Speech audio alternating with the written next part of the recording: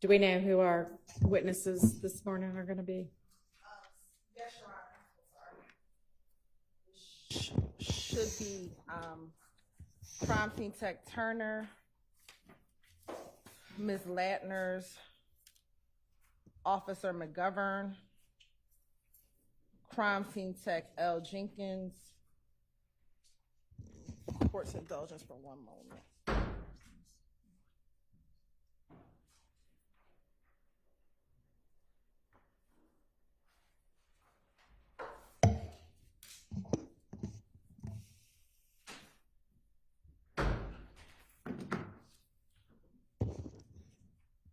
Ms. A.S., who we've spoken about previously, Ms. Smith.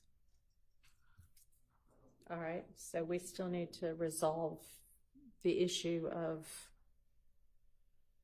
whether that person is going to be shown on film. Okay, yes. Right? Yes, Your Honor. And depending on the one witness we've been discussing all week, Your Honor, who has the condition.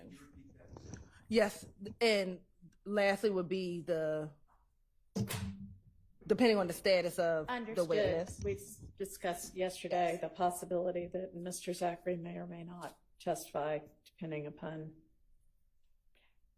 when and if he is released from the hospital. All right, so with regard to AS.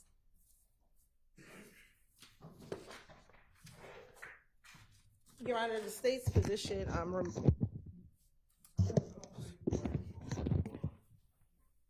You need to talk into the mic. yes, I'm talking into. It is working. She's just not close enough to it, and it's attached. So you're going to have to just pick one up and use that one.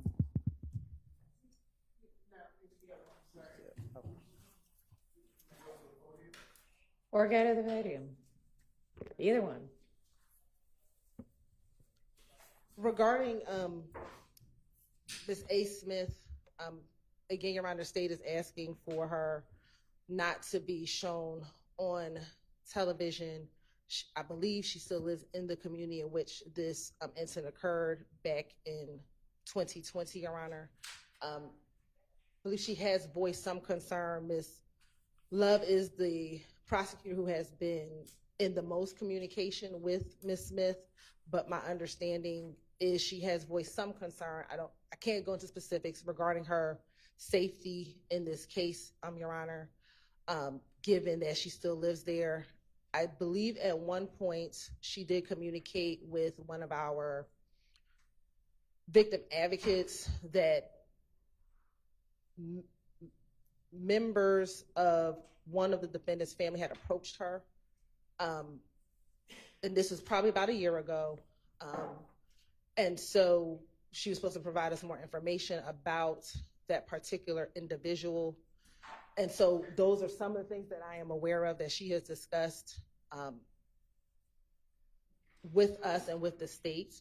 And so given some of those factors, we would ask for her not to be shown on camera, Your Honor. All right. And is there any objection to just having her audio but not her face shown? Yeah, Your Honor, I object to that. I don't believe that what you've heard from the state today rises to the level that was set by the previous court on the standard by which a witness would not be videoed while testifying. Of course, this is the first I've heard that maybe possibly she may have talked to a victim advocate.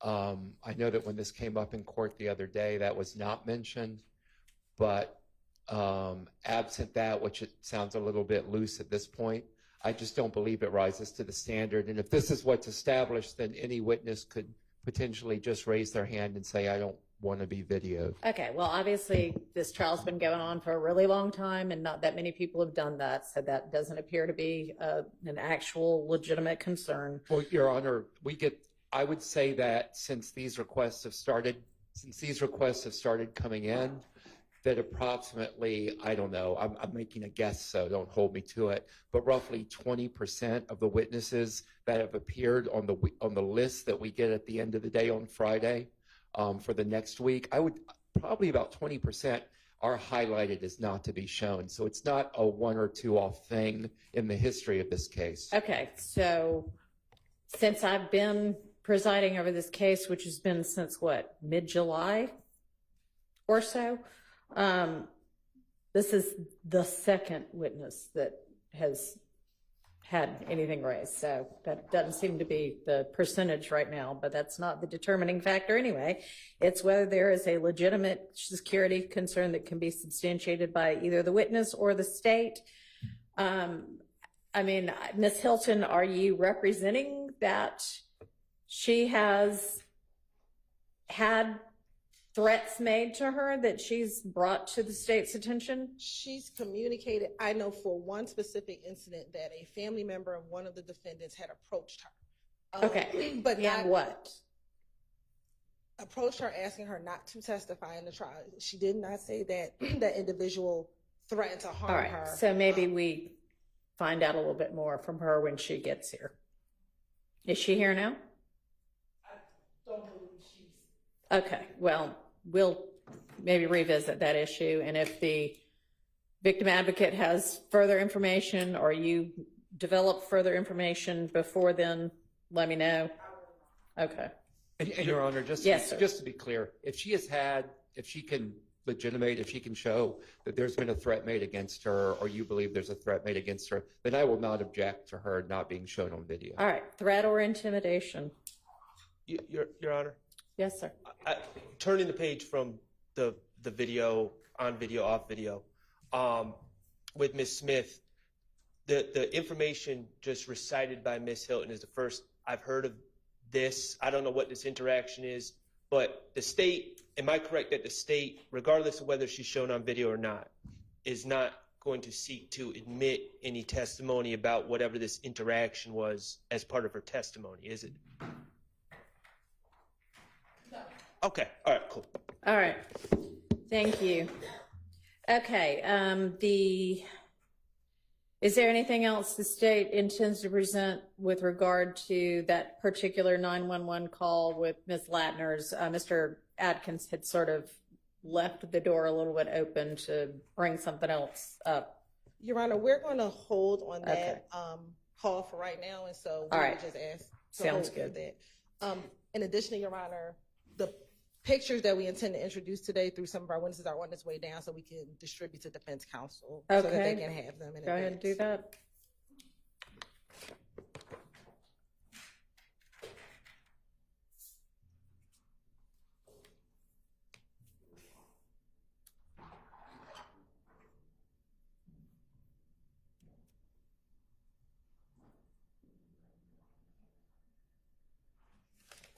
All right, and then I wanted also to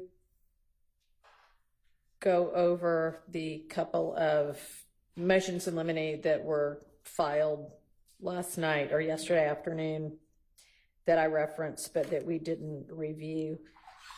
56 is sort of just a general, the defense position is that they don't think testimonial statements or hearsay should come in inappropriately. It's just kind of a general, here's the law. And so I agree. Okay. But we're going to obviously have to see how that plays out. Can I mention something? Yeah. And good morning, Your Honor. Good morning to everyone. Your Honor, the import of that obvious, I guess, motion is what happened. I tried to articulate yesterday with the blue flame. So it has gone on before you or the court that a, quote, gang expert would say, and I'm paraphrasing, I'm not going to tell you who I spoke with. You don't have any of my notes. I did not do a report, although ordered by Judge Glanville to do a report. And I spoke with an unknown person, but we verified them, and we find them to be credible. And they told me that, you know, Jeffrey Williams' stepfather's home had bullets driven into the home. And I always want to go back and interview everybody. So that is my was my objection yesterday with the blue flame. I know you excluded it, and thank you, but it was argued by Prosecutor Love that people told us, the gang, whomever, that this was a retaliatory shooting done by YSL. And it's the same thing over and over, and that's really what I'm trying to get at. In this case, Miss Battle called me, the same witness, proposed witness who wrote to the Honorable Court, and she was very upset. It's the same thing, nothing new. And I told her the same. I said, you know, courts are where we resolve issues, and she's been properly subpoenaed, and you know, she knows that. She's testified 50 times. She's a chemist. Yeah. But she said that the authorities were not doing anything wrong. There's nothing wrong, but we're trying to see whether she knew over and over again who lived next door and the name of the person. And she kept saying, I don't know, I don't know, I don't know. My point is, I just want to keep all that out, and I don't want somebody to lay some foundation that, hey, on this form, which came in yesterday, of tenants, this person rented the apartment, and then have a gang expert come in and say, well, we interview people, and her boyfriend is this known gang member with IF. And that is really what this motion's about. It just shouldn't be circular and hidden. We should have the authority to go out and interview the people and have the same information the police are relying on to make those representations. And if they don't give it to us, then clearly to me it's hearsay and confrontation clause. That's my issue. Aaron, I think with many of our experts, they can rely on certain. Kick up the mic and use it. Sorry. With our experts, they can rely on reports or certain information to gather their conclusions. And what I believe happened during the course of this period in 2015, from January to ultimately October, is all these shootings occurred. They received these reports, they gathered information, they interviewed witnesses, and they were able to get information to form opinions about what was happening during the course of. Yes, experts can rely on hearsay in forming their conclusions, but there's a difference between the expert coming in and saying, based on our whatever they do, our conclusion was this is a retaliatory shooting, which would be permitted under the rules of evidence. And we concluded that so-and-so's boyfriend was a rival gang member whose name was whatever, or even without whose name was whatever. That is clearly hearsay, and so obviously hearsay that the regular rules of evidence have to still apply to that. Right, and so hence why we're here, bringing in officers who are responding to these scenes, gathering information, because now this information is before the court. This is what they've learned, and so that's why we're going through introducing all of the various retaliatory shootings now with officers and the information gathered, because when experts come, this is the information that they relied on to form their ultimate opinions about. Okay, do you understand? I mean, we can't exactly, figure out all of the contours of what might come in beforehand, but an expert conclusion that this was a retaliatory shooting, even if based upon hearsay, would be admissible under the rules of evidence. Expert testimony that is just basically hearsay, that this is the person that lived in this apartment, or this is the person's boyfriend, it would still be excluded as hearsay, even if it was being offered through an expert. We understand. Clear? Okay. All right. That takes care of that one. The number 57 is essentially some further argument as to the contents of the text messages authentication issue.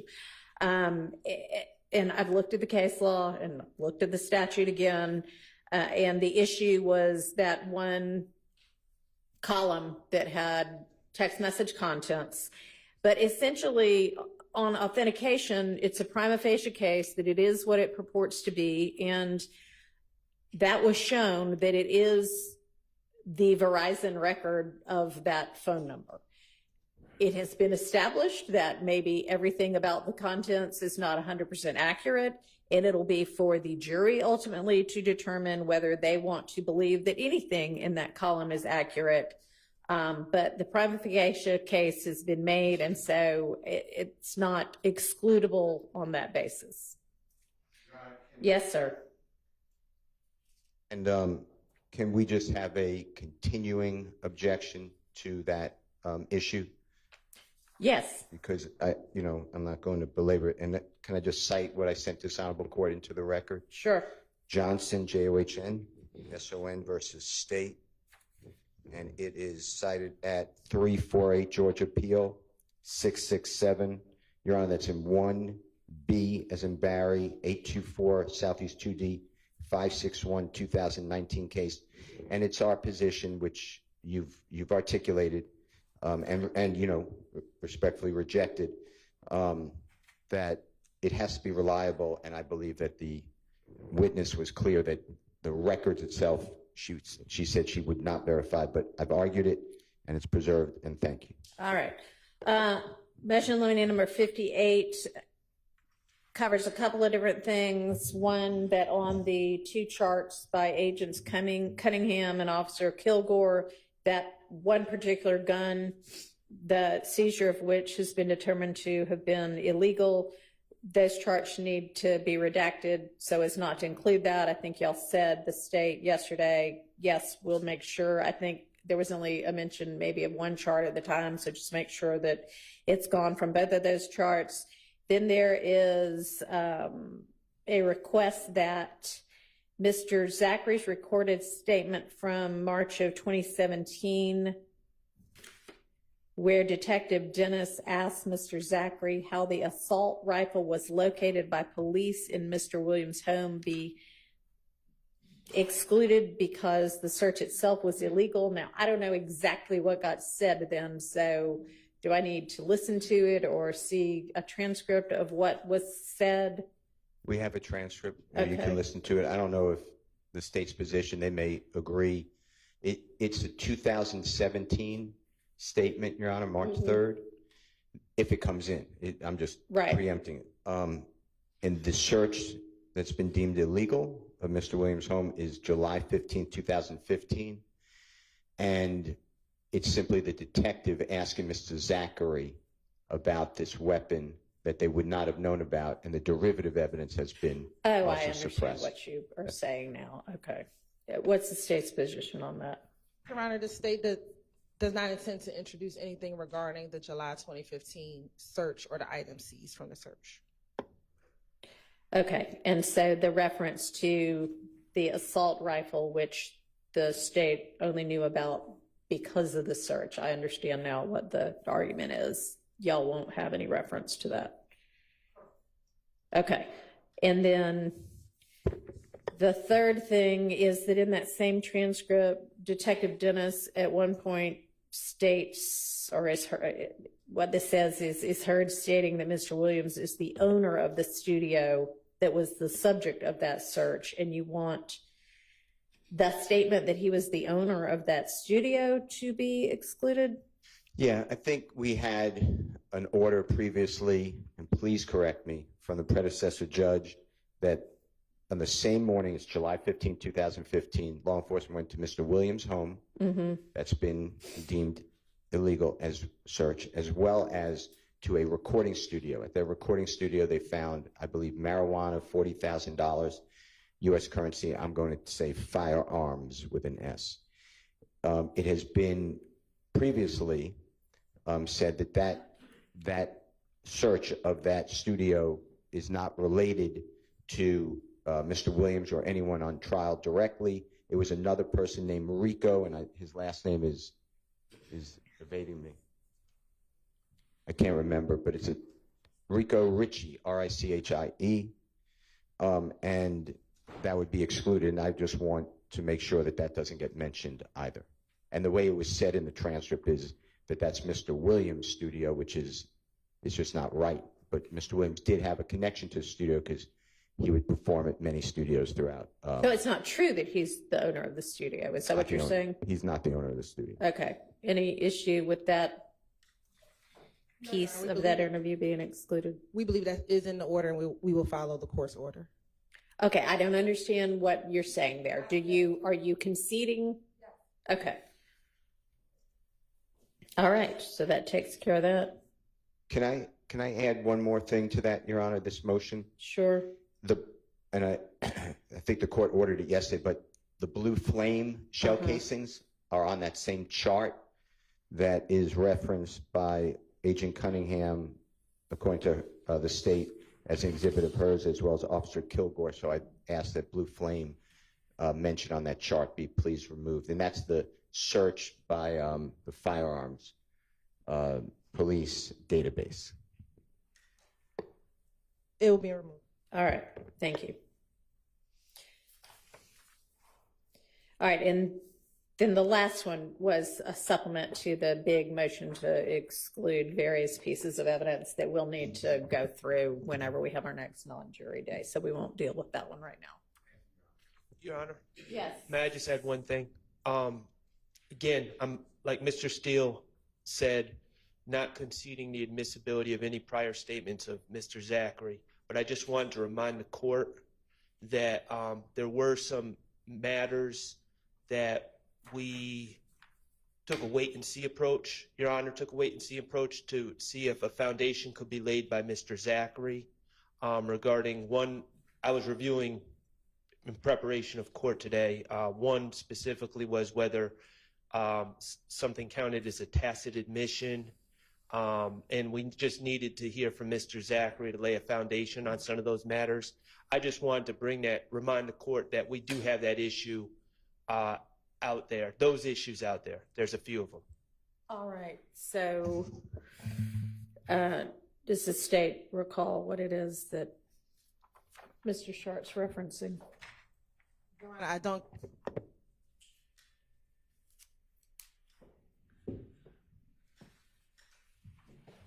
I unfortunately do not, because I don't think I was here when the Quindarius Zachary statements were reviewed.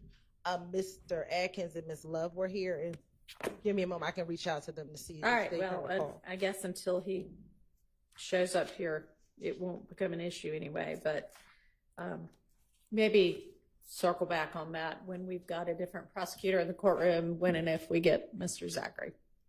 All right, thank you. Okay, do we have the jury? Not everybody, okay. Your Honor, yes, sir. Step out for 3 minutes? Yes. Before that's done, We'll wait. Can I ask a quick question? Okay. Apologize, Mr. Weinstein. Your Honor, the state was kind enough to point me in the right direction for the witness list, and they said, I think the Honorable Court is on that email. So they said that Miss Bailey, Bailey, Miss Galloway, Galloway, and Miss Chavo, Chavo, or E rather, ES, Chaves, Chaves, we're not on any witness list. If we could get contact information and if the state could make them available for us to interview, that would be helpful. I'm not moving to exclude, the witness for not being on a witness list unless the court wants to do that, but I would like to speak with the witnesses. Yes, Your Honor. All right, how soon can y'all do that? All right, it looks like these are all like APD employees. Let me just reach out to my investigative team. We should be, hopefully if they still work with the department, we should be able to get that pretty quickly. All right, anything else?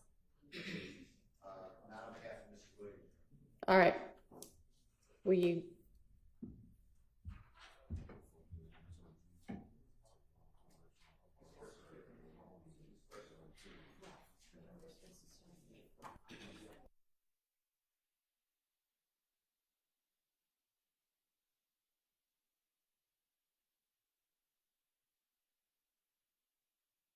Or want to use the restroom real fast. Hopefully we'll have all of the jurors in the next 5 minutes or so.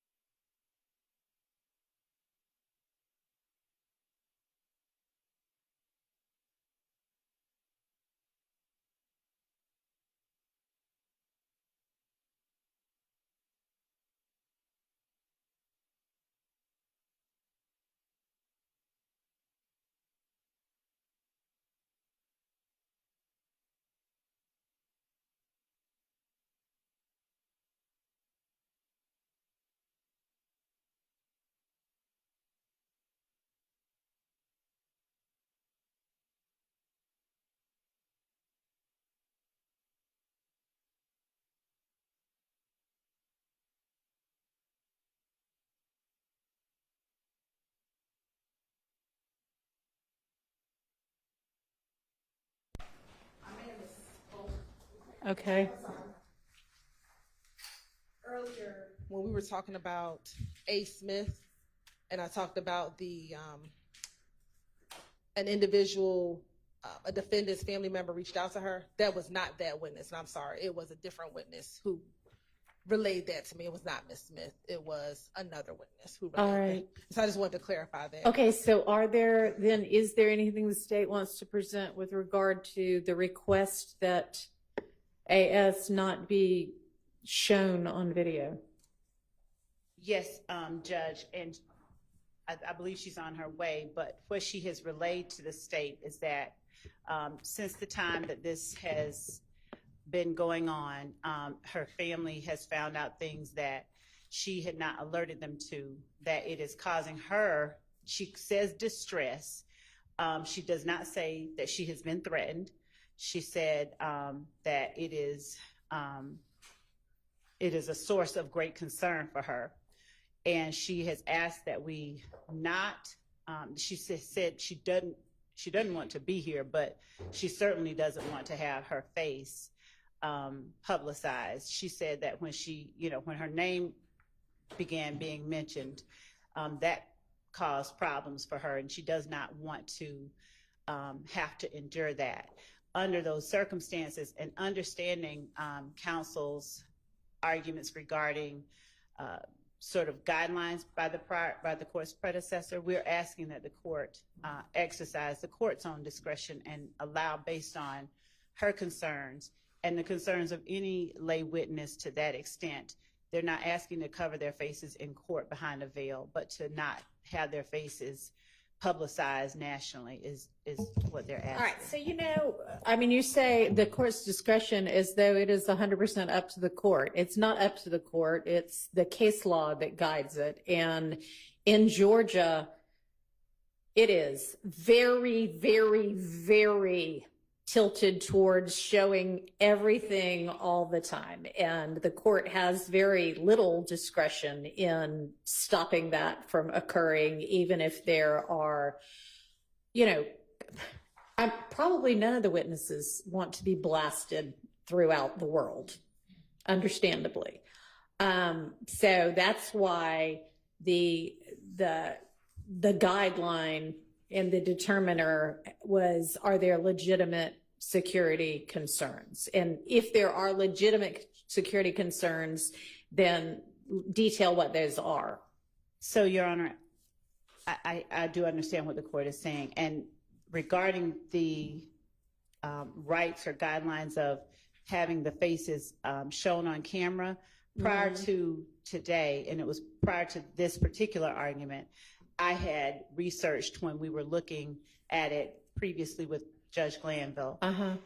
My understanding, and the court has a vast amount of knowledge about what the particular laws in Georgia are, because the court has dealt with those. But my understanding was that there is no, just if it were such a right that anyone had to have the faces of every witness shown, then arguably speaking, any trial that's not publicized on camera, their rights are being violated because their faces are not being shown. But to the extent that the camera people decide where they want to put the camera, and if they're okay with not showing the faces, the only argument that I would have is that there's no defendant with any right to show the faces. And I would ask the court for, before we bring her in, that just the ability to, if we can find case law directly on point, to show it to the court regarding that particular issue. Because of course you can do that. And if the media chooses not to show a witness's face because they know that that person has concerns, that's of course up to the media. I mean, frankly, this court is open. Anybody can walk in here anytime they want to and watch the proceedings. But that's just not really the way the Georgia courts overall have perceived the whole televising and videotaping of court proceedings. So sure, I'm happy to consider any kind of case law that you want to present. Thank you. And obviously, if the media wants to focus on somebody else during that time, that is wonderful. But Unless you present to me either case law that covers it or legitimate security concerns, I can't order them not to. Thank All you. right. Thank you. Okay, so are we now ready for the jury?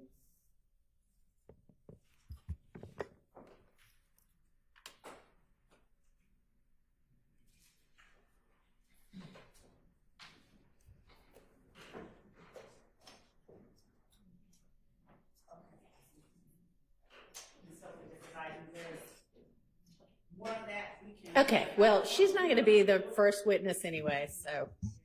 All right, let's get the jury.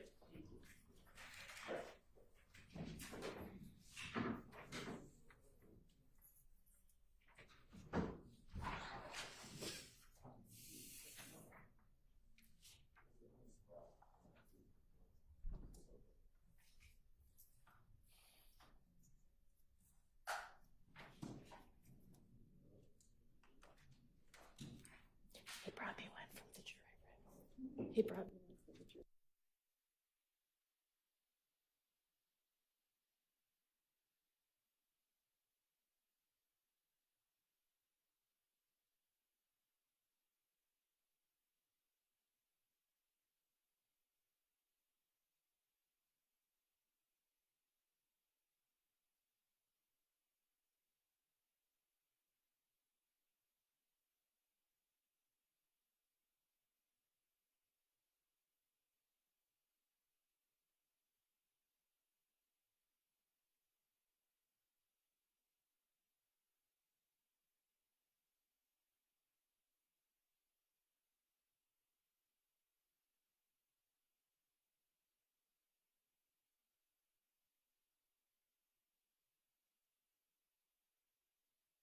Get the witness. That is absolutely fine.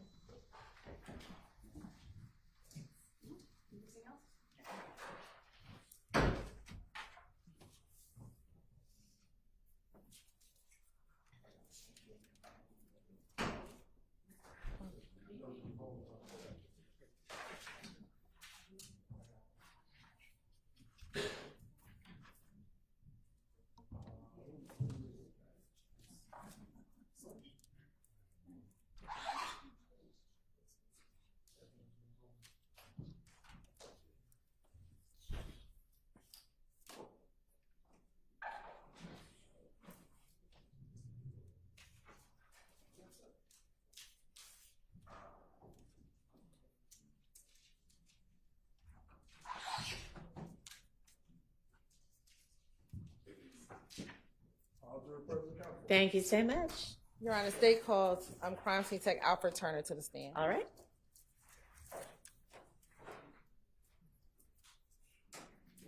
Raise your right hand. You swear firm testimony you give the truth, the whole truth, nothing but the truth? Absolutely. State and spell your first and last name for the court down into the mic, please. Okay, it's Alfred Turner, ALFRED TURNER. And welcome back. Hey, Seems like we just saw you yesterday. So we're not going to go over your background since you were here earlier this week. I just want to jump to back in 2015. Earlier this week you discussed responding to 1428 Adele Avenue. Is that fair? yes, Okay. In 2015, did you respond to other shooting calls? yes, All right. I want to specifically direct your attention to January 11th, 2015. Did you have the occasion to respond to 197 Hendricks Avenue in Atlanta, Georgia? yes, I did. And why did you respond to that location? We got a call that a shooting occurred. And once you got to the location, what, if anything, were you asked to do? We was asked to take photos and collect evidence. And did you do that? Yes, I did. And have you had the opportunity to review your pictures from that particular incident in that location? Yeah. Okay. You have permission to approach? You may.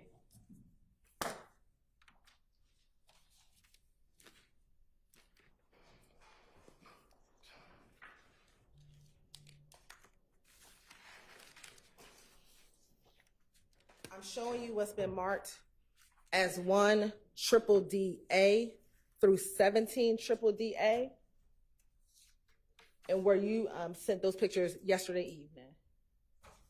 Yes. Okay.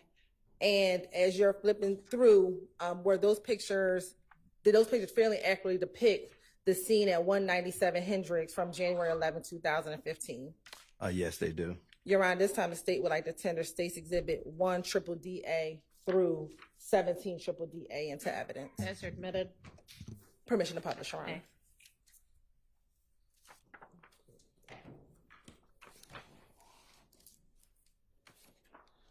Now, first starting with 1 triple DA, if you can tell the jurors, where are we looking at, or what is depicted in 1 triple DA? It was just an overall photo of Hendricks Avenue. Going to 2 triple DA.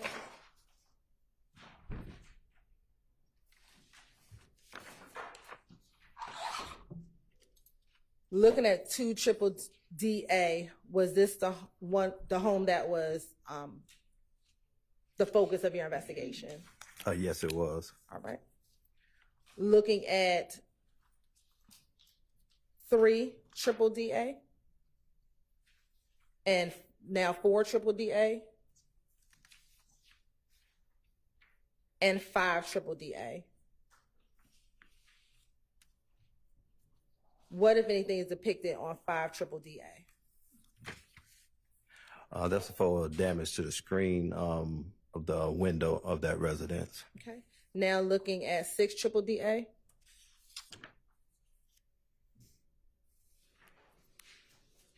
Is that a close-up of what you just referenced? Yes. All right. 7 triple DA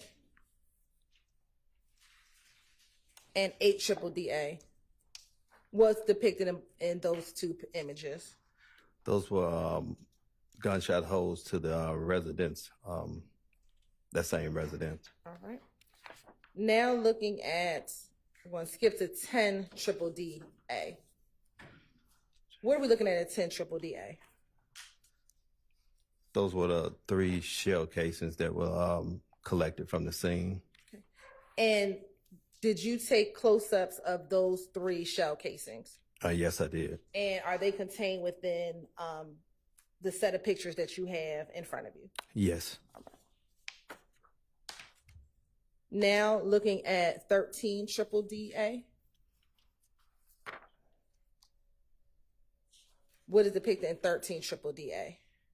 That's a shell casing number 4 that was located near the residence. Okay. And were you able to determine what type of shell casing those were?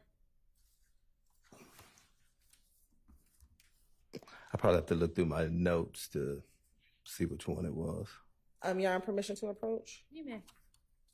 And let me ask, will looking at a copy of your crime scene tech report assist you? Could looking at you. No, I have it up here. Oh. Permission to approach? You may. I'm going to show you what's been marked as State's Exhibit 18 triple DA. Is that your crime scene tech report? Yes, it is. And does looking at that copy help refresh your memory as to what size shell casings those were, if noted?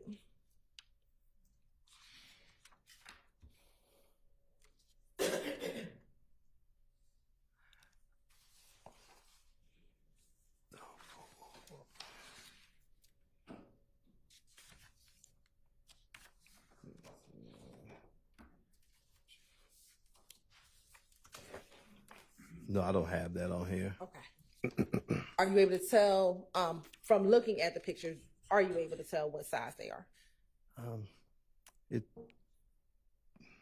if not, that's okay too. No. Okay.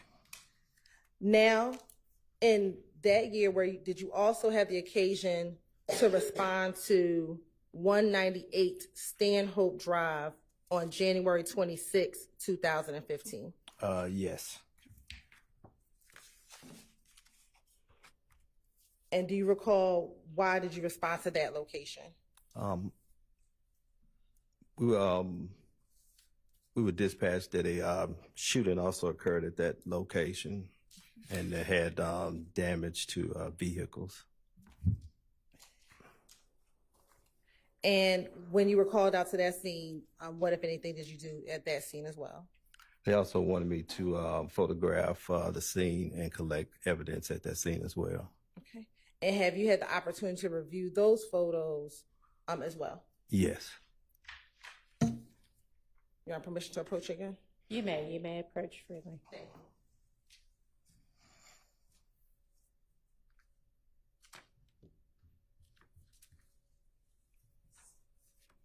I'm showing you those that marked as 1DDD through 29, 1DDD subsection C through 29DDD subsection C. Are those the items that you pictures that you previously reviewed? Yes. Okay.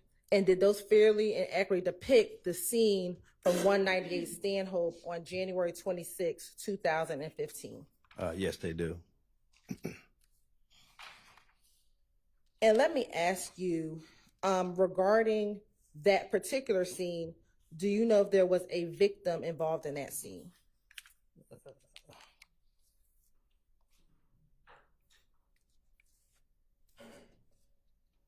I'd probably have to look on my notes to see. Okay. You're on permission to approach. Oh, no, so I can approach.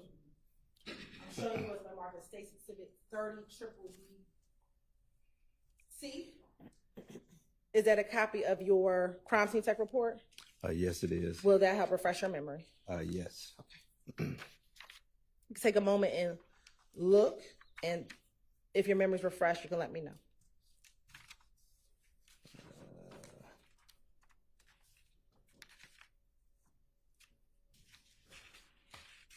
Yes, there was a victim. And who was that victim? I believe it was Trevante Turner. All right. And I believe I admitted it, but if not, Your Honor, say would like to tender State's Exhibit 1DDD C through 29DDD C into evidence. Okay. Do you mean, you haven't this morning? Did you mean a different day? No, I thought I may have said it earlier today. No. Okay, Your Honor, this time the State would like to admit 1DDD C through 29DDD C into evidence. Okay, those are admitted. And permission to publish. You may.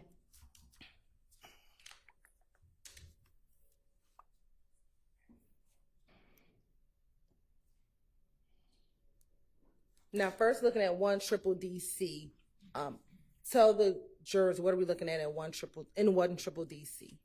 That was the vehicle that they were that we were dispatched to take photos of multiple gunshots. Okay. Looking at 2DDD C and 3DDD C. Are those the what, if anything, are inside of the car vehicle? Can you repeat that? Are those bullet defects? Yes, they are. Okay. And looking at 4DDD C and 5DDD C, what is depicted in 5DDD C? Those were the actual location where the shell casings were from that scene. Okay.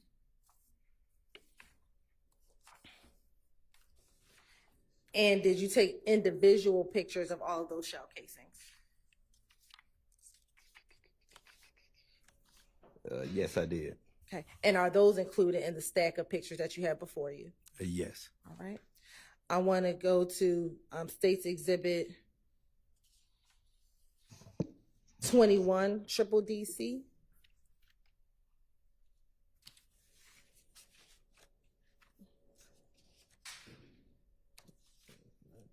What is depicted in 21DDD C?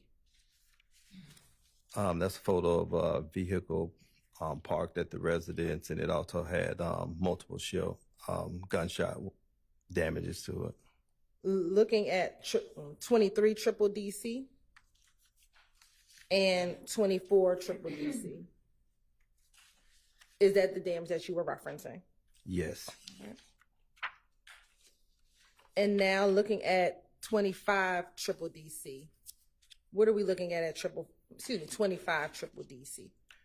That's a residence of 186 Stone Hope. Okay. And did that also sustain damage? Yes, to the window. All right. Looking at 27 triple DC and 28 triple DC. Is that the damage to the window that you were just referencing? Yes. And then looking at 29 triple DC. Was that also a defect to the window? Yes. Right. And after taking pictures, did you collect those shell casings? Yes, I did. And when you collected those shell casings, what did you do with them? They were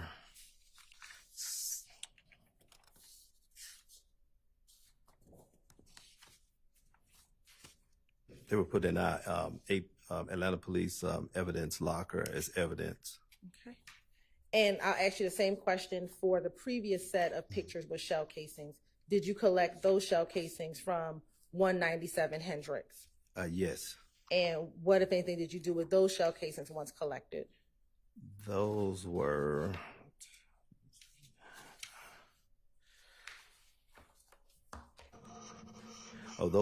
turned over to Officer Williams on the scene.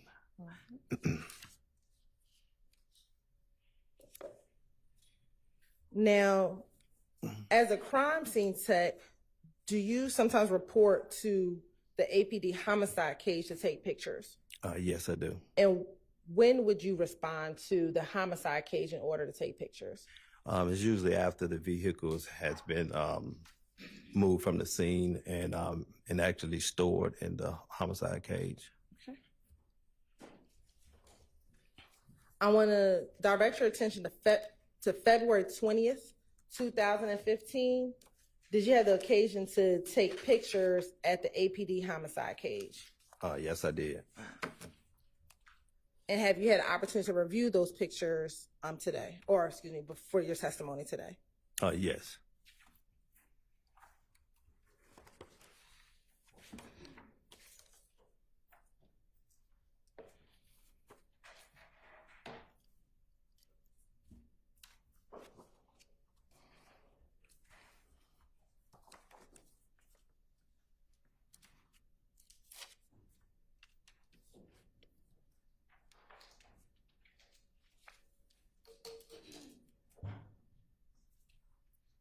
I'm going to show you what's been marked as State's Exhibit 1 triple D to 11 triple D.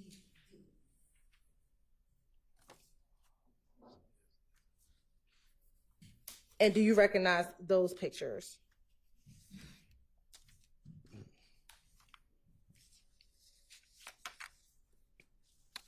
Yes, I do. And how do you recognize those pictures? These were the photos that, excuse me, that was taken at the homicide cage. And are they a fair and accurate depiction of the picture that you took at the homicide cage on February 19, 2015? Yes. Your Honor, at this time, the state would like to tender State's Exhibits 1 triple D through 11 triple D into evidence. Those are admitted. And Crime Scene Tech Turner, did you know the location of where that car derived from? I believe it was 140 Maury Avenue. We're looking at a copy of your police report, Crime Scene Tech report, help refresh your memory as to the exact address. Yes. I'm going to show you what's been marked as 12 triple D for identification purposes. Is that a copy of your Crime Scene Tech report? Yes, it is. Okay. And does that help refresh your memory to the address of where the car was taken from? Yes. And what was the address? It was 114 Maury Avenue. And what is the date of the incident? When did the incident occur? That was February 20, 2015. Was that the date of the incident or the date that you took pictures?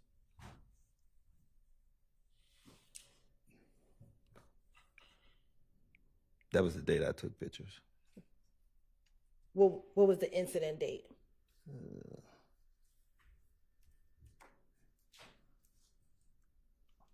I'm sorry, 2020, 2019, 2015. No, what was the incident date?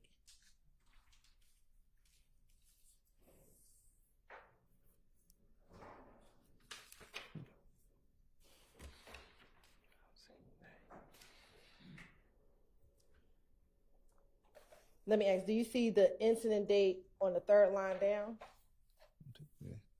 Is that the 2019? I'm sorry, 219. And what was the year? 2015. All right.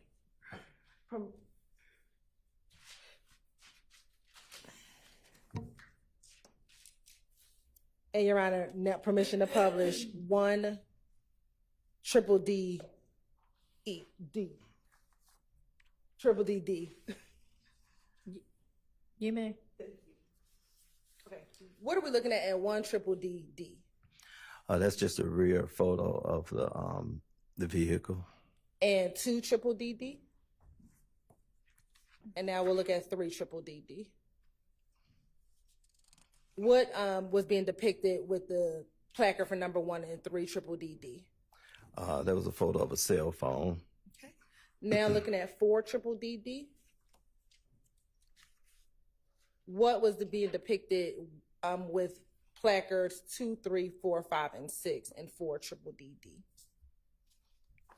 But first, it was the photo of the back seat inside the vehicle, and I believe there were shell casings on all of those. Okay. And did you take individual pictures of those shell casings? Yes. Right. And is that reflected in 5 triple D?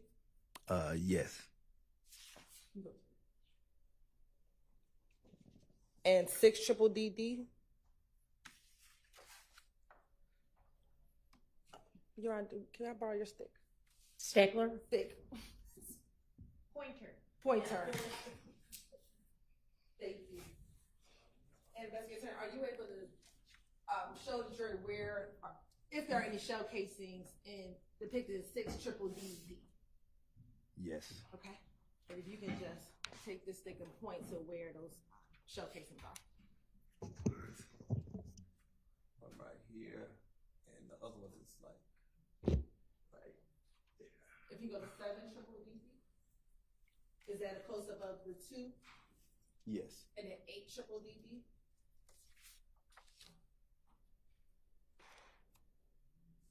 There's actually 3 here. 1, 2, 3. All right. And 9 triple D D? Or those shell cases depicted in 5 and 6? Yes. And 10 triple D D? Were those shell casings depicted for placards 7 and 8? Yes. All right. And 11 triple D D? Is there a shell casing depicted in 11 triple D D?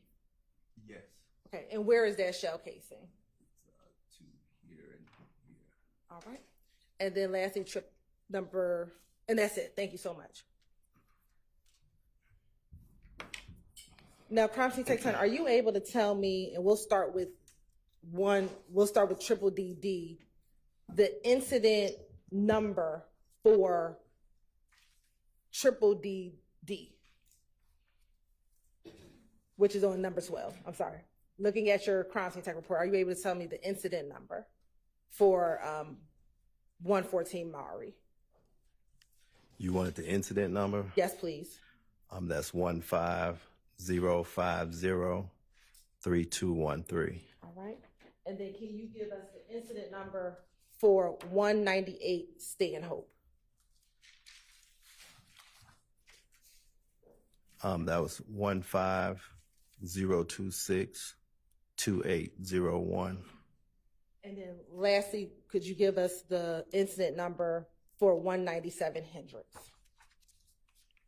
And that's 150110392. All right.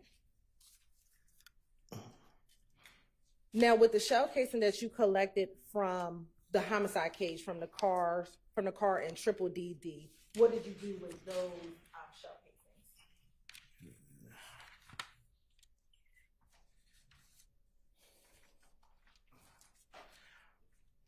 They was processed for fingerprints, and after that, they were sent to APD property as evidence. Okay. And do you know if at any point those items were taken from APD property to the APD crime lab? No, I don't. Okay. Court's indulgent.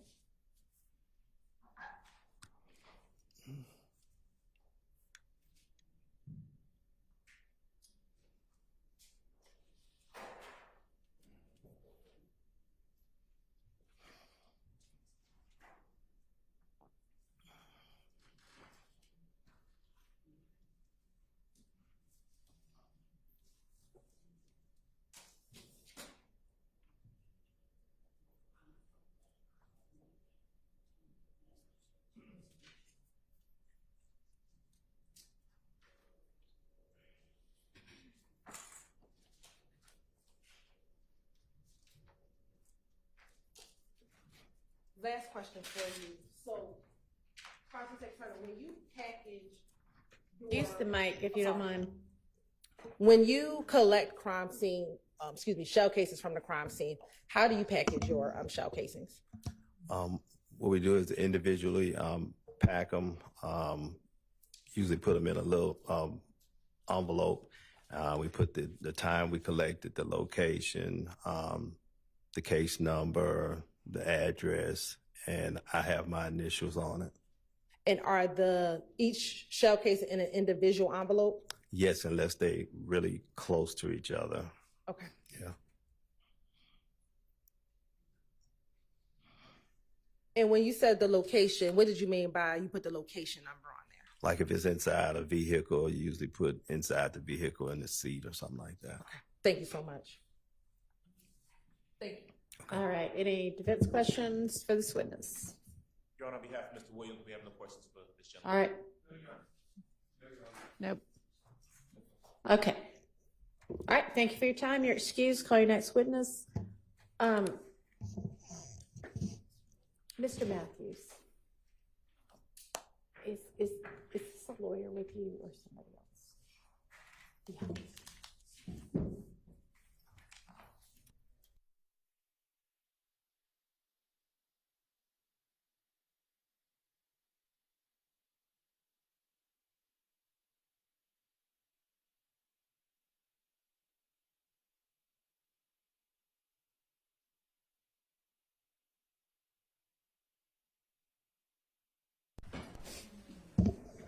That was just Mr. Matthews is wanted in a different courtroom during our next break. That didn't have anything to do with this case.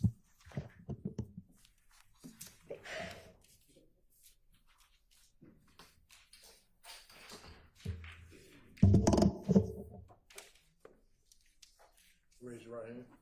You swear affirm testimony you give the truth, the whole truth, nothing but the truth. State the spelling, first and last name of the court. Mike, please. Louise Jenkins, Louise Jenkins. Excuse me.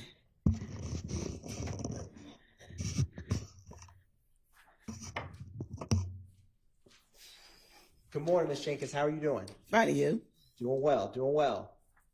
Are you currently employed? No, I'm retired. Happily? Happily.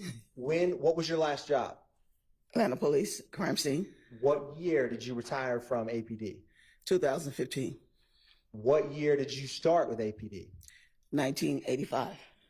Can you tell the jury a little bit about your experience when you started working for Atlanta Police Department?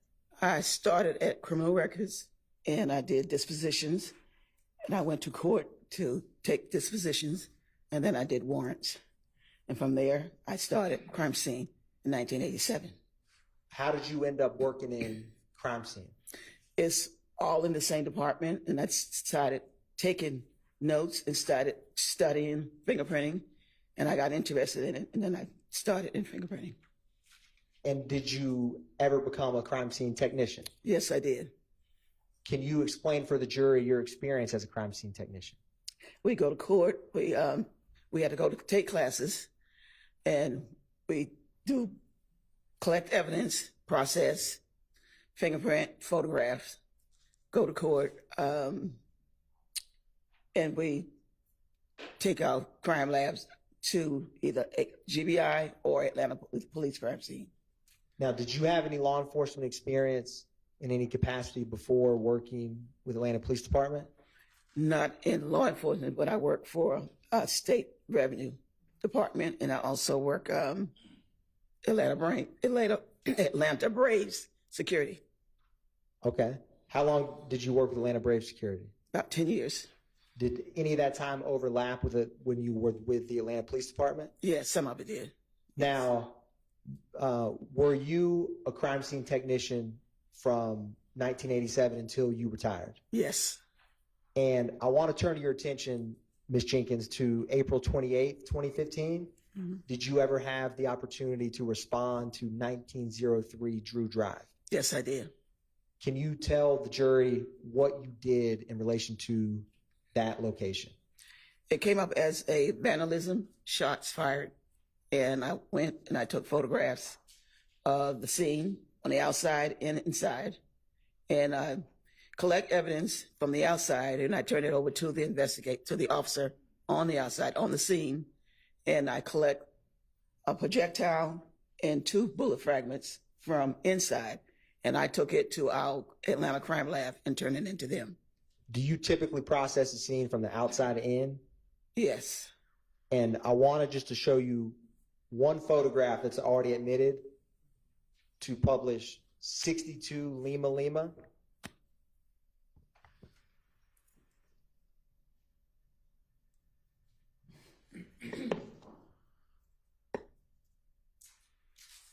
It's on here.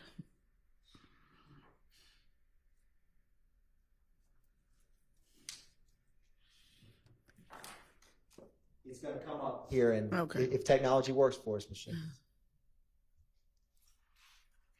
Do you recognize that photograph, 62 Lima Lima? Yes. And is that the 1903 Drew Drive we were just discussing? Yes, it is. And why is it, or can you explain for the jury, the responding officer collected the shell casings that were outside and you collected the ones that were inside? Is there any reason behind that? Well, it came up as a vandalism. So usually when we have a call like that, we can also turn it, the shell casings or whatever, to the investigator on the scene. Anything mostly on the inside, we collect and we'll turn it into our crime lab or the GBI crime lab. And what protocols did you follow when you collected the shell casings? I photograph, numbered, and collect them in envelopes, label each one of them, and I put them in a bag at the end of collecting everything, and I turn it over to the officer on the scene. And for the projectiles, that you collected from inside, what protocol did you follow with those? We collect overall of the whole place first, and then we collect each items, and we number them, and then I collect them and data them, and send and take them up, and then send them to our crime lab. After you processed 1903 Drew Drive and collected those projectiles, did you have any other involvement with this specific crime scene? I did not. One brief moment, Your Honor.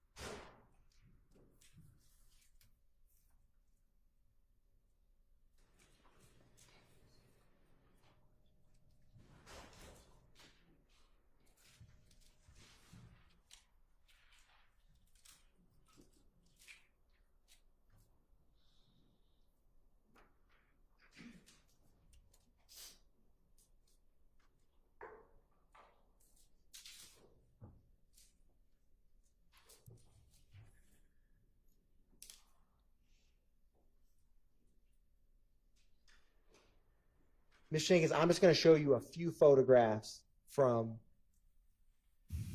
I'm going to publish, yes.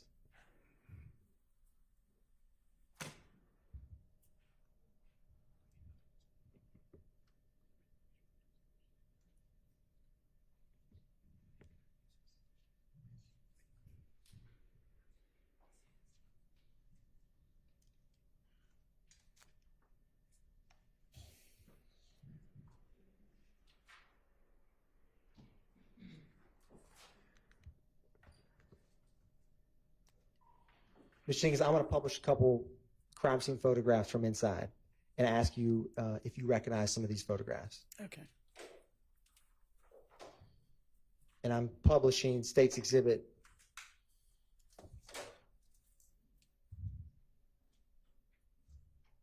Yep. Previously admitted 22 Lima Lima.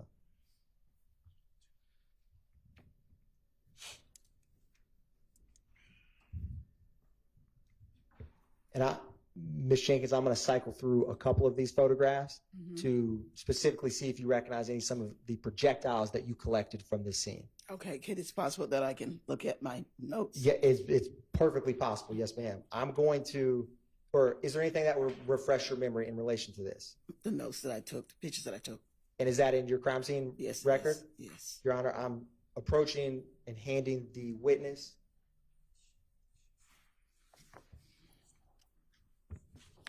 And Ms. Jenkins, once you review that, if your memory's refreshed, just look up at me. Okay.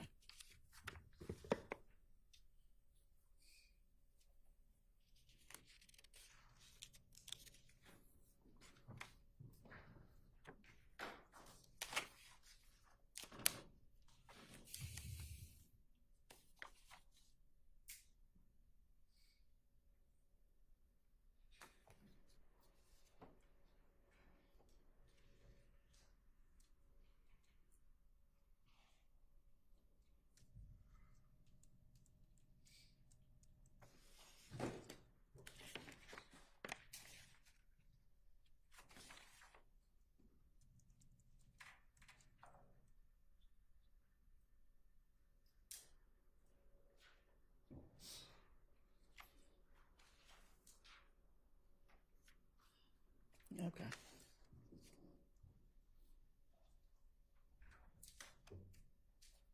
Ms. Jenkins, was your memory refreshed? Yes. And was the projectiles that you collected, what was that photograph that went off the screen, but with 22 Lima Lima, was that one of the projectiles that you collected at Drew Drive? Yes, it is. And Ms. Jenkins, when you collect these, can you describe, do you put them in one giant bag, individual bags? What do you do when you collect projectiles? They're like collected in this? one individual bag, and then they're put in one large bag once they're all labeled. And when you collect them in single bags, do you have any markings on any of those bags? You put the number of whatever you put it, the number. You have to put a number there, and then you have to label the number on the bag, and then you put the evidence in there, and you put the date, time, or whatever you put. Collect the bags and put it in. And is the number you use the same number as the Atlanta Police Department incident number? No, it's the number that you put it in, and you put that on there also. When you said put what on there also, you mean the numbers of... The complaint number. You put the complaint number, and you put the number of the evidence that you have, whether it's 1, 2, 3, or whatever. And in this case, did you put the numbers on the evidence bags that you collected? On each individual bags. And the case number is on both bags.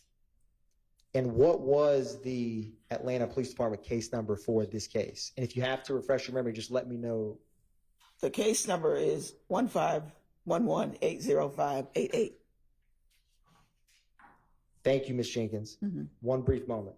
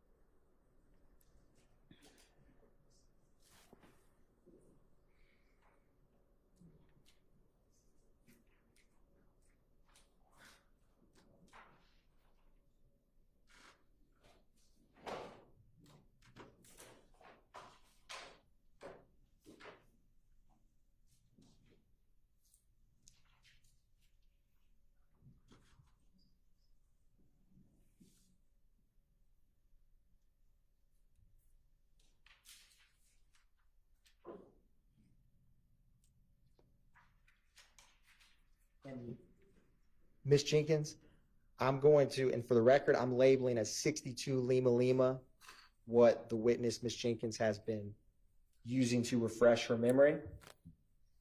And Ms. Jenkins, can you describe what it is that you have been using to refresh your memory? My report that I made from the call that I had. From the 1903 Drew Drive? Yes. Is it a fair and accurate depiction of the crime scene report that you made in relation to this case? Yes, it is. Your Honor, at this time, the state would tender 62 Lima Lima into evidence. It's admitted. Thank you, Ms. Jenkins. No further questions by the state, Your Honor. Any questions for this witness by any of the defense attorneys? Mr. Williams, no questions. No, no. And Mr. Williams, you with us? No. Okay. All right. Thank you for your time. You may be excused. Yes.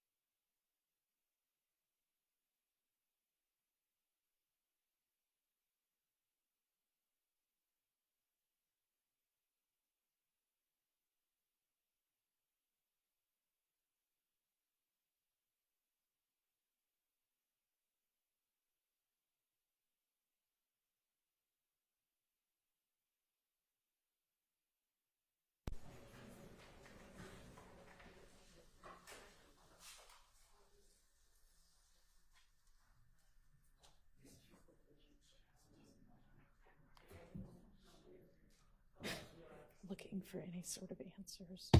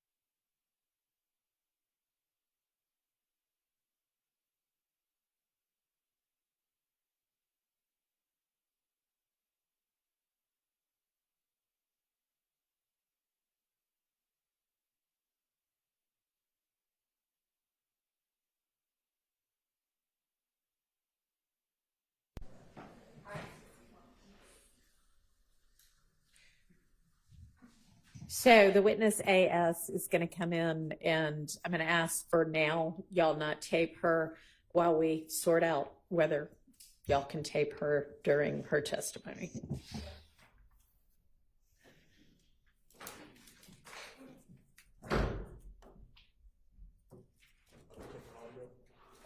Yeah, audio is okay.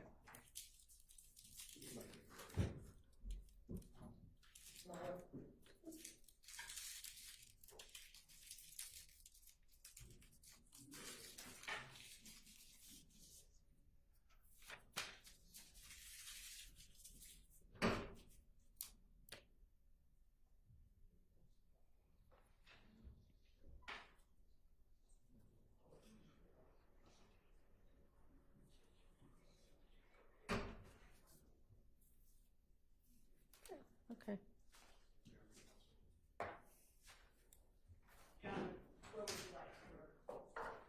The witness stand, she's not being taped right now. Videotape. Come on up to the witness stand if you don't mind. Okay, go ahead and have a seat. And I understand from the state that you've got some concerns about your face being shown on the live stream. Can you tell me what those concerns are? Just anything doing my job. I just don't want to have no parts in it. I don't want to be on camera. Pull the mic down next to you and try to speak into the mic. So is it anything beyond just not wanting to be on camera? Do you have any concerns about your well-being or your safety? Not really. Okay, well then that's not going to be enough. In the law, sort of the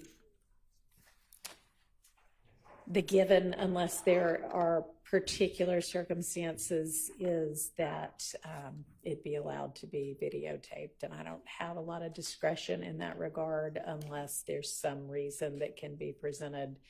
So I fully understand you feeling that way. And certainly, as I noted before, the media can choose not to show her face, but I can't order them not to. Okay. All right, so do I need to hear from anybody else on anything? Your Honor, one other thing that we wanted to bring to the court's attention is that previously the media did not have a problem with people that we specified not showing their faces. Okay. It was never, they had no problem ever. It was only objections from counsel for defendants. Okay.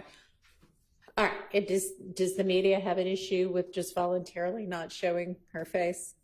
My producer said you allow her to show it. I can't speak for that. Okay. I'll say this, and also what the media had agreed to is that if they had an objection to not showing the faces, they were going to come on the Monday after Ms. Hilton provided them.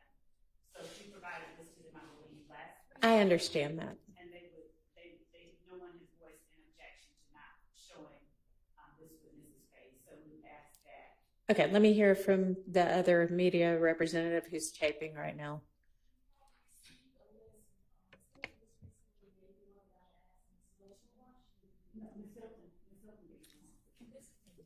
We can't really hear you. Speak up a little bit.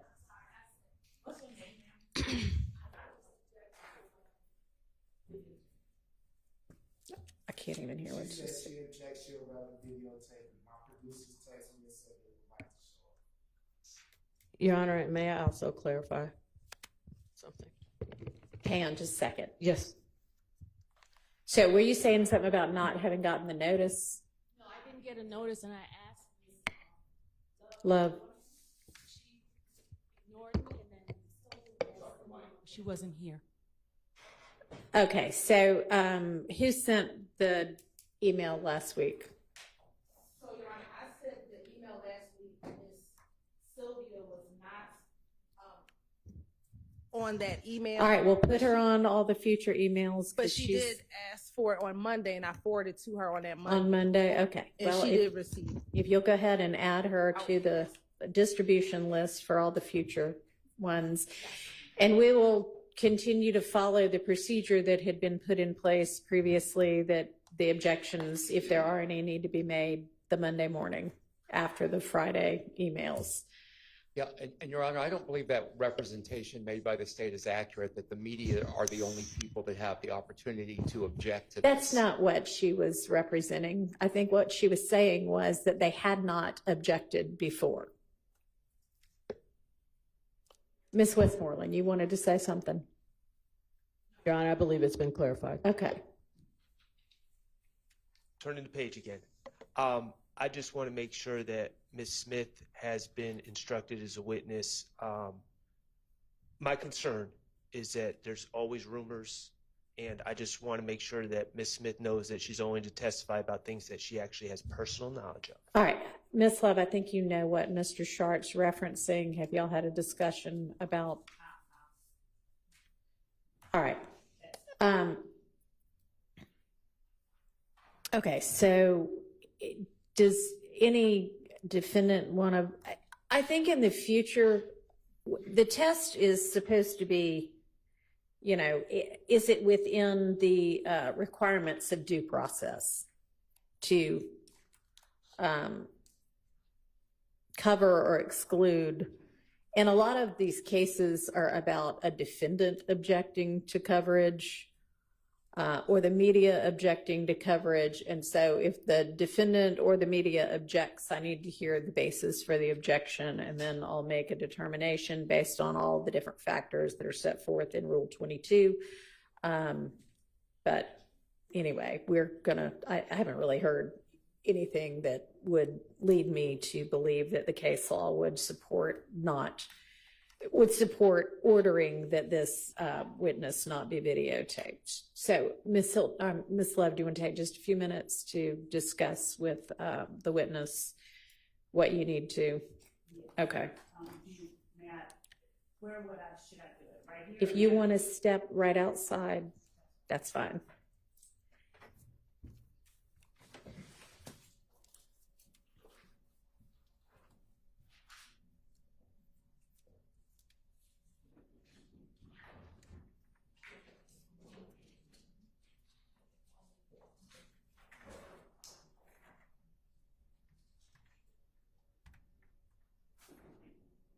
Yeah.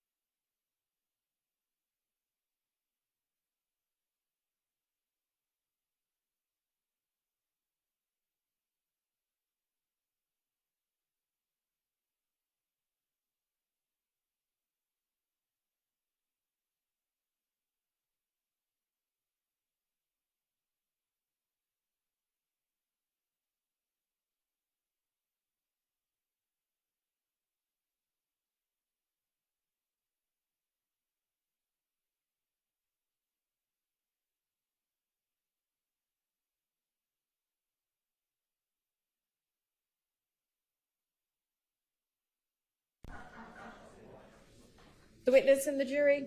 Okay, let's get the jury.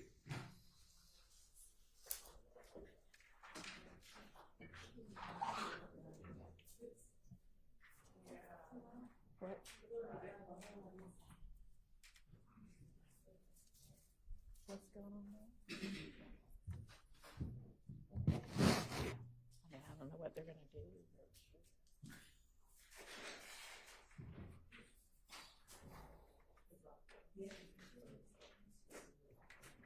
She's just not this morning. No. No.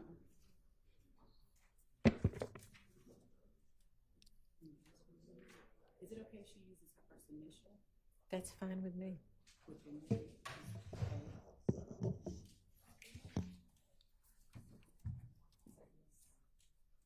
Yes.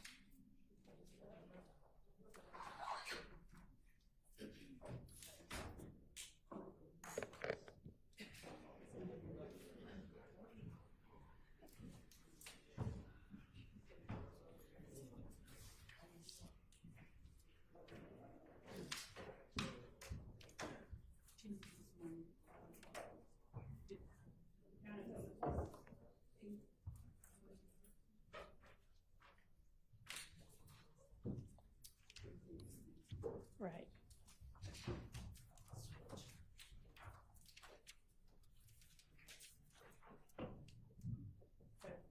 Jury present, counsel. Thank you. Okay, Ms. Love, go ahead.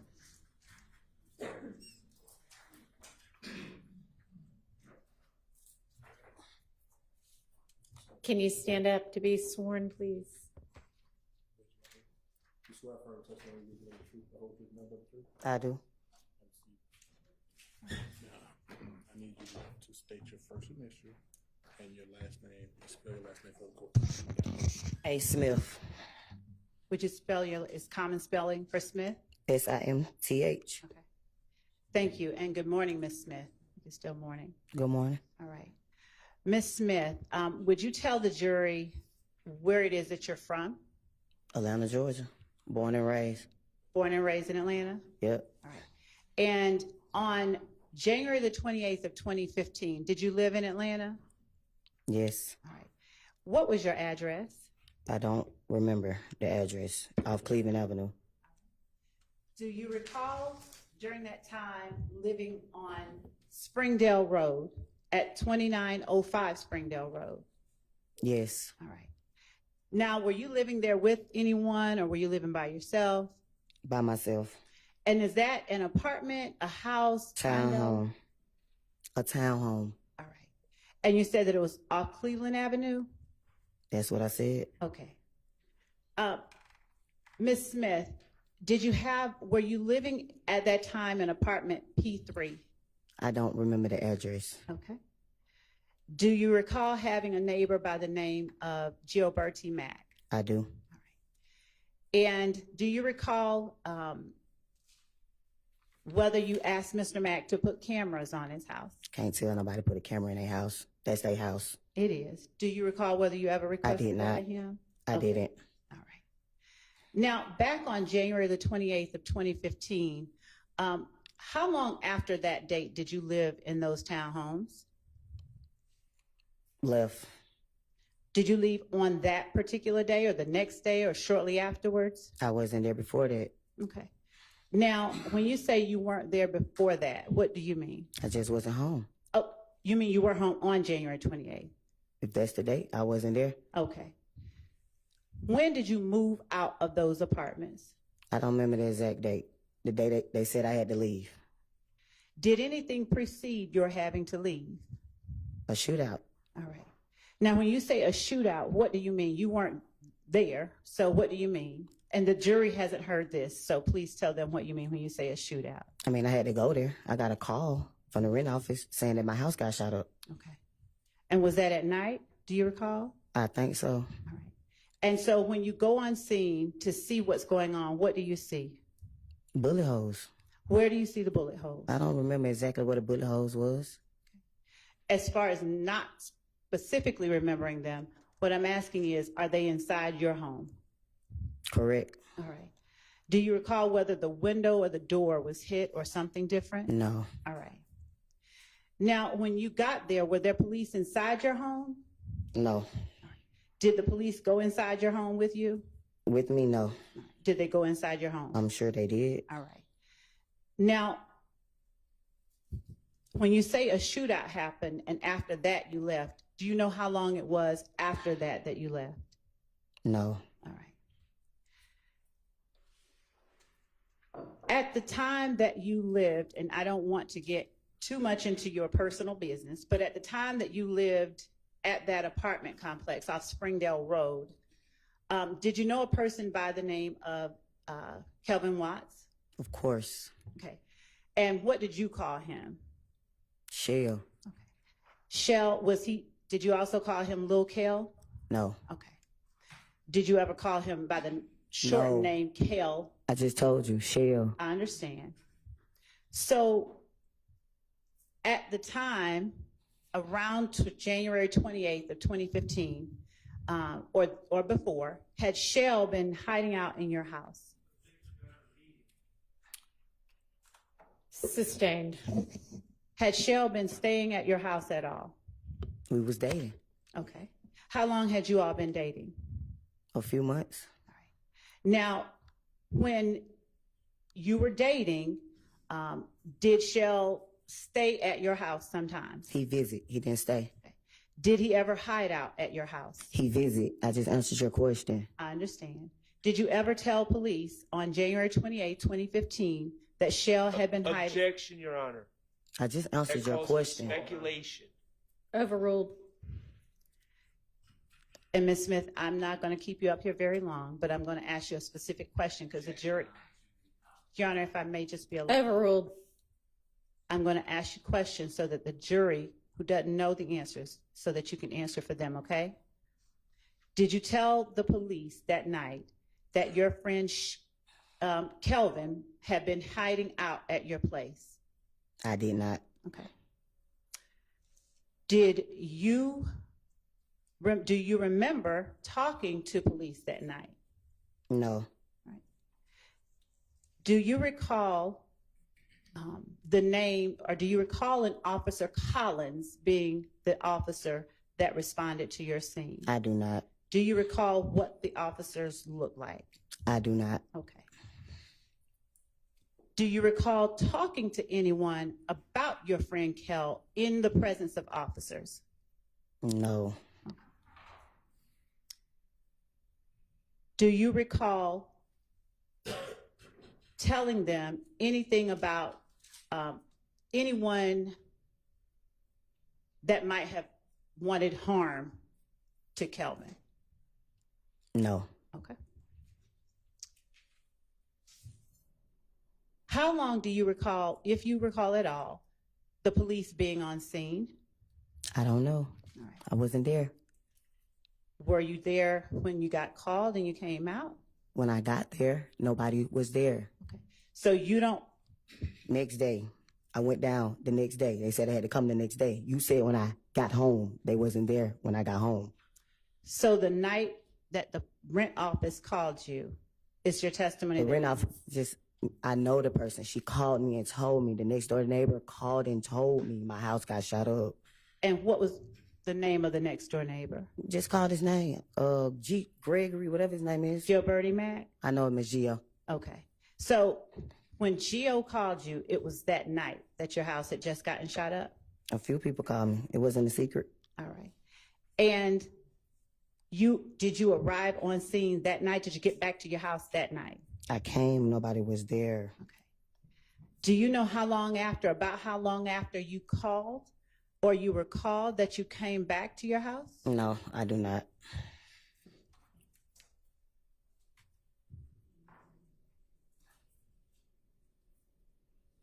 Did you know any members, and I know this sounds like it's obvious, but do you know any members of your friend Kelvin's family? Did you know Donovan Thomas? I did. Okay. Were you close with him? Yes. All right. And were you able to observe Kelvin's interaction with him? I wasn't. Okay. Do you have any knowledge of whether Kelvin was close to him? Nope. I do not. At the time, did you know an Antonio Sledge? Of course I did. Why do you say of course you did? Because I dated him. All right. Were you dating him at the same time you were dating? I wasn't. Kelvin, how long before your house got shot up did you stop dating Antonio Sledge? A couple of months, the same time I just told you when I started dating Kevin. Okay. And what did you call Antonio Sledge? Montun. Montun? Yeah. All right. How long had you known Montun by that time? Been knowing Montun since I was like 15, 16 years old. Okay. How long had you known Kel, or Shell Kel, at that time? Not that long. Okay. Now, at what point do you now recall speaking to the police at all about shooting at your house? I don't. Do you recall ever communicating with the police in any way? I just told you. I went down the next day. You just asked me that. Okay. Who did you talk to when you went down? I don't know. Where did you go down to? The headquarters. Right. Do you recall an investigator, Dennis? I just told you. I don't remember nobody's name. Okay. Do you recall providing a video to the police? I don't. Do you recall a video wherein Antonio Sledge was talking to the camera? It's all on social media. I play it, so of course I seen it. All right. Could you speak into the... It's on social media. Of course I seen it. Now, when you say it's on social media, of course you've seen it. What are you talking about? The video that you're talking about. The trial is on social media. Okay. So yes, I seen the video. And describe the video that, since we've shown a lot of them, that you're talking about. The video's Mootsoon calling Shell Kel out. All right. Did you know at that time Lil D? Of course I did. All right. How long had you known Lil D? I don't know. All right. Now, the video of Mootsoon calling Shell Kel out, did you provide that video to the police? I don't recall. Okay. Do you recall emailing anything to the police? I don't recall. Do you recall an investigator, Gaither? I don't recall. I just told you I don't remember nobody's name. All right. And to be fair, do you have any desire to be here today? No. Okay. Thank you. That's all that I have. All right. Do any defense counsel have questions for this witness? Not on behalf of Mr. Stillwell. Thank you. On behalf of Mr. Williams, no question. None, none, none. All right. Thank you. You're excused. Call your next witness. Your Honor, the state calls Ms. Latner to the stand. All right.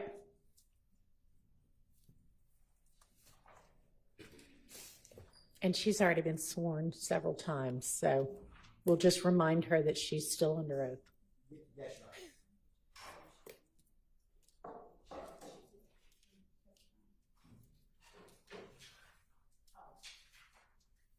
Your Honor, Ms. Latner was previously testifying, and so I understand that she was finished.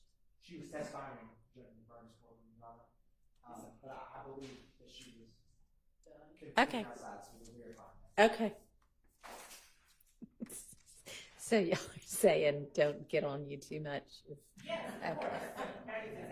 Got it. Well, let me ask this. If she's not finished, do you have somebody else ready? I don't think so. She was. Not finished. She's not finished?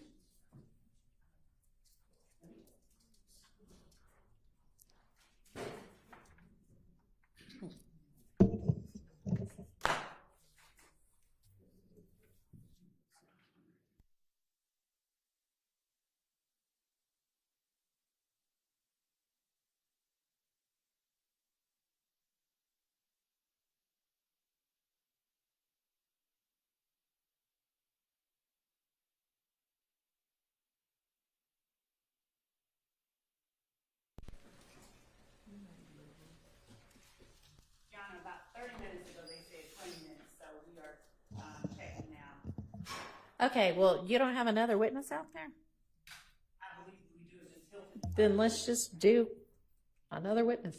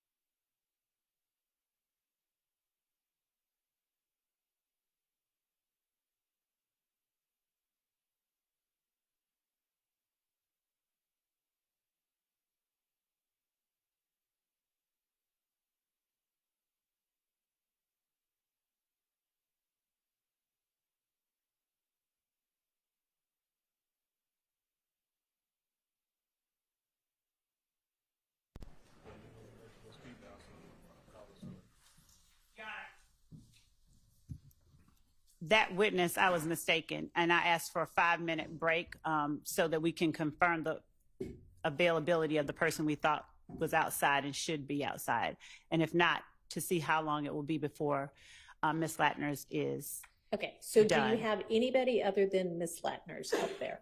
The person that I was under the impression was standing right outside is not right outside. Ms. Hilton is with them, and I just texted her to come over with that person. So I'm asking the court for 5 minutes for a break just to get. And you don't have another witness? We had those three people. Well, that was lined only up. 2. Okay. So if you know that one witness is going to be testifying somewhere else, then make arrangements to have, I think that maybe Ms. Hilton out there. So let's just get that next witness out. Is Yes. the next witness ready? Okay, bring the next Thank you. witness in.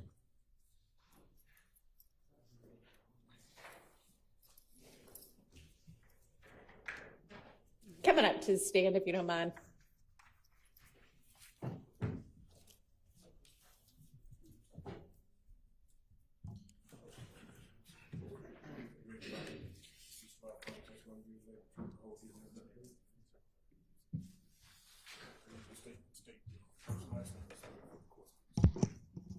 Ryan McGovern.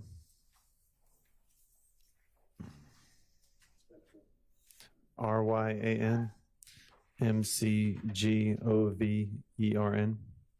Good morning, Mr. McGovern. How are you? I'm doing well. What type of work do you do? I work at Consolidated Engineering Company. And how long have you been with Consolidated Engineering Company? About 5 years. Prior to being with Consolidated Engineering Company, where did you work? I had a few different jobs. I was doing rental property management and some construction work, and prior to that, I worked in law enforcement. Okay. And when you worked in law enforcement, what law enforcement agency did you work for? I worked for Atlanta Police in Sandy Springs. Okay. When did you work for Atlanta Police Department? Roughly from about 2009 to 2015. And when you were working for the Atlanta Police Department, did you work in a specific zone? Yes, Zone 3 primarily. Okay. What year did you work in Zone 3? Pretty much my whole career, but towards the beginning, I was on a crime suppression team that would bounce around from zone to zone. When you were in Zone 3, did you serve solely as a patrol officer? Yes, ma'am. Okay. And briefly, what were some of your job duties and responsibilities when you were working as a patrol officer in Zone 3? Respond to 911 calls for service and do reports. I want to take you to 2015, specifically January and September of 2015. Were you working in Zone 3 during that time? Yes, ma'am. Okay. Specifically, I want to take you to January 19th, 2015. Did you have the occasional response to 807 Pryor Street Southeast? Yes. And why did you respond to that location? There was a shooting. Okay. And what happened once you arrived at that location? I spoke with And are you looking at something? my police report. Okay. Would looking at your police report help refresh your memory as to what occurred back on January 19, 2015? Yes, ma'am. Okay. What I'm going to ask of you to do is if you does anyone want to see his report that he's looking at? Okay. What I'm going to ask of you to do is just look down at your report, and once your memory is refreshed, then testify from your memory, okay? Yes, ma'am. Where did you respond to? 807 Pryor Street. Okay. And do you recall if you responded to that location with any other officer? Officer Fagan. Okay. And was Officer Fagan a partner of yours, or was she just he or she someone that just responded with you to the scene? At the time, he was just somebody that had responded to this particular call. Okay. What occurred once you arrived? Located the victim. He stated that he had been shot. Was that immediate upon getting to the scene? Yes, ma'am. And did he appear to be in distress from being shot? Yes, he had said he had been shot. All right, And- so overruled on that objection. Go ahead. And he had been grazed in the back. Okay. Do you recall what location he was at? Was he able to tell you where he was when he was shot? I don't. Okay. We'll take a look at your report, help refresh your memory as to where he was or where you interacted with him at. I'm sorry. 197 Hendricks. And once you spoken with him, did you see that he was grazed on his back? Yes, ma'am. Okay. Once you spoke with him, what did you do? I called for an ambulance. Okay. And did the ambulance ever come? Yes. And when the ambulance came, what did you do?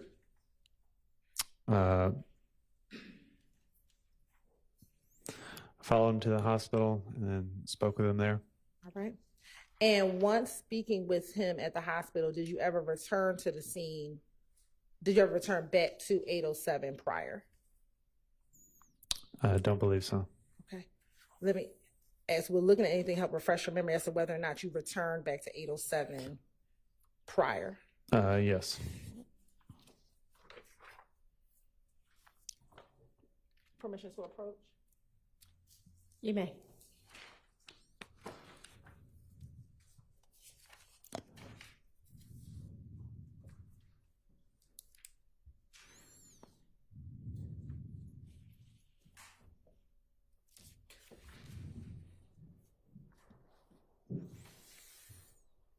I'm going to show you, I'm going to mark as statement 19 triple DE.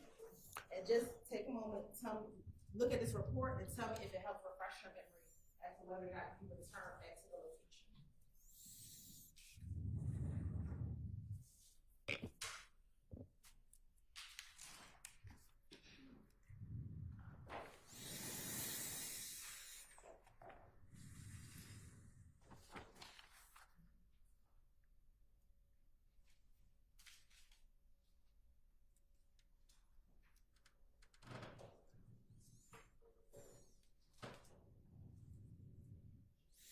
Yes, I did return to the location. And when you returned, what did you do? I met back with Officer Fagan, and I gave him some new information regarding Terrence Reese. All right. And was Officer Fagan the primary officer for the crime, for the actual incident location? Yes, ma'am. All right. And after reporting back to Officer Fagan, what the information that you learned from Mr. Reese, did that conclude your involvement as it related to this case? Yes, ma'am. All right. I want to transition you to September 13th, 2015. Were you still working with Zone 3 in September of 2015? Yes. Okay. And in September 2015, did you have the occasion to respond to 322 Glen Street Southwest?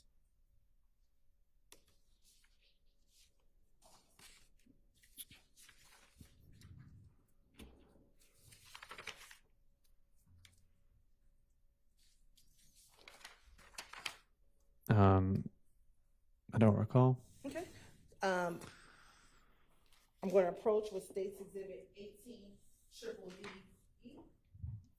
Tell me if you recognize State's Exhibit 18, triple D.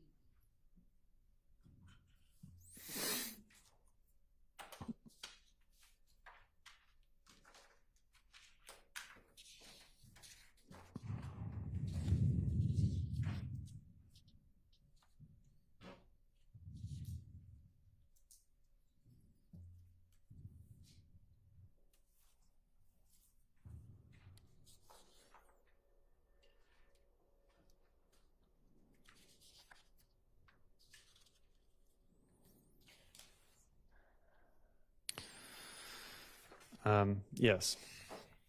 And why did you respond to that location? There was a shots fired call. And when you respond to that location, what, if anything, did you do? I met with the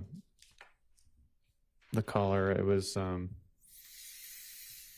had been a green store that was struck in multiple places. Okay. And had you ever been to that store previously? Yes, we visited there frequently. And were you familiar with the store itself? Yes. All right.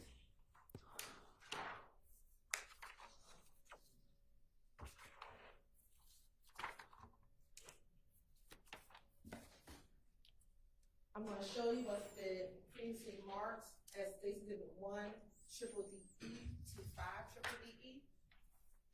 Tell me if you recognize what's in 1 triple DE to 5 triple DE.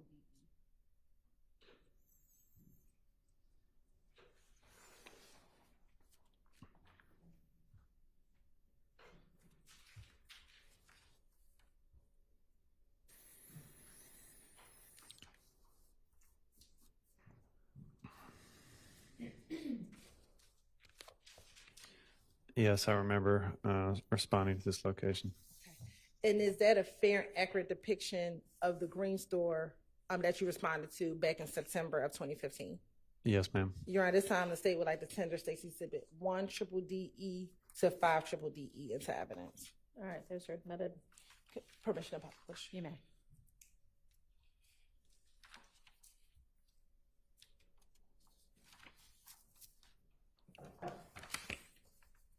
Now, Windsor and Glen Street, what's depicted in 1 triple DE, is that a location within Zone 3? Yes, ma'am. All right. Looking at 2 triple DE, what is depicted in 2 triple DE?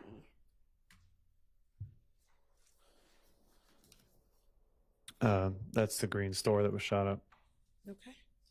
And it's 3 triple DE, 4 triple DE, and 5 triple DE, just different angles of the green store? Yes, ma'am. Okay. And once you arrived on scene, did you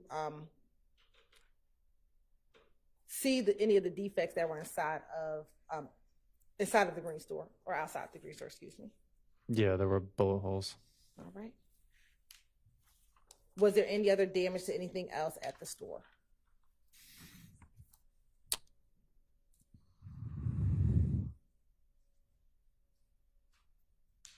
Yeah, I think, looking at my report, a vehicle was struck as well. And what type of vehicle was struck? A silver Chevy Malibu. Okay. And once you observe both the building, the defects of the building and the car, what, if anything, did you do while on scene? We roped off a crime scene and notified supervisors, and evidence was collected, shell casings. Without telling what anyone said, did you speak with any witnesses while you were on scene?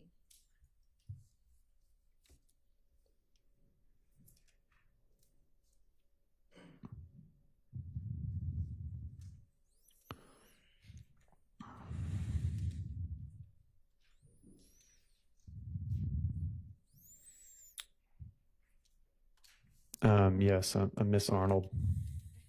And was she able to provide you some information about a potential victim in this case?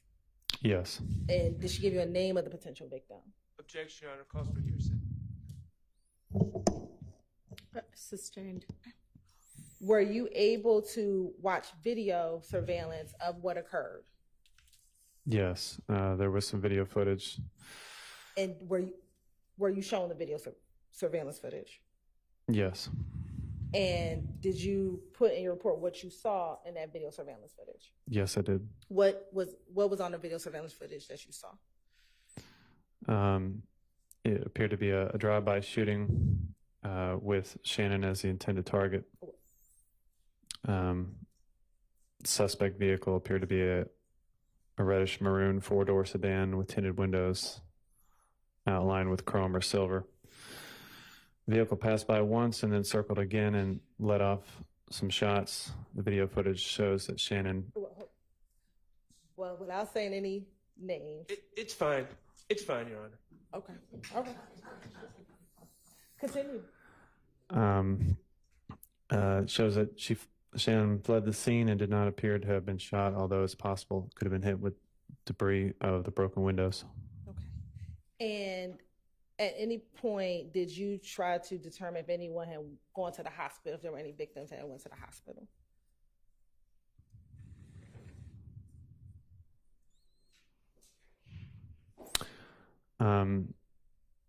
Grady Hospital was notified of the incident, but there was no shooting victims that came around at about that time. Did you ever call out any crime scene techs to come and collect the evidence from that scene?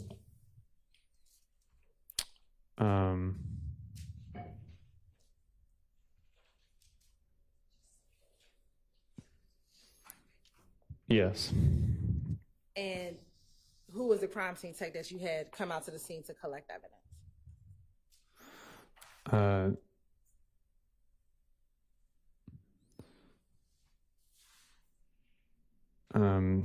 Unit Pebbles and Unit Moore, 7324 and 7340. And after calling out crime scene, would that have concluded your involvement in this case? Yes, ma'am. All right. Court's indulgence. Oh. What was the case number assigned to, I'll first ask you about the case that we're on, the September 13th, 2015 case. What is that case number?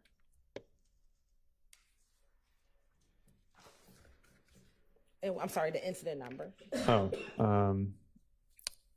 15256-2008-00. Oh, thank you. And then for the incident from January 19th, 2015, what is that incident date? 150192400. All right. Court's indulgence.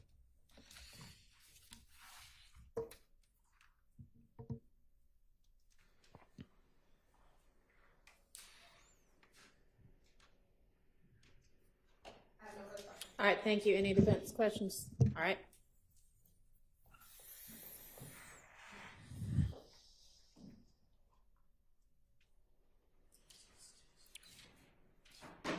Good morning, Officer McGovern. Good morning.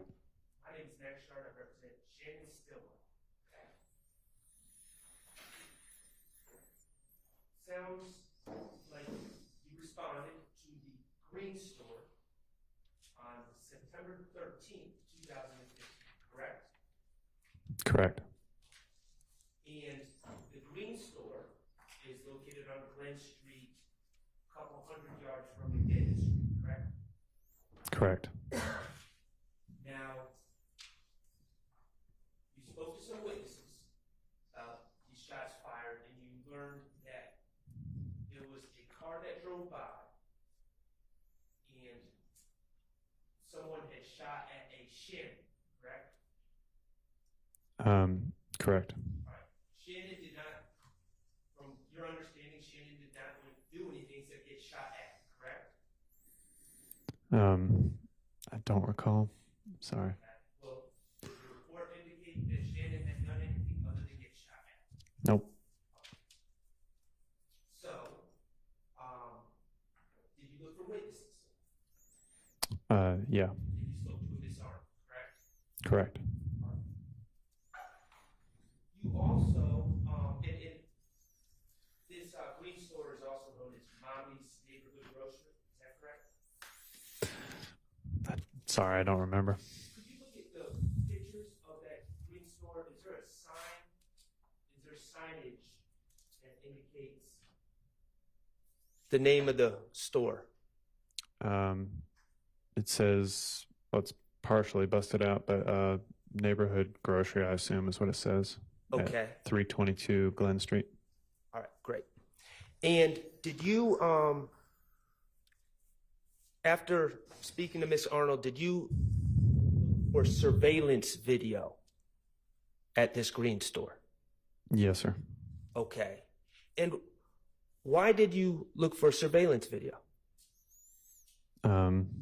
I assume it would just be standard procedure to gather as much evidence as possible. Okay. Surveillance video doesn't lie, does it? No, sir. All right. You thought it was very important as part of your investigation into this incident to obtain that surveillance video, correct? Mm-hmm.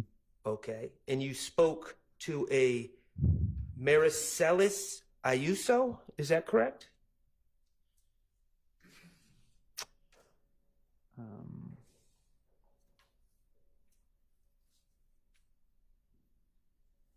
Yes. Okay. Do you know her as Mommy? No. Okay, but she was the owner of the store? Yes. Okay. And you asked her if they had surveillance video, correct? Yes. She, in fact, showed you the surveillance video of this incident, correct? Yes. The surveillance video was working on 9/13/2015, correct? Correct. It was available, correct? Yes. Miss Ayuso was cooperative with you, correct? She didn't make you go get a search warrant or go through any legal process. She showed you the video, correct? That's correct. And you watched the video.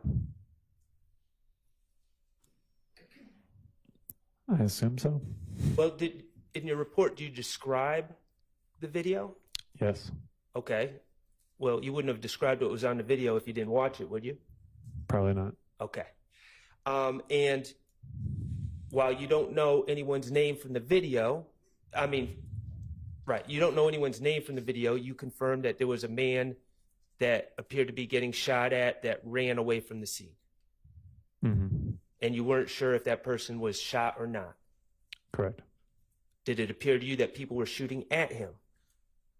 Objection. From reviewing the video, did it appear that people were shooting at him? Yeah, overruled. The video footage. The video footage led me to believe at the time that Shannon was the intended target. Okay, and the video footage, it didn't show Shannon committing any crimes? No. Okay. It didn't show Shannon shooting any weapons? Mm-mm. That's a no for the record? Yes. No, sir. Okay. Thank you. I don't have any further questions. Yes, sir. Anybody else? Vince? No. Any redirect? You were just asked about the surveillance video.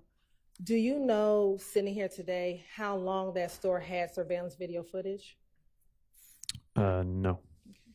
Do you know, sitting here today, how long that camera kept surveillance video footage? No, ma'am. Do you know if the Green store had surveillance footage back in January of 2015?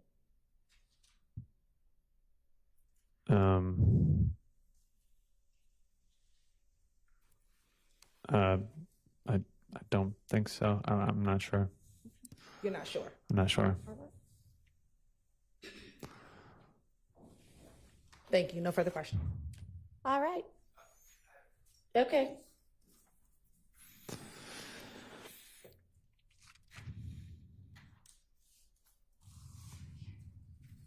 Do you have any recollection of visiting the Green store in January of 2015?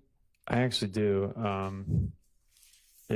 The pictures kind of jogged my memory. I just remember there being a shooting there, and I remember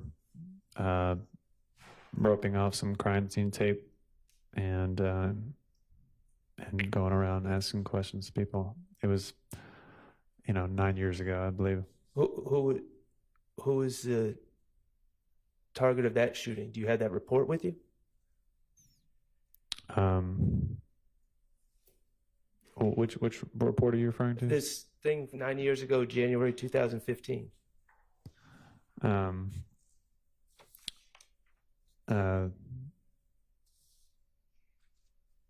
Well, I mean, they were both a long time ago. I guess. But do you have a report from January 2015 with you? Yeah, there's one report I have from January. Could I see it? Sure. And there's another report from September of 2015. Okay. This report from January 2015 is at 807 Pryor Street, correct? It says, I, Officer McGovern, was dispatched to a shooting call at 807 Pryor Street. Yes, sir. Okay, so that's not the Green Store. No. They were both 9 years ago. I'm just saying it was a long time ago. That's all I'm saying. I understand it's a long time ago, but you're not this. I visited a location in January 2015. As you're recalling, you're just referring to this document that the DA's office gave you, correct? Yeah, that's my police report. Okay, and but you visiting 807 Pryor Street, not the Green Store. No, the Green Store is this one. Right. And that was September 13th, 2015, correct? Correct. Okay, so I'm asking, just to clear this up, do you have any recollection of, you don't have any recollection of visiting the Green Store in January 2015. You're referring to Pryor Street. No, I have a recollection of visiting the Green Store for a shooting, whatever month or date it was. I don't recall. Okay, so you have no idea what, as a police officer, you visited the Green Store before, other than September 13th, 2015. Well, I remember more than just visiting. I mean, we visited it quite frequently, but I remember that particular store had gotten shot up, and I remember roping off some crime scene tape and interviewing some people. Okay, all right.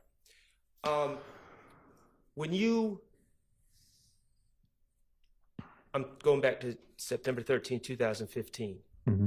When you sought out the surveillance and obtained the surveillance, you thought it was important enough to put that information in your report, correct? Yes, sir. And you did put it in your report, correct? Yes, sir. All right, thank you. May I approach this? You may. Thank you.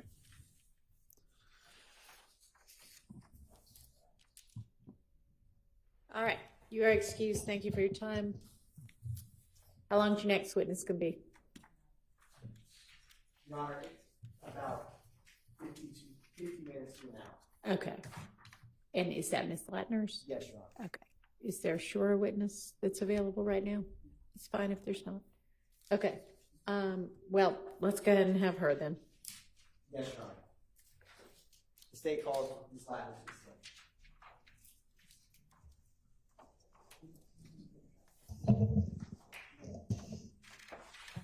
He needs to speak up more quickly.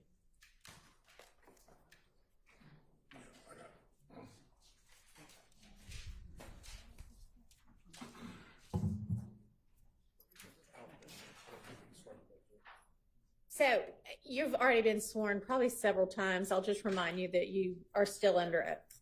Go ahead and have a seat.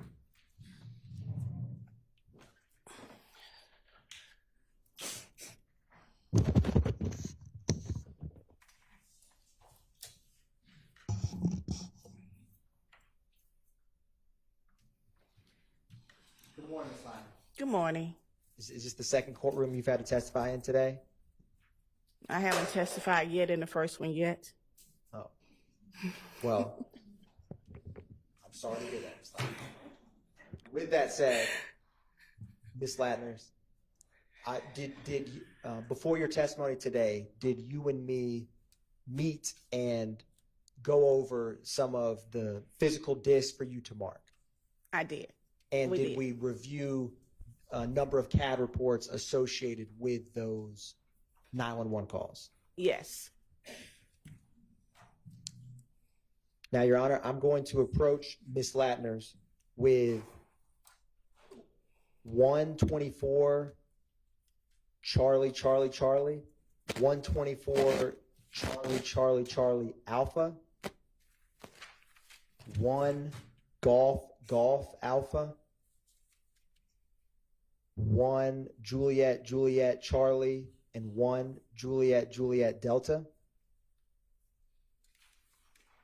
2 Tango, 2 Tango, Alpha, 1 Oscar, 2 Papa, and 2 Papa, Alpha, and 1 Romeo, 1 Romeo, Alpha, for the record. All right.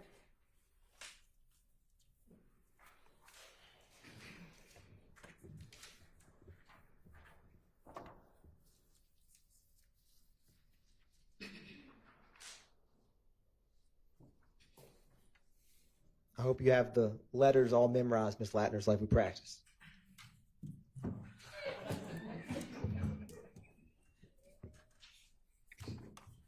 Now, Ms. Latner's, once you can take a minute to review those, and if and when you recognize those, just look up at me. Thank you, Ms. Latner's.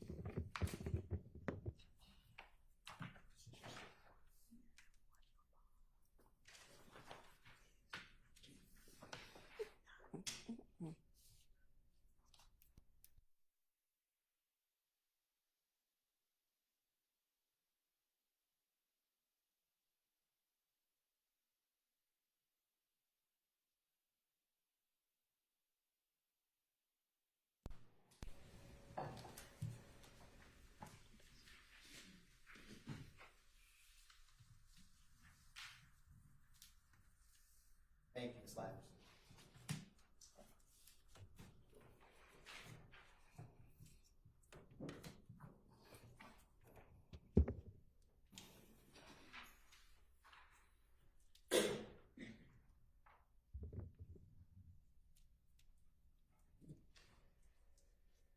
Have you had time to review those, Ms. Latner? Yes. And are they a fair and accurate depiction of the various CAD reports and 911 calls that you reviewed prior to testifying here today? Yes. Your Honor, at this time, the state is going to tender into evidence 124 Charlie Charlie Charlie, and as well as Alpha. 2 Tango Tango along with Alpha.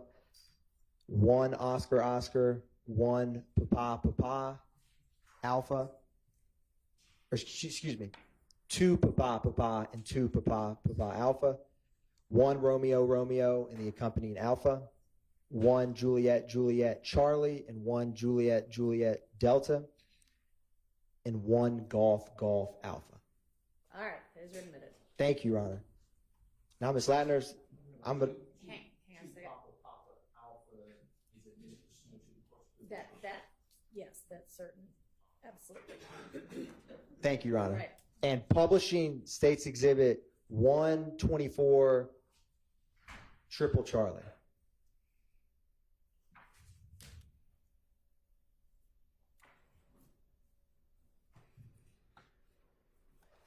Now, Ms. Latner's, what is the date of 124 Triple Charlie?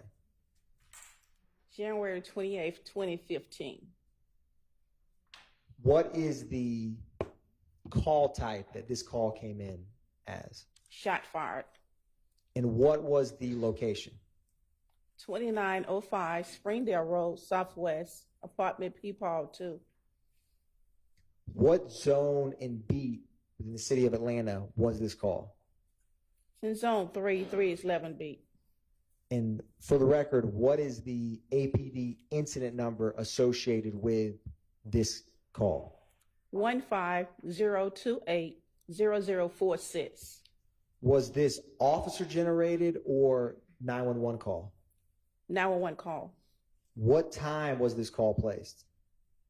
12:14 a.m. hours. What time was the call received? 12:16 a.m. hours. When did officers first arrive? 12:48 a.m. hours. And what time was this call cleared? 06:10 a.m. hours. So officers responded around midnight and left around 6. Is that accurate? Yes. Who was the primary officer who responded to this call? Christopher Collins. Now, Ms. Latner's, turning to the bottom of page 2 on the CAD narrative, at 12:16:14, can you tell the jury or explain what that indicates? It has where the caller told the operator, caller advised someone just shot up her home. Caller advised rapid fire is going on.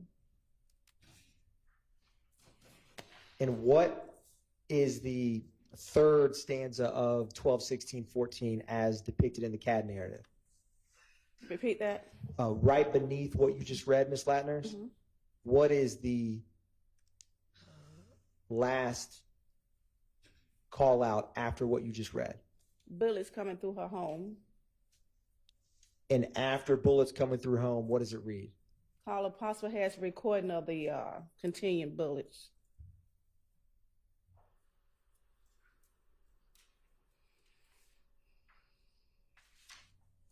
Now, Ms. Latners, I'm going to publish for you, and you have before you 124 Triple Charlie Alpha.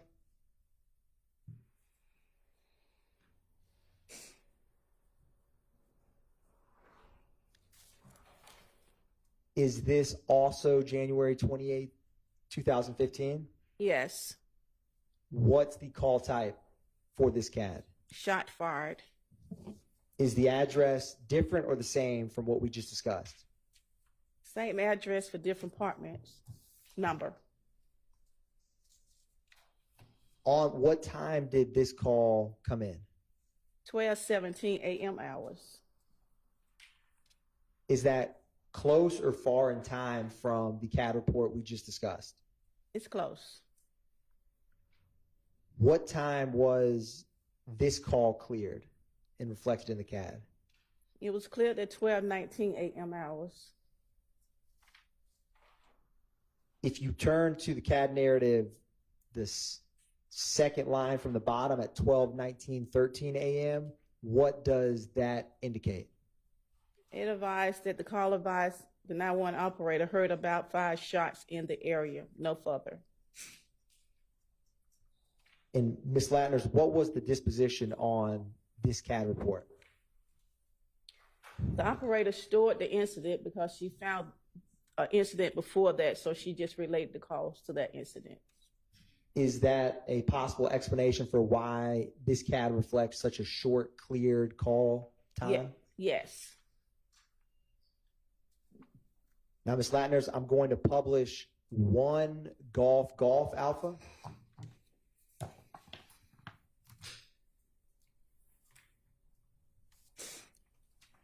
What is the date for 1 Golf Alpha?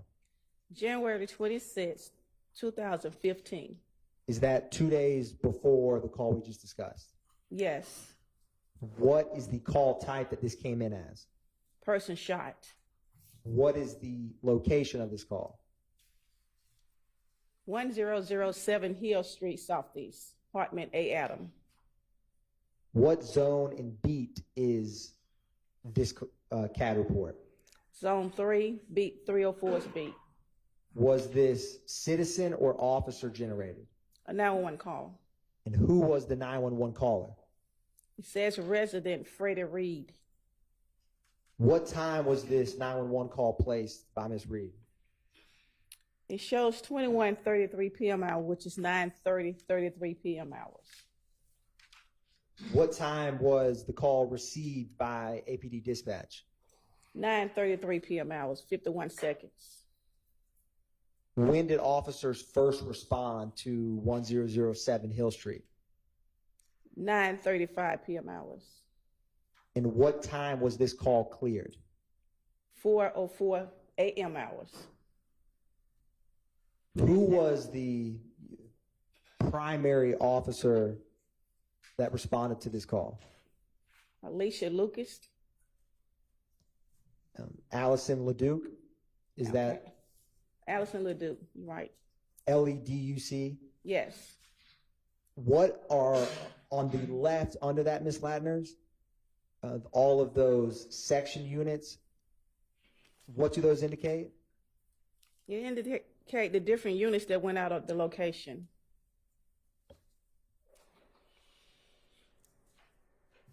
Now, Ms. Latners, if you can turn to the CAD narrative on page 3.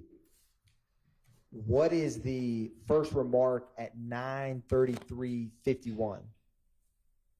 Female advised they shot up her house and she was shot in the leg.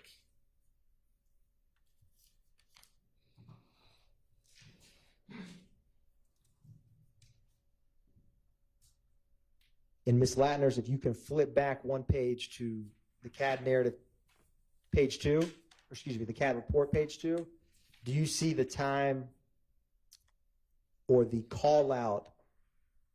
It says LC 10:20:43 p.m. It's almost right in the middle of that page to help orient you. 10:20 what? 10:20:43 p.m. Okay. What does the LC indicate? Location change. And what at 10:20:43 p.m. where was that location changed to? Greater Hospital.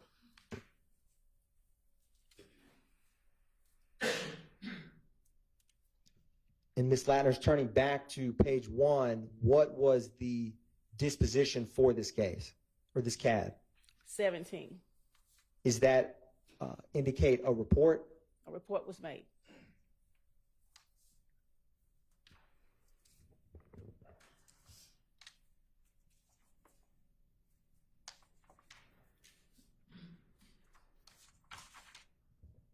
Now, Ms. Latner's, I'm going to publish for you what's already been admitted as 1 Juliet Juliet Charlie.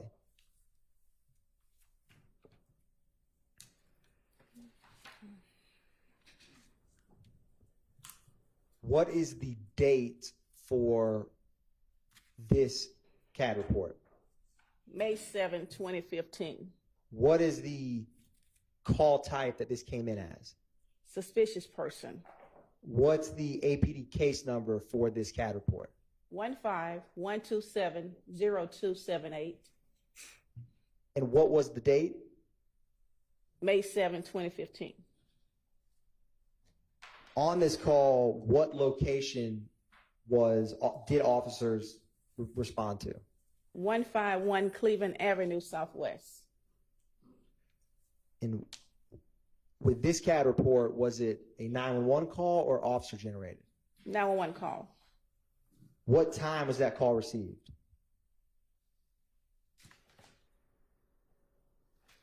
It received at 2:05 a.m. hours.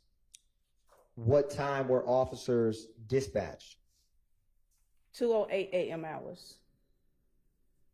And how quickly did they arrive? What time did they arrive? 0:10 a.m. hours.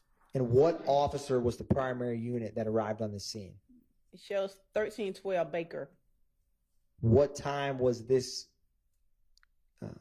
CAD report cleared? 0709 a.m. hours.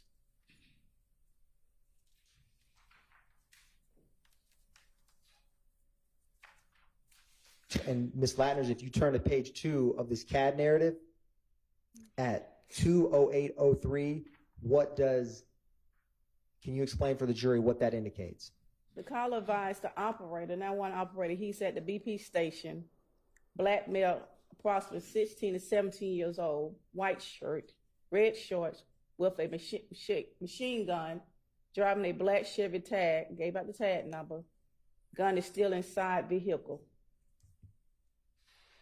And does that tag, Ms. Latner's, end in 880? Yes. Now, Ms. Latner's, is one of those discs before you that we admitted 1 Juliet Juliet Delta? Yes. Is that the 911 call that corresponds with the CAD report we just discussed? Yes. Your Honor, the state is publishing 1 Juliet Juliet Delta. All right.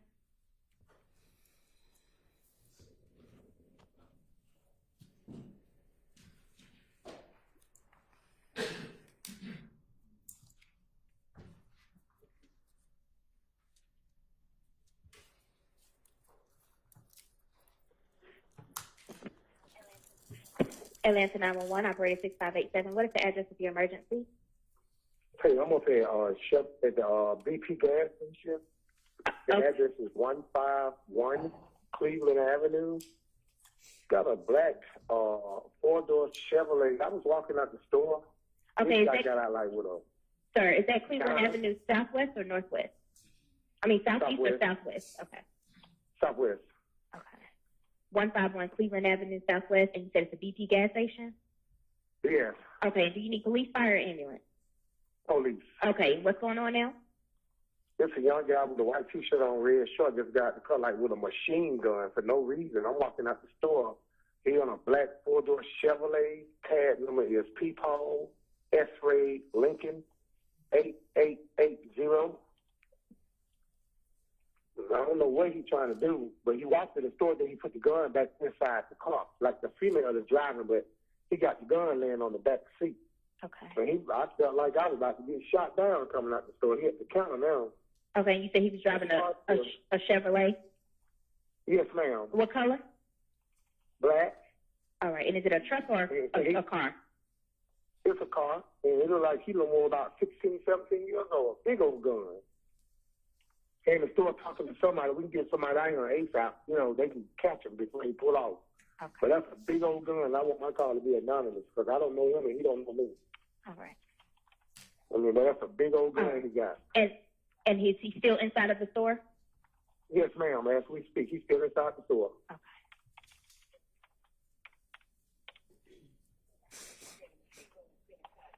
All right, and the machine gun is still inside of the car?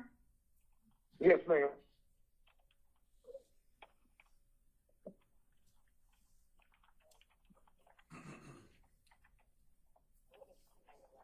All right, and what does the female look like? I think it looked big and had this wild hair on her head. It looked like a female from behind. And is she black or is she black, white, Hispanic? Both of them black. Okay. But he like he about to walk in the store with it. He goes sticking it down in his shorts and stuff. Then he saw me when I turned around. He jumped in the back seat and put his legs down on the back seat. Okay. You know.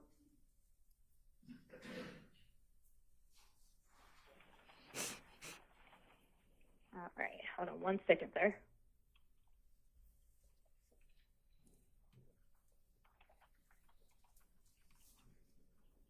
And you said he had on a white shirt and red pants, right?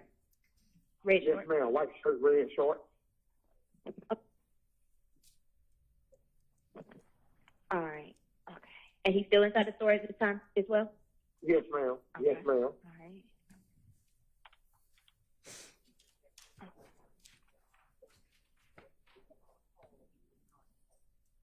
And you said when he saw you, he put the gun in the backseat of the car, but at first he was sticking it in his pants, like he was taking it inside the car. Right. Okay. Right. And me and another guy had said, man, what the heck? Excuse my language, but both of us had said, man, what the hell? He got himself to do. Okay. All right. And he's still in the store now, right? Yes, ma'am. Okay. And the car's still sitting out there. All right.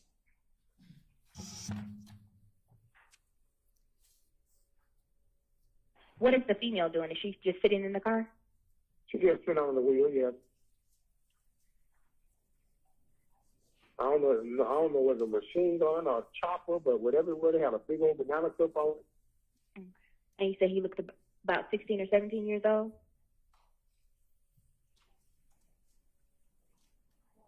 Hello, sir. Hello, sir. Stopping at 412.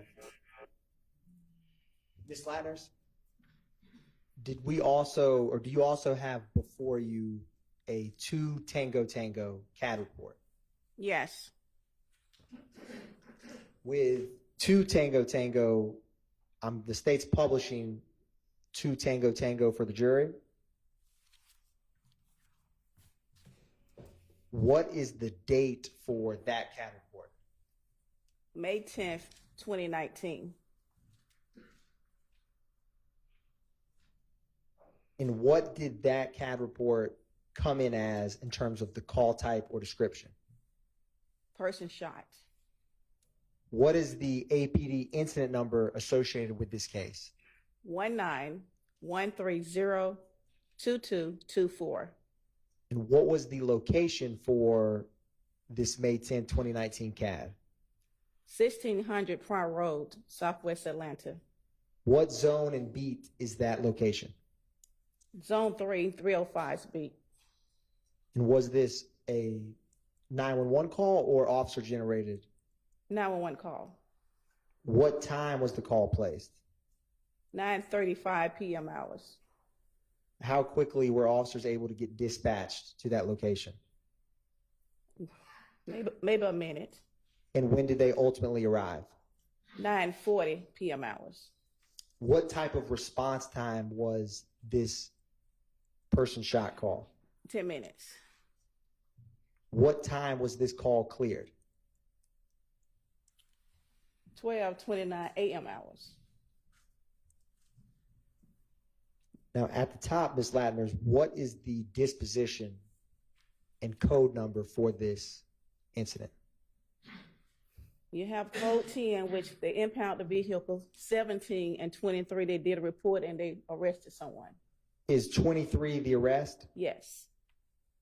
Now, Ms. Latner, if you look at the bottom of page 1 in the column, is that, as you had discussed, all of the different units that responded to this call? Yes.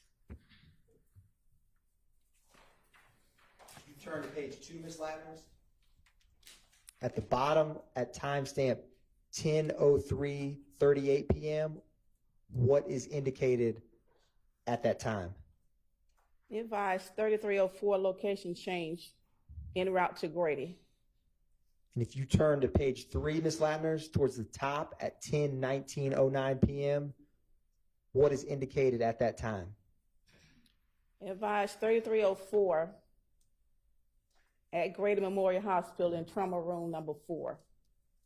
And at the bottom, Ms. Latner, of page 3 at 12:29:26 a.m., what does that indicate? Advised 3306 cleared the call on the 50. His pull-in was code 10-17-23. Which is the impound arrest and report? Yes. Now, Ms. Latner, turning to page 4 of the CAD narrative, what is the note at 9:36:21 p.m.? Male possible shot. Subject got into a green sedan, green Audi sedan. And immediately below that, what is indicated? Black male, gray Kia, doors open, gray Kia sedan, license plate, Charlie John Baker 1950. And a few minutes later, Ms. Latner, at 9:38 p.m., what can you explain for the jury what occurs at that time frame? Now, the 7300 unit advised a person on fleet on foot towards the apartment complex. What does it, do you see no further 78 Sierra? No further 78 on the subject. And what does that mean in CAD parlance? They have no more description of the person. Now, 1 minute later, Ms. Latner, at 9:39, what is the CAD call out at that time frame? Advised left vehicle on prior near three-way grocery store.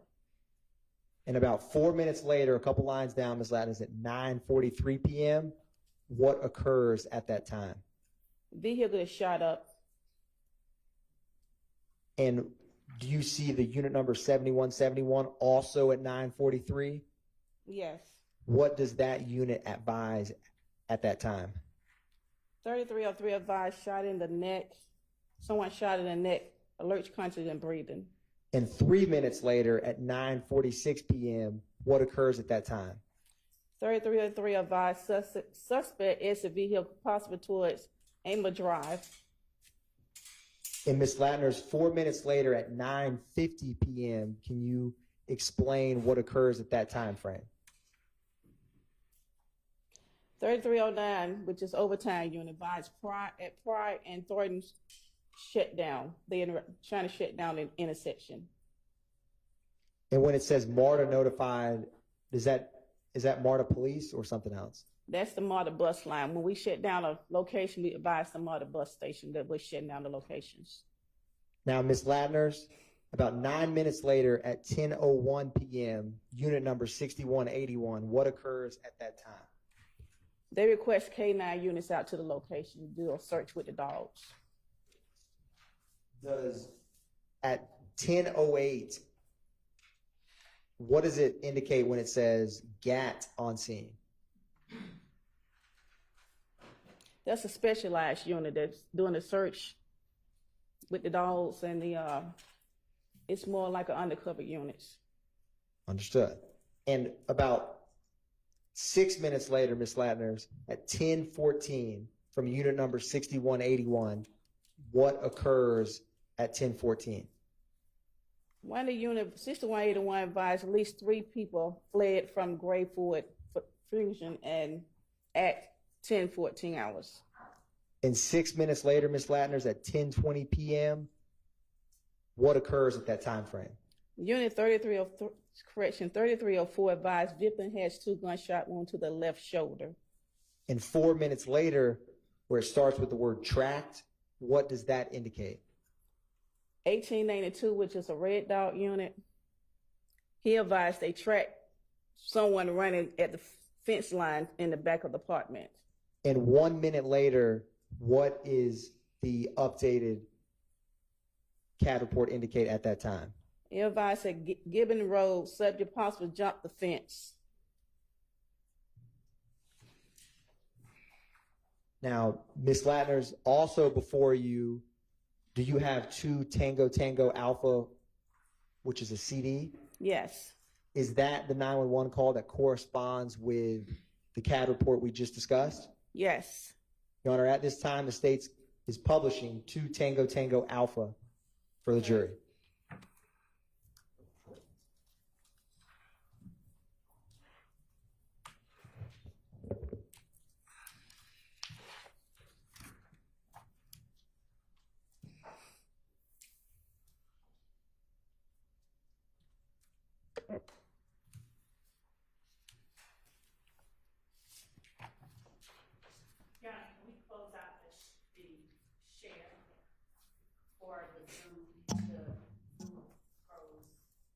Yes, but I'm not sure what you're asking. One brief moment, Your Honor. Okay.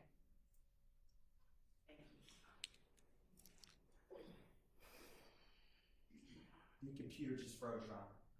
But we had it back up and running. Okay.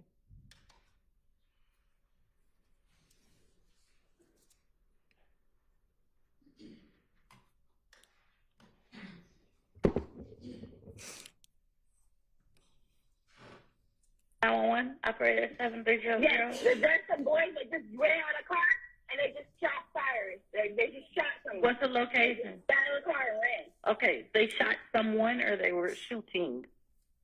Are you shooting someone? Okay, what's the location? Also, I'm right here by the freeway grocery store, and they're running back right now to the car. Okay, give me 1 second. I'm trying to get your location. What 2 cross streets are you at? I'm at Pryor Road in Clare, and just as you turn out Clare, right by the Pryor Road in Clare? Yeah. They're running right now. Okay, was someone shot or are they just shooting? They just and it looked like they shot at some boy. I don't know. I just ran past it. I'm by the car right now. What's the color, make, and model of the vehicle? It's an Audi, but I'm like away from it because What color is it? Like a gray or blue.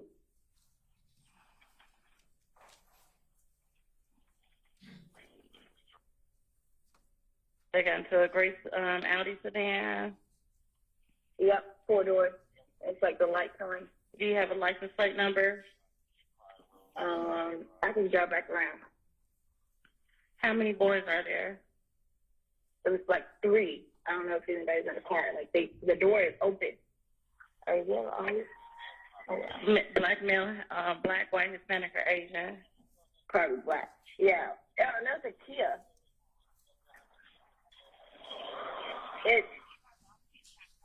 It's C. Hold on. Let me turn around. It's like a 3-way.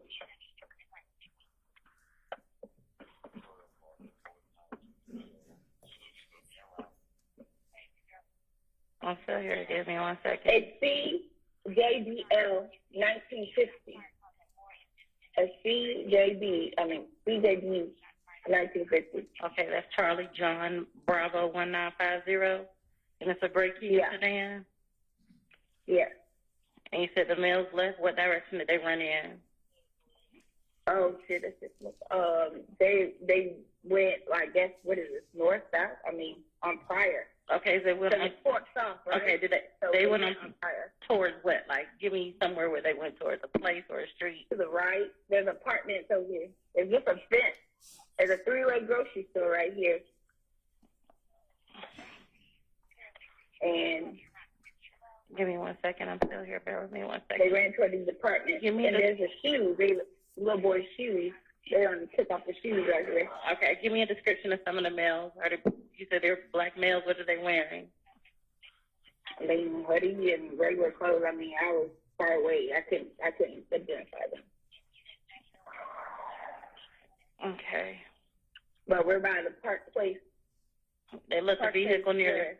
They left the vehicle near the grocery store. Yep, right here on Prior Street, like went forks off to the right. And what was that grocery store name? Three-way grocery store. Did you want to meet with police when they get there? Excuse me? Did you want to meet with police when they get there? No, I'm gone. Okay. I didn't see anybody. Thank you so. I didn't go by the car remotely. Okay, thank you so much for calling. If anything changes or you see anything more, can you...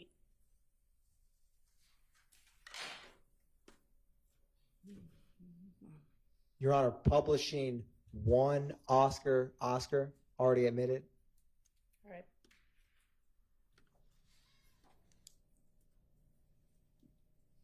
Ms. Latner, do you have before you a CAD report marked one Oscar? Yes. What is the date for that CAD report? April the 26th, 2019. What was the location that officers responded? 741 Morosco Drive, Northeast Atlanta. Now, was this a 911 or officer generated call? Officer generated call. What was the zone and beat for that 751 Morosco Drive? Zone 2, 211 speed. What time did the officer generate this call? 12:39 a.m. hours. And is the dispatch time the same time as when it was received? Yes. What time was this call cleared? 05:06 a.m. hours. Who was the primary, or who was the officer for this CAD report? Unit 1211, Ralph Shock.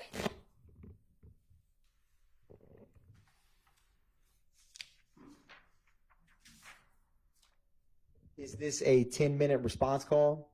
Yes. And what was the call type and description for this? On page 3, he advised he was flagged down for this call. And Ms. Latner's, what was the disposition ultimately for this CAD report? 17, report made. And did additional officers ever arrive with Officer Suck? Yes. Roughly how many? I see 5. And Ms. Latner's, if you turn to the CAD narrative on page 3, do you see the time at 12:39:33? Yes. Can you explain for the jury what happens after you had just mentioned he was flagged down? Unit was flagged down. 12 named assistant supervisor. He copied the call.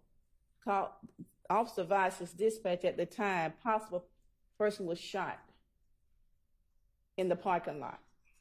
The parking garage. And was it does it give any description of what level of that parking garage they are at? The bottom level of the parking garage. And Ms. Latner's, at 12:45 a.m., what do those code changes indicate? Well, the unit investigated the call, found out the person was not shot, the person was robbed. And what is 44 Papa? 44 is a person robbed. And at 12:45, when it says victim not signal 50, He's not shot. and at 12:52 a.m., what is indicated at that time? Hurt left in a black Ford Mustang.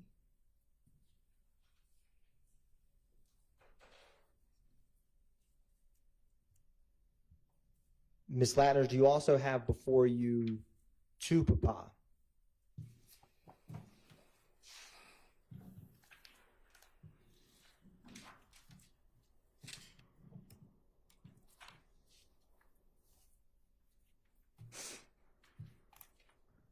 What type of, or let me ask you this, what is the date for this CAD report and publishing 2 Papa at this time? October the 1st, 2020. What is the incident number for this case? 202752065. What did this call come in as?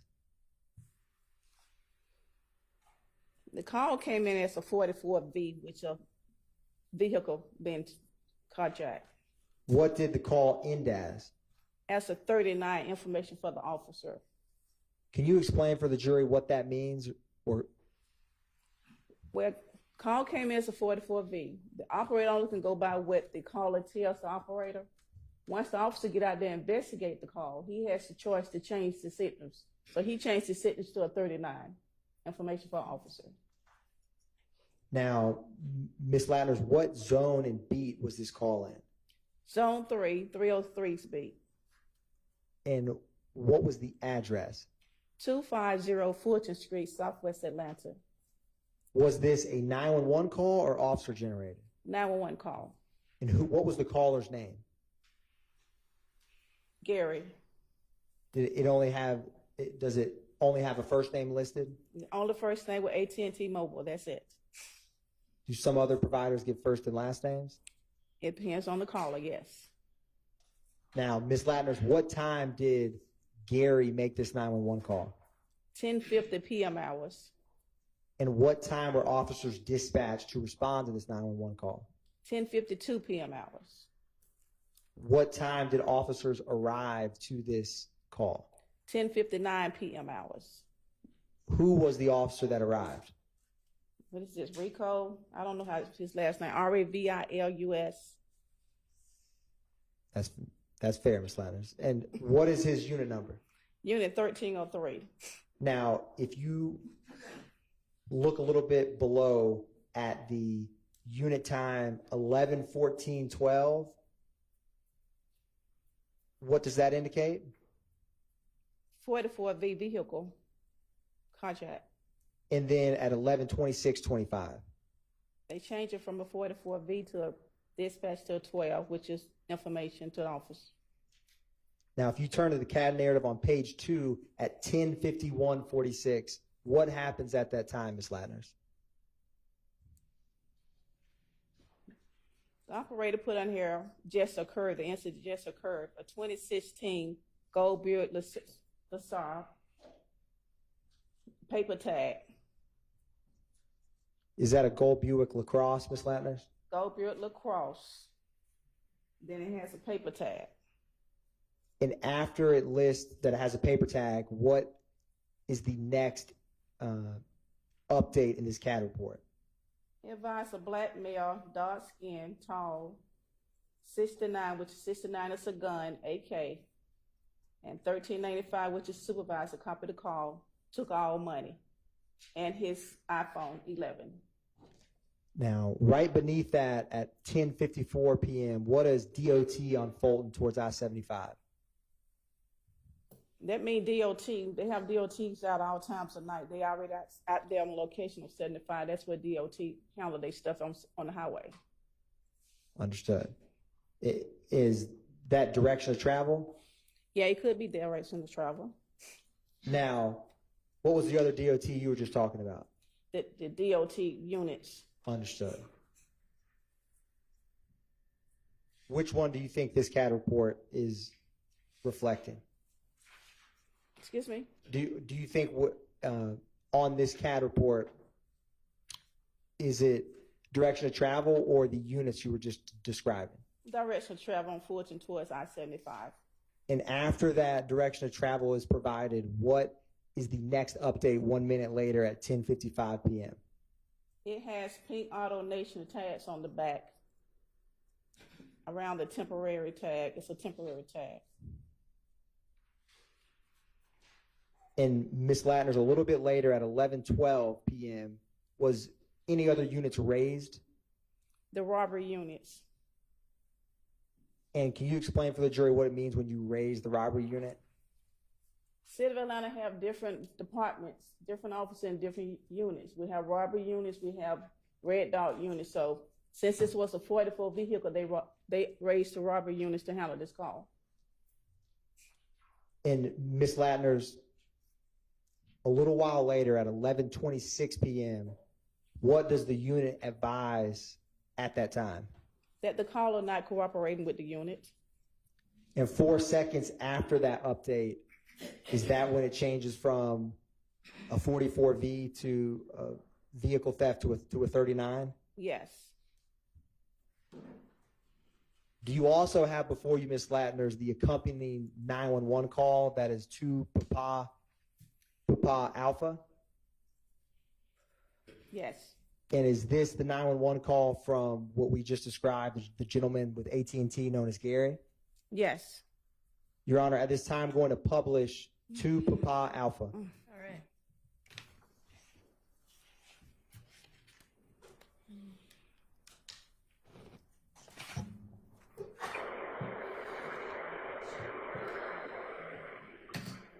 Atlanta 911. Yes, I just got robbed. Where are you? What's the address right here? 250, boom? 250 Fulton Street. What happened to you? Okay, everybody coming to you. What happened? I pulled up to meet my nephew homeboy, and him and his homeboy robbed me. Your nephew robbed you too? No, his homeboy. My nephew locked up. Okay, I pulled up to give his homeboy some money to put on his book, and he robbed me. I got you. Was it by gunpoint? Yeah. Okay, what's the apartment? They got my car and everything. They took my car and everything. Okay, so you were carjacked? Yeah. Okay, listen to me. What's your name? My name is Gary Holly. Gerald? Gary, G-A-R-Y. Gary, what kind of car you got? 2015 Buick LaCrosse. 2016? Yes, Buick LaCrosse. What color? It's gold. Okay, gold Buick LaCrosse. Anything hanging from the rearview mirror? Any special tires? No, it's brand new. I got it a month ago. We got a digital tag on it. What's the tag number? It's a digital tag. It's a paper tag. Okay, but that's tell me. I gotta know. Hold on, I'm gonna be looking for it. Anything else when you hang from your rearview mirror? No. Okay. The guy, now, since you came up to pay him, right? This is what I'm asking you. What did he look like? So I know who's in that car. He's short. Black the male? one who jumped in my car. The one that jumped in my car was dark and tall, like about 5'8". Black male? Yeah, hoodie on. Dark skin? Yeah. Okay, and he's tall? Yeah. What's he got on? I don't know, man. That's okay. No, you're doing good. You're doing good. So he had on a hoodie. Okay. Yes. You're doing really good. What about my phone? Oh, good. Okay, that's good too. He took my other phone. He don't know I had my other phone in my pocket. That's what I'm talking about. Gary. You're doing good. As long as they didn't hurt you. He had a weapon, correct? Yes, they had an AK and the other one had a handgun. You serious? The one that got in your car got an AK? Because I didn't know when the police pulled him over. The one that got in your car, does he have an AK or a handgun? AK. One got an AK, one had a handgun. Both in the car with you, right? Both what? Both guys are in the car? No, one is in my car, the other was in the other car. Now, the one that is in your car, does he have the AK? I don't know, man. They told me That's no. okay. I don't know. No, listen, you're doing good. No, I'm doing a lookout. So we're giving everybody, telling everybody on the radio what's going on, okay? Because we're coming to you. Don't worry about that. But I want to try to find him. Okay. I know I have my phone good. That's why I know me. He took my phone. Okay, I just see you. You're doing really good, Gary. I need you on this recording line. Okay. All right. So you came to pay. Well, how much did you give him? They took our money. Okay. I won. Okay, gotcha. I haven't even given. You know what I meant. Okay, now what kind of phone did they take from you? iPhone. Okay, iPhone. iPhone 11. iPhone 11. That's good. That helps me a lot. They're gonna have to explain it. Okay. 6, 7, 8. Do you know which way they went? They went down 4th Street, like towards 75. 6, 7, 8, 7, 8, 8. Okay, on 4 towards 75 north or south? 7, 8, 8. 5, 7, 5, 4. No, don't worry about the phone number. I need you to pull towards 75. Yes. All right, you doing good. Are you hurt or anything? You need an ambulance or anything? You all right? No, man. Yeah, I'm good. That's okay. You know, your object is to go home. Okay. All right. And I got you on here. It's going to be a 2016 gold Buick LaCrosse with a paper tag, correct? Let me ask you something. Where'd you buy your car from? Auto Nation. So is Auto Nation. Is Auto Nation on the back? Yes. Good. Okay. It says. What? No. Who is that behind you? Hold on, baby. It's a female right here. Okay, tell her, hold on for me. It says Auto Nation on the rear bumper. That It's a pink. Thank you. Okay, so a pink Auto Nation tag, that helps. Okay. Yeah, okay. They are already rolling to you, and they're looking too. Pink. Okay, then your nephew, does he know them, or did they just call you on the phone and tell you that lie that he was in jail? No, I know you locked up. So he called me like, no, I said give him some money on his book. I pull up, give some money put on my nephew's book. Gotcha. Wow. Sorry about that. All right, we're on the way. I'm going to look out for your vehicle. We'll be there in a minute. Right. I want you to stay where you are, Gary, okay? Gary? Yes. We're coming to you. Stay where you are, okay? Okay. All right.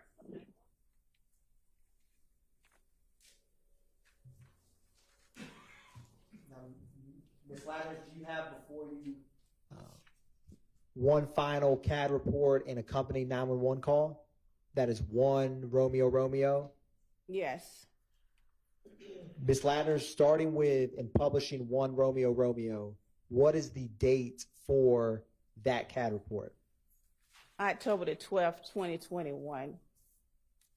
And Ms. Latner, what is the call type or description for that October 21st, 2021 call?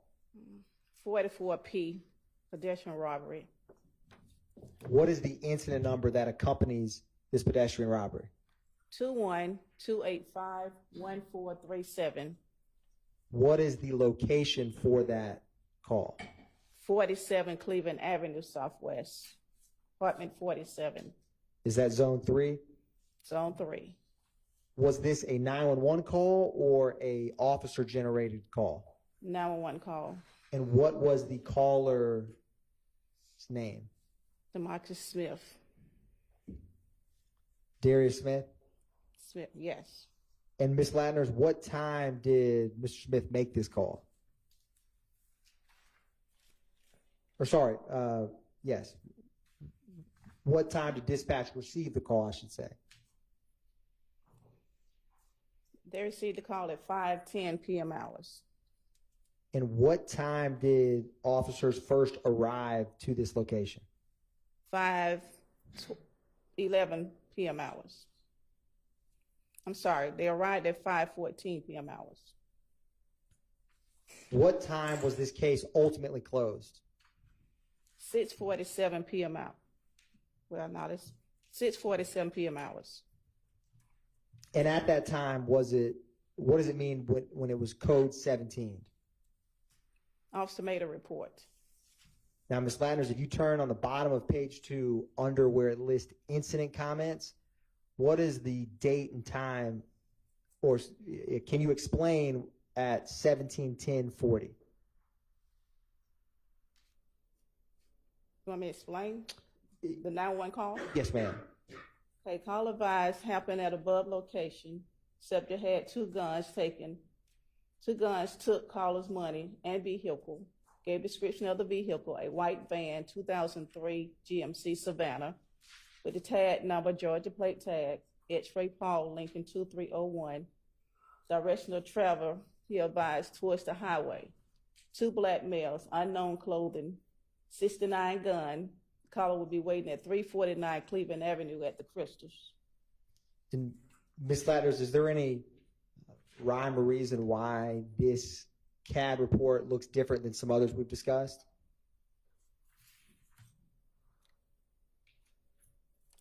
Well, it all depends who print the CAD report out. Understood. If you were printing CAD reports, which do you like, this version or the ones we've discussed earlier this morning? Sustained. Your Honor, the state is going to publish 1 Romeo Romeo Alpha. Is that the 911 call, Ms. Latner, that goes with this pedestrian robbery? Yes.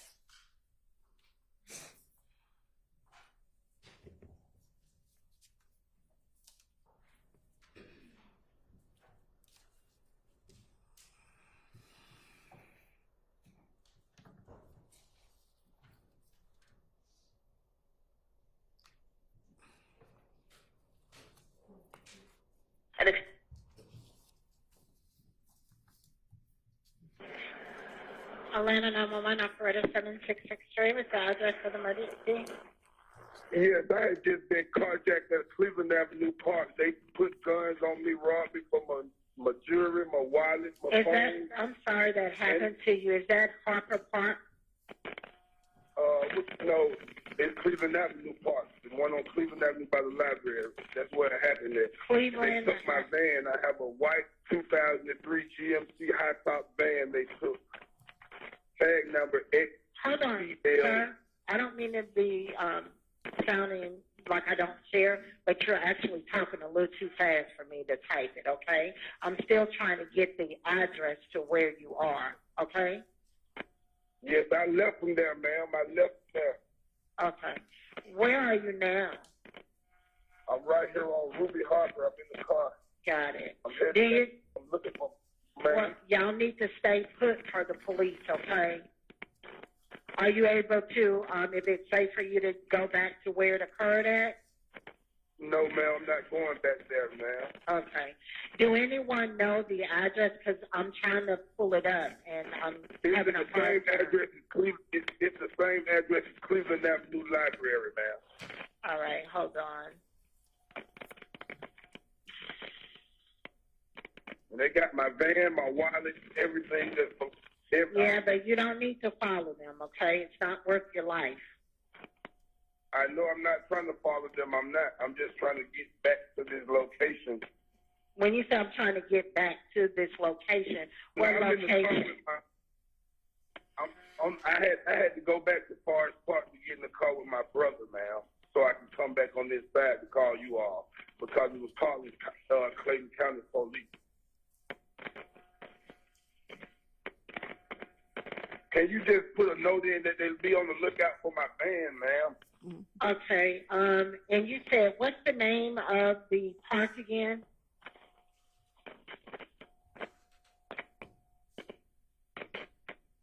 Hello? Caller, are you there?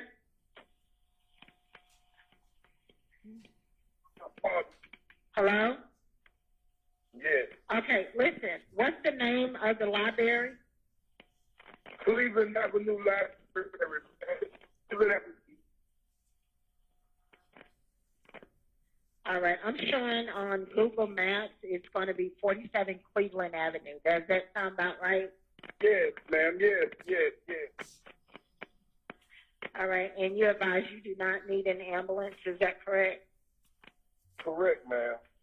All right. We're going to get you help, okay? Were you in your car when this happened to you? No, I was standing outside of my car talking to somebody. They ran up with masks on, put 2 guns to my head and made me take out my jewelry, took my wallet out my pocket and my phones, and took my keys and jumped in my van, ma'am. They somewhere around my van right now.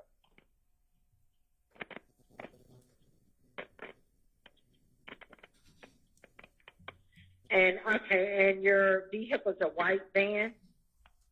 Yes, it was a 2003 GMC Savannah. Tag number, X-ray, plate. Okay, don't say it like that, okay? Wait a minute. Wait a minute. Is it the state of Georgia? Yes. All right. And go ahead with the tag number. X as in X-ray. Uh-huh. P as in Paul. Okay. L as in Larry. Uh-huh. 2301. And which way did they go in your vehicle? They went, when they came out the park, they went to the right towards the highway. So I don't know if they went toward, jumped That's on the all right. highway or whatever. Yeah, I get it. And are these people black, white, or Hispanic, the guys with the guns? Two black males. Do you recall One what they time- go ahead. No, I don't remember what they had on. One of them about 5'11", 5'10", 5'11". The other was probably 5'5", 5'6" at the most. Where are you right now? Are you going to be on Ruby, Harper, and Simon Street or McCoy? Because they need to talk with you to get your report going. I'm going up Cleveland Avenue, ma'am. I'm going to To the library? No, ma'am.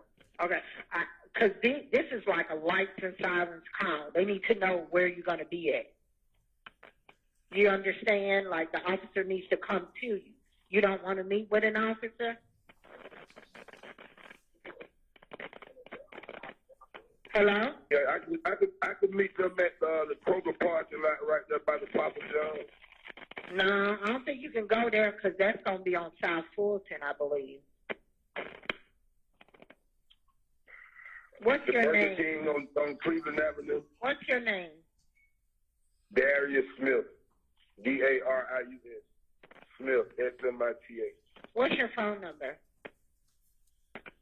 The phone number that I'm calling from now is 678-914-7175. Okay, so I need to find out where are y'all going to meet with an officer because now I got to Google the address to the Burger King unless you know it.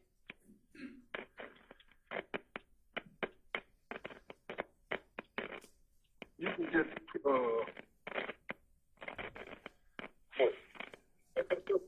the Crystals on Cleveland Avenue.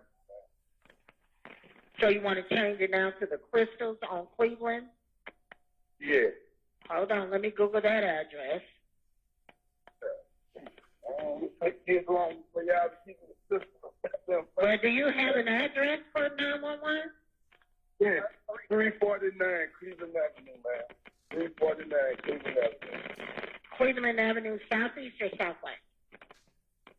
I'm not sure if it's southeast or southwest, ma'am. It's just Crystals on Cleveland Avenue. The police been right across the street.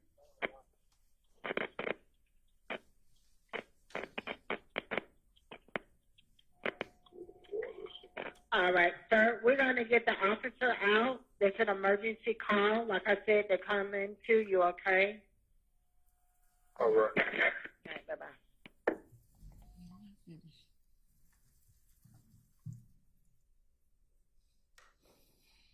Thank you, Ms. Latner. Your Honor, no further questions by the state. Thank you. Defense attorneys have questions for this witness? Go ahead.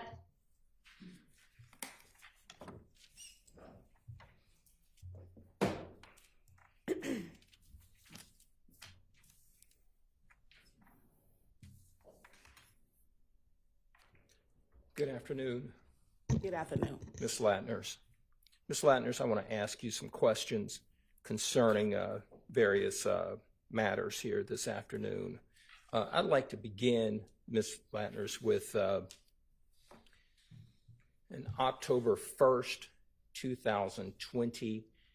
That's going to be a CAT report that's been put into evidence as 2 Papa.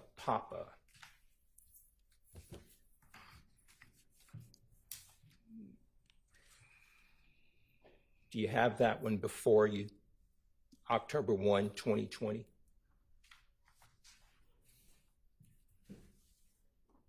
Yes. Okay. Now, you've testified numerous of times in this case this year, correct? Correct. And we have heard today numerous 911 calls, right?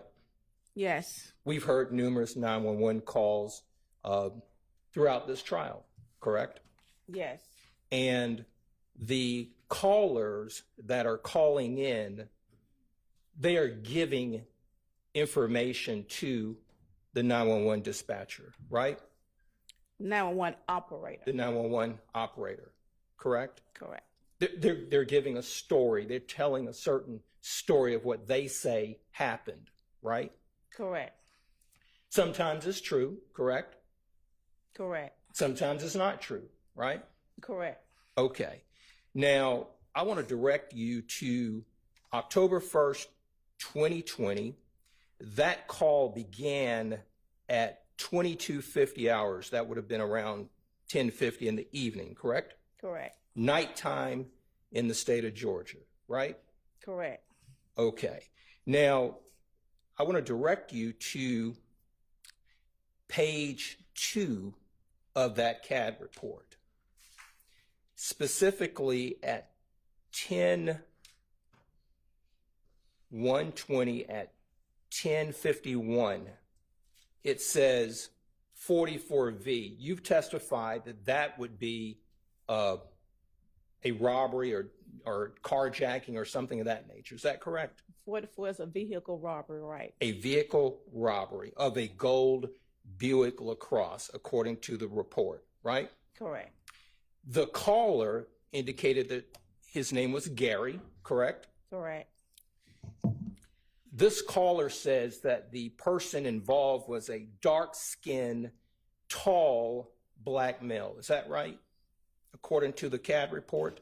Yes. And according to the information that was given to the 911 operator, right? Correct. Okay. Now,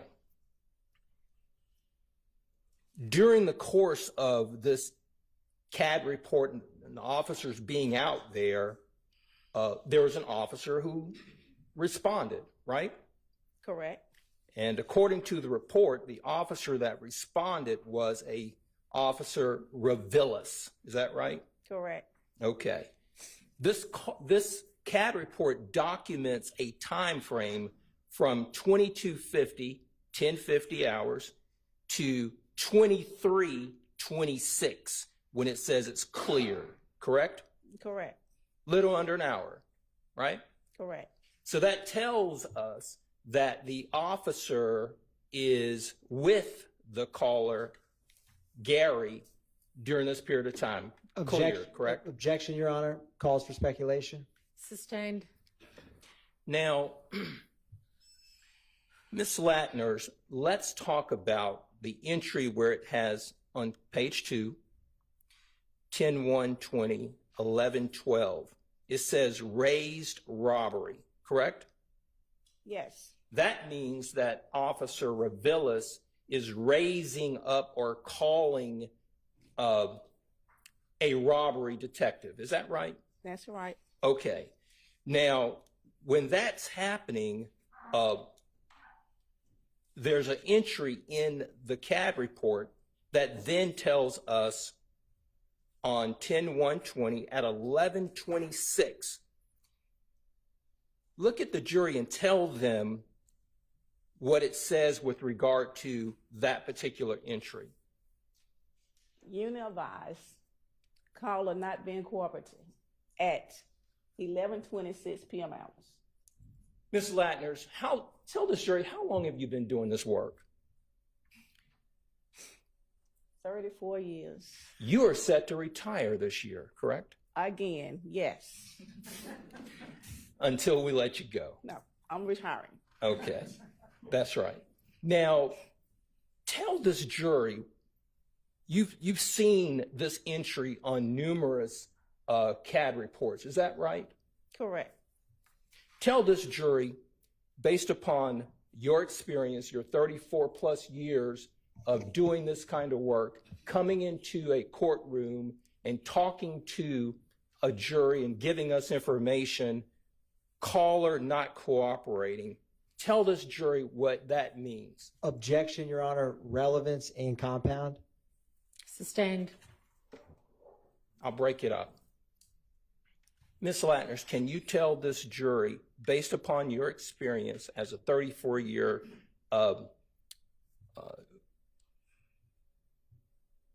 employee with the City of Atlanta Police Department as a custodian of 911 calls and CAD reports, when this particular entry is in there, what does it mean? It means 911 operator only can receive what they get from the caller.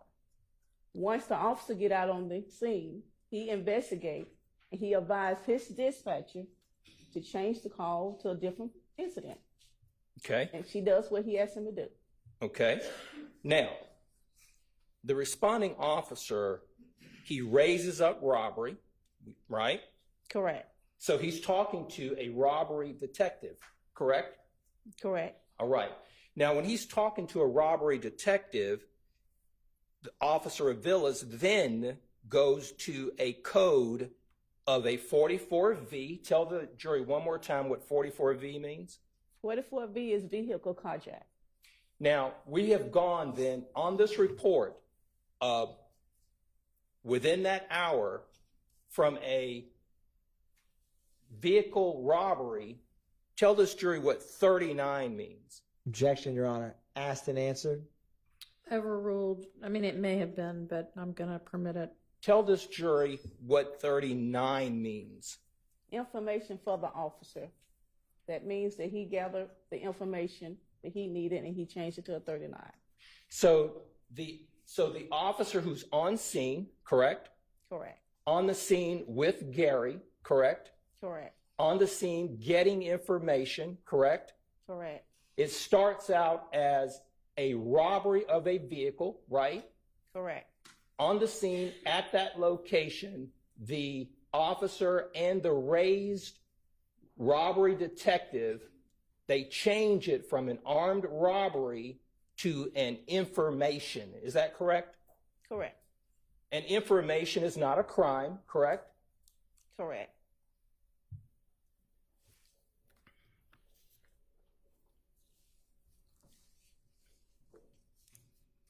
Now,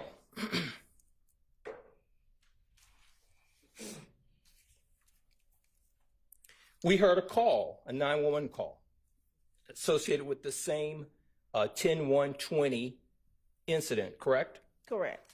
We heard it for the various number of minutes that it took place.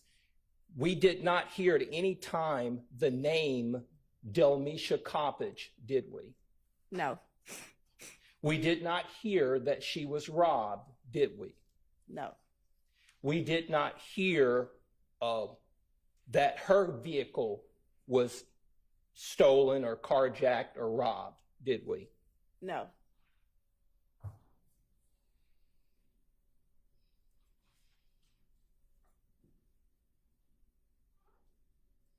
Did we hear any description of any vehicle other than a 2016 Buick LaCrosse? No.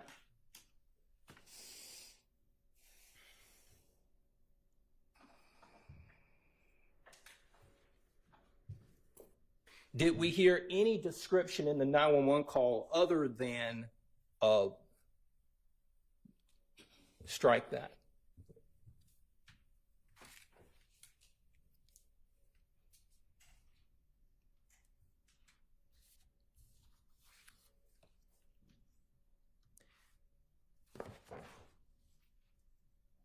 Ms. Latner, let's move to a different report. Ms. Latner, let's move to April 26, 2019. That's going to be one Oscar. You tell me when you have it.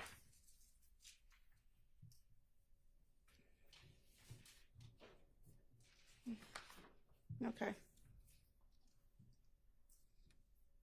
You have it, Ms. Latner? Yes. Okay. You didn't prepare the report, right? Yes. You didn't make any of the entries, correct? Correct. The report started out as a possible person shot, correct? Correct. It was downgraded to no one being shot, correct? Correct. Now, there was no description of a perpetrator on the report, correct? Correct. It stated that there was no information or a tag number given to this vehicle that is alleged to have been involved, correct? Correct. And this entire time frame was from 12:39 a.m. to 5:06 a.m., correct? Yes. Now,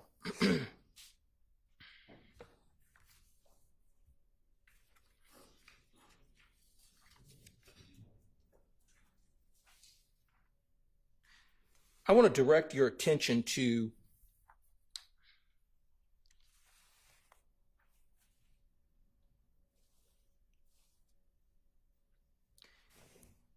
page 3 on the CAD narrative. I wanted you to go down to April 26, 2019, 12:49 a.m., 7:07:08. You see that entry, Ms. Latners?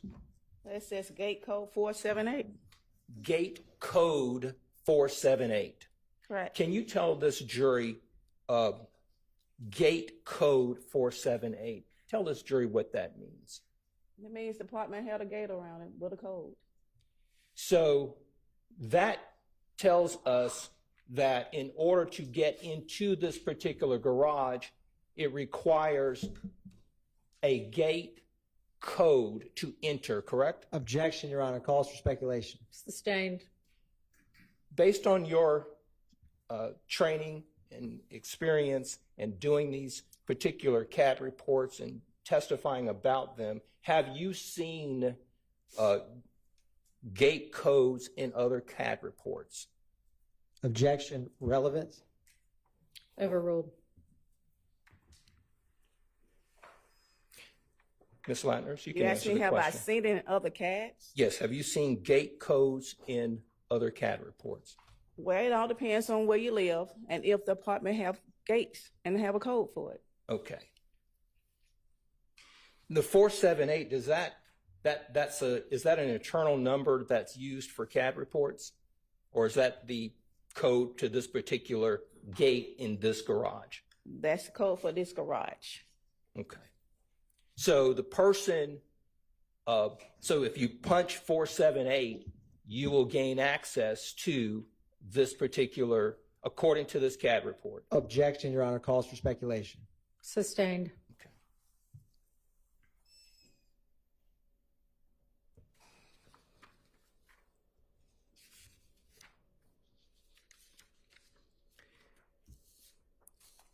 Did you see gate code in the CAD report that we talked about for the 10/1/2020 CAD report?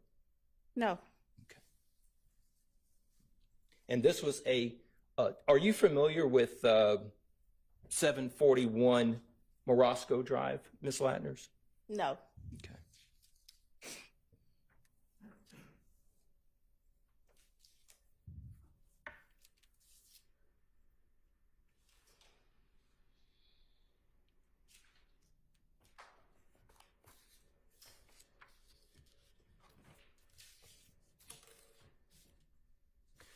Your Honor, thank you. All right. Do any other defense counsel have questions for this witness? Nope. All right. Any redirect? Very brief, All right. Your Honor. Ms. Landers, just a few seconds ago, we were talking a lot about this gate code on 1 Oscar. Is that at 12:49 a.m.? Yes. What is the line 3 minutes after that gate code line? Person left in a black Ford Mustang. Does it say perp or person? Perp left in a black Ford Mustang. Now, Ms. Latner's going back to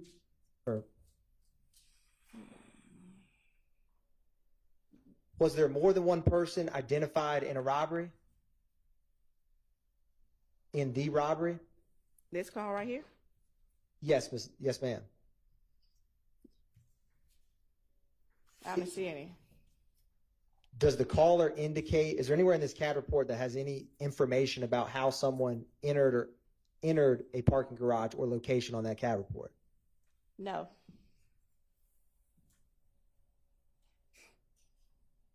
Is there any information at all about, is there anything else other than just that line of the gate code 478? That's it. Is there any information about whether you need a gate code to walk in? Well, no, if there's any information, overruled. Is there any information about whether that gate is broken? No. Is there anything in this CAD report that indicates whether the robber was visiting someone in the complex? No.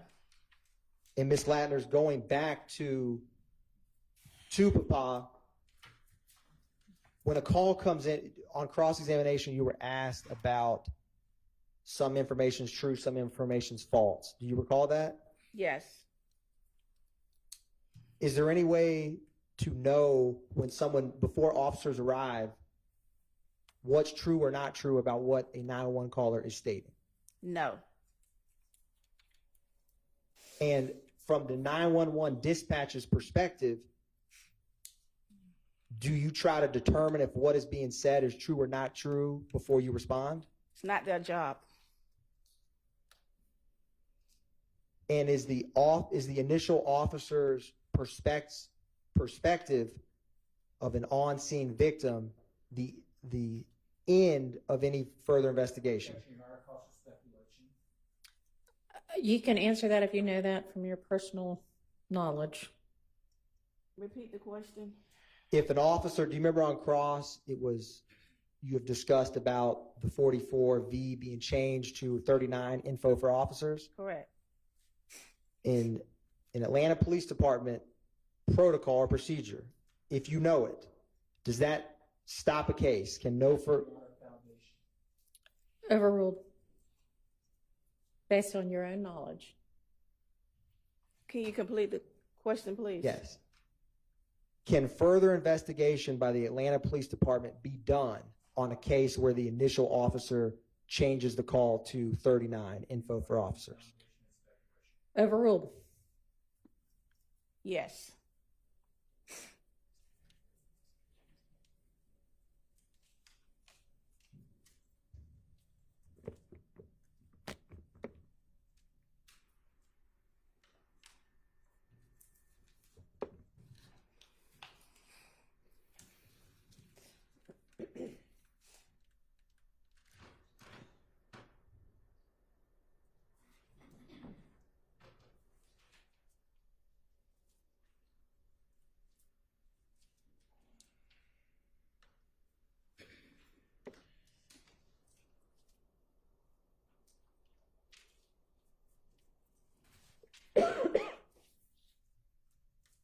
Ms. Ladders, when the call is changed to a 39 for investigation, does that mean that the 39 for information? Your objection mischaracterizes the 39. I misspoke, Your Honor. My apologies. When a call is changed to 39 information for officers, I misspoke and said investigation, which I believe is 12. But all that aside, Your Honor, and Ms. Latner, more importantly, does the investigation stop? Does that mean the investigation is over? Objection, Your Honor, has been asked and answered. Sustained. No further questions, Your Honor. All right, any recalls? All right, thank you for your time, and you are excused. All right, it is time for us to break for our lunch, so we will do that, and we'll plan to be back here. It's almost 1 already, so let's say 2:15. See you then. All right.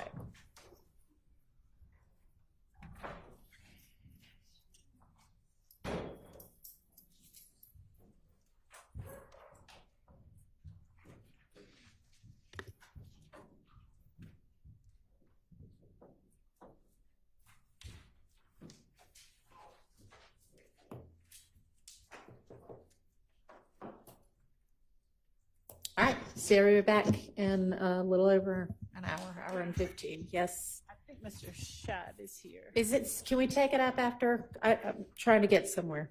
Okay. All right. See you at 2:15.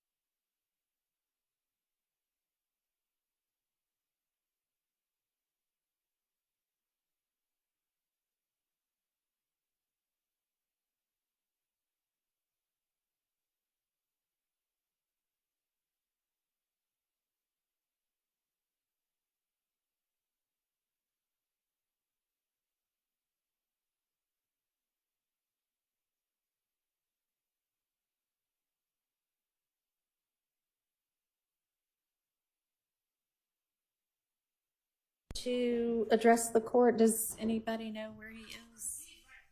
He's right there in the vestibule talking to Mr. Sharp. Okay.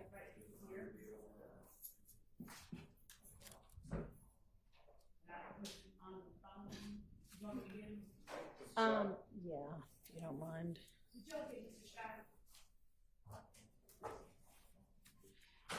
Check this out. I can now see over the computer.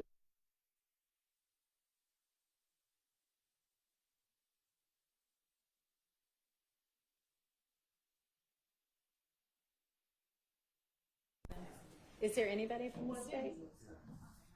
Okay. All right, Mr. Scheib, I know you had wanted to address the court, I believe, about something. So, yes.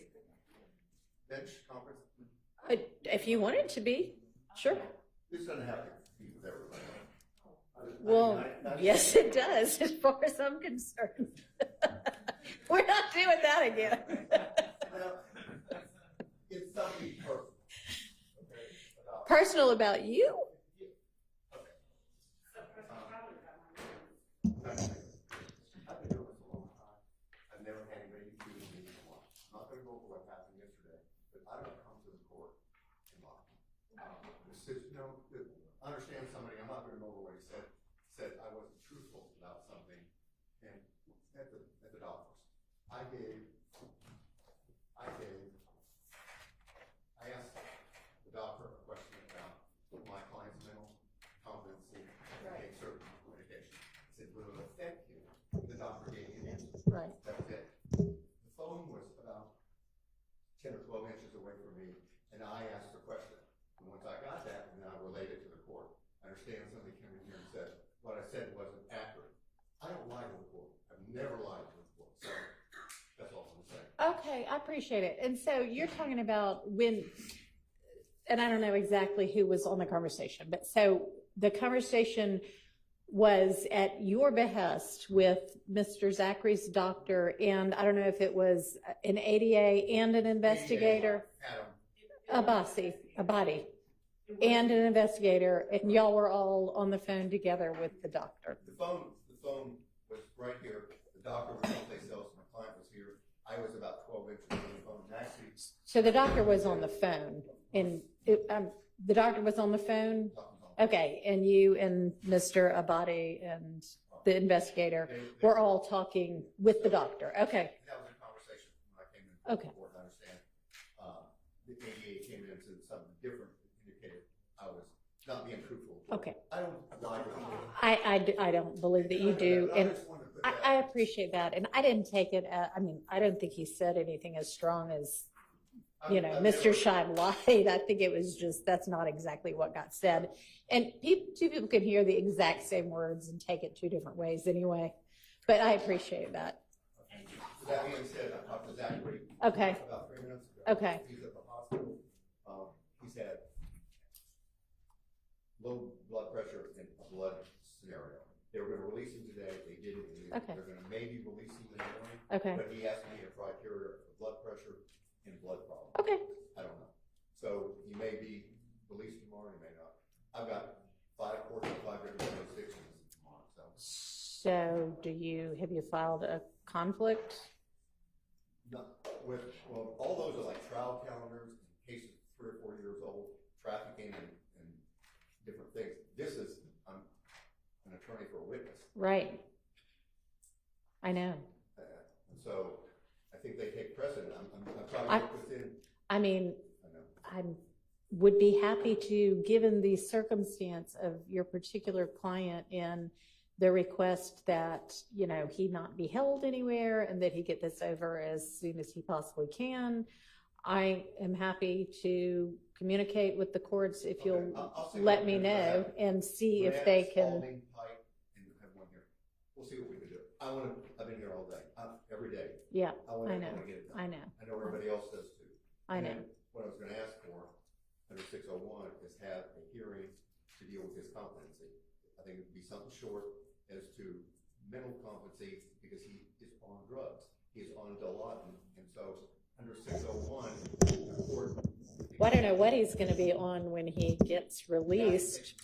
Can't read without these are painkillers. Okay, lots of people, and I don't mean to interrupt you, but lots of people can take and do take painkillers every day, and depending upon what it is and the amount and what have you, it treats their pain. It doesn't necessarily make them incompetent or unable to do things. So, I mean, if I am presented with something that makes me believe that there is an actual issue as to his competency, then certainly I can entertain that, but. That can only be from him testifying, number one, to that issue. The other issue, he doesn't recall, this is 10 years ago. Well, he may or may not, and he'll just have to say that on the stand. I mean. And then also we deal with scenario of immunity. We want transactional immunity. Well, that's something between you and the state. You can order him up there. I'm not arguing about that, but he's not going to testify unless he gets immunity. Because he was an unindicted co-conspirator in reference to this stuff, and he did prison time. Have you talked to the state about any of this? If I may, Mr. Shive has talked to me, and what he has said has nothing to do with concerns about a legal exposure. What he has said has to do with fear and not fear. It has to do with fear and his client's desire to not testify. Period. I didn't know until yesterday. Excuse me, can y'all mic up? Can y'all use the microphone? Yeah, just walk back to the podium. You'll only be 3 feet further away, and then they can hear. I'm sorry. It's okay. I didn't know until yesterday he was part of this 10 years ago. I did not know. He did prison time, but I didn't know that he was part of this. And as far as immunity, he could be brought in. I mean, as far as conspiracy, and if he gets up and testifies and says, hey, I was involved in this and involved in that, they could prosecute him. I didn't know that until yesterday he was involved in this scenario.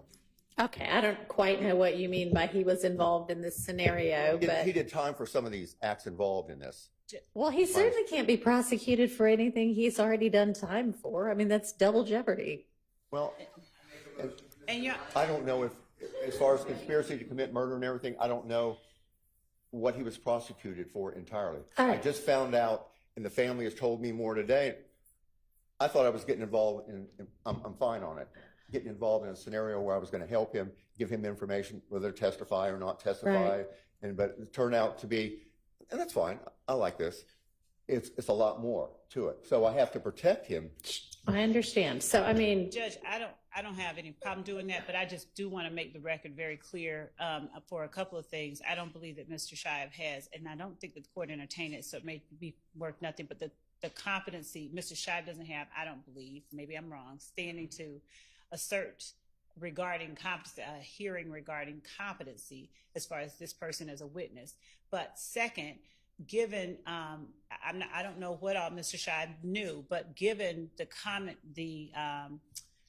given the communication between Mr. Zachary's father and our office, right?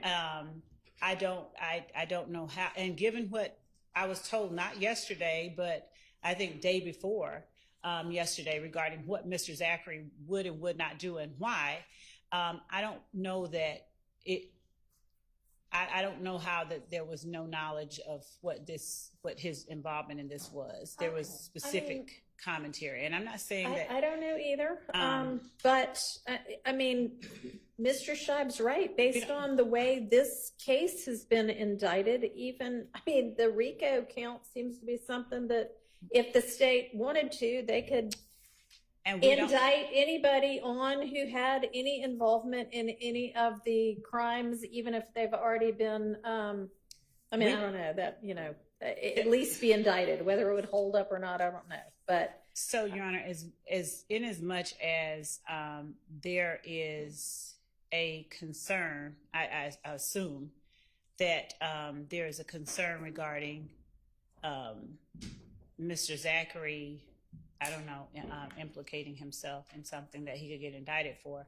We don't have any problem asking the court to compel his testimony pursuant to the same statute that we have had to compel others. We don't have any problem doing that. All right, well, it sounds like y'all might need to get some sort of an agreement in place between yourself and Mr. Shive.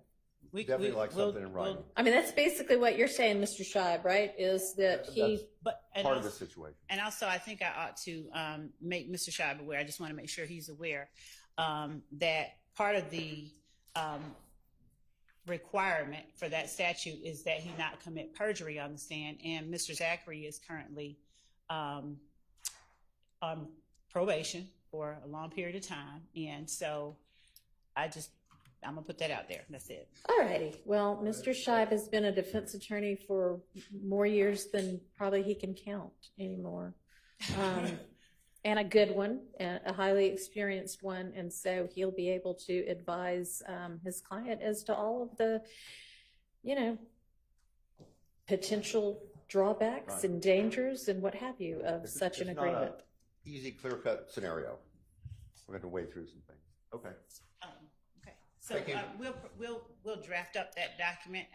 Okay, but considering that it sounds like it may be as early as tomorrow morning that, I don't know. We'll have that. Doesn't sound like anybody knows yet. It's a developing kind of thing about when he might be released, but y'all need to get on that. So we'll have that drafted this afternoon for All Mr. right. Scheib to review. And Mr. Scheib, if you want to communicate with my office about wherever we might need to be able to talk to other courts about your presence here. I have a simple way of doing it. If you issue an order me back into your court tomorrow, You know what? If you want to draft one up, I will sign it. Okay, that'll be great. We'll send it over And to you in a couple hours. Great. You've got all of the addresses, right? Okay. I'll see you tomorrow. Thank you. All right. We need anything else from Mr. Scheib? Anybody? I don't need anything from him. If the court would indulge me what I asked right before he came in, because I have the next witness and I don't want to. Because during the whole entire lunch break, you didn't go to the bathroom. What? Okay. Thank you. Okay. Well, go ahead. We've got Miss Hilton now. All right. Anybody need to bring up anything before we get the jury in and start with our next witness? Anybody? No? Okay. So we got yet another motion in limine. The people at Mr. Steele's firm are working full time on filing motions in limine. It's very impressive. So motion in limine number 59 is about potentially excluding certain portions of a interview with Mr. Zachary from March 3rd, 2017. And I was trying to find, I've got 2 of his interviews and March 3rd doesn't seem to be one of them. Is this one that we went over? Should have, and his 2 are August 5, 2015, Your Honor, and then March 3, 2017. Okay. Well, I don't know why I have April 13th, 2017 written down, but I do. But it's the other one the only one from 2017 is March 3rd. Okay. Yes, it might be the transcription date in April. Okay.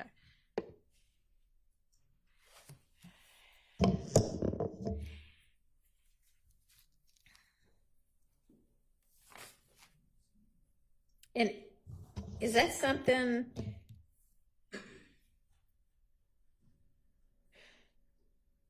So if it's the bottom of 124 through about halfway through 127, my notes say that the state,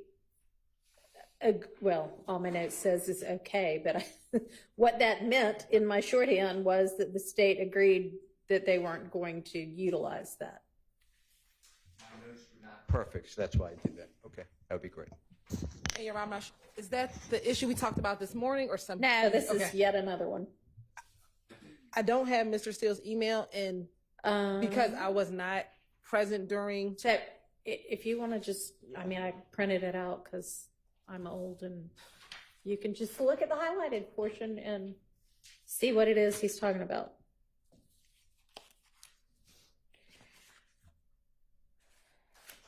And I've got a copy of the transcript up here if you need quick access to that.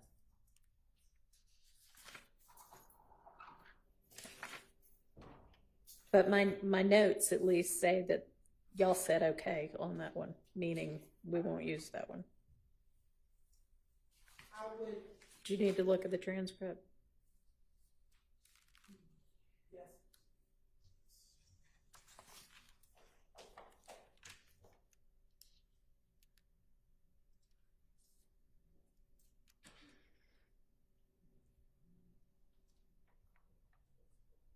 Because at one point on 126, he says, that's what I assume, that's what I heard. Correct, Your Honor. We're only going to play portions that we believe he was told as either a co-conspirator statement, which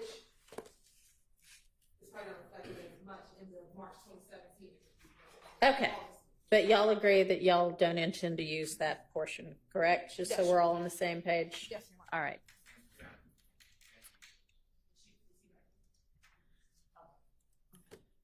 All right, we have our next witness lined up? Okay, let's go ahead and get the jury in.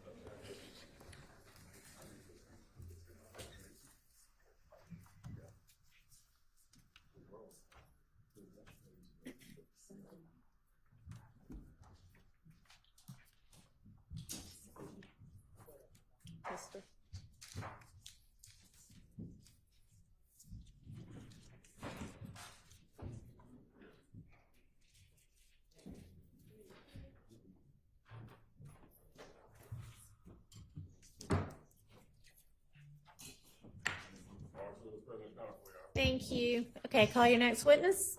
State calls Mr. Collins back to the seat. Oh, right, we were in the middle of him. Or no, we weren't. We weren't. Has he just already testified? He has. Okay. Okay. All right, so we'll re-swear him, I guess, since he'd been released. Do you swear affirm testimony about the according to truth, the whole truth, nothing but the truth? Maybe see the state your first and last name and spell it wrong. Sure. It's Christopher Collins. Spelling on that is CHRISTOPHER COLLINS. And good afternoon, Mr. Collins. Good afternoon. Welcome back, and thank you for coming back. Mm-hmm. I have a few follow-up questions for you regarding the incident that you responded to on January 28, 2015 at 2905 Springdale Road. Okay. Do you recall testifying about that yesterday? Yes. All right. And I'm going to show you what has been labeled as and admitted as states 1 Charlie, Charlie, Charlie. And it'll be put on the screen, but it will also be on that piece of paper in front of you. Is that the location at 2905 Springdale Road? Yes, that's Southwest. That's the you parking responded lot. Yes. Okay. And did you testify already that whether or not that was in Fulton County? I did. Okay. On the date that you responded, do you recall reporting or testifying about one of the units that had been shot up, that the occupant of the unit was not inside at the time that police arrived? Yes, I remember that one. Do you recall which unit that was? I'm pretty sure it's P3 without looking at my report. All right. May I show you your report to refresh your recollection? Sure. All right. And Your Honor, this report I think had been previously labeled just for identification purposes as 666 Charlie, Charlie, Charlie. Oh, no, I'm sorry. It's the wrong. I'm going to show him his report to refresh his memory. And for defense purposes, it would be page 8 of 8. Okay. Go ahead.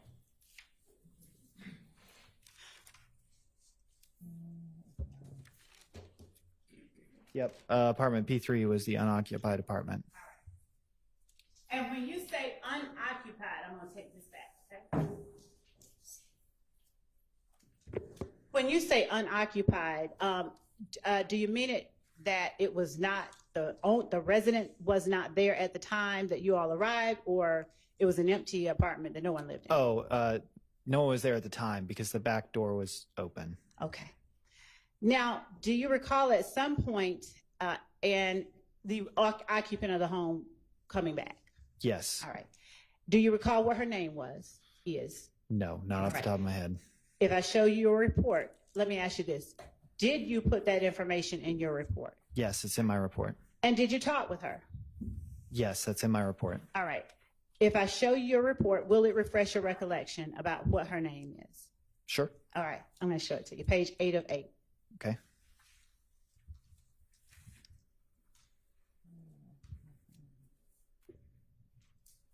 And I'll just, for brevity's purposes, point you to that last. Yeah.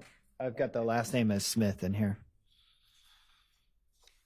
Now, on your report, do you, in the first part, I'll say, do you list the victims' names as you learn them to be?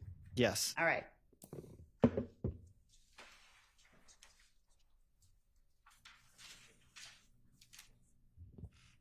Do you recall the occupant of apartment P2? Do I recall their name? I believe that was his name, the occupant of P2. I remember the last name from yesterday when I testified. Okay, and was that Mac? Yes. Gilberti Mac? Yes. All right.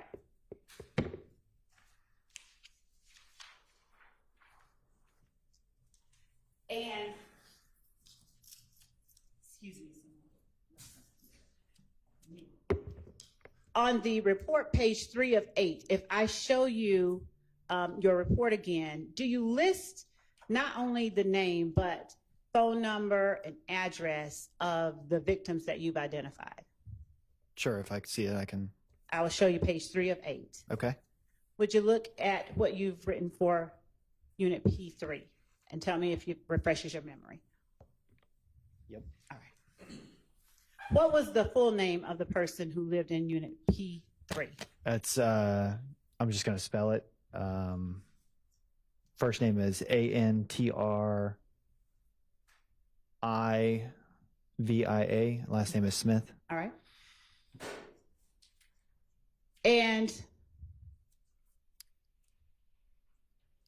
without saying what it was, did you also have a phone number for Ms. Smith? Yes. And did you get that phone number from Ms. Smith? Yes. Was it still nighttime when she arrived at her apartment? Yes. Were there still units besides yourself on scene? Yes. Were there still crime scene technicians processing the scene? Most likely, without an accurate count, I would say probably. All right. I'm going to now show you what has been marked as State's Exhibit 38.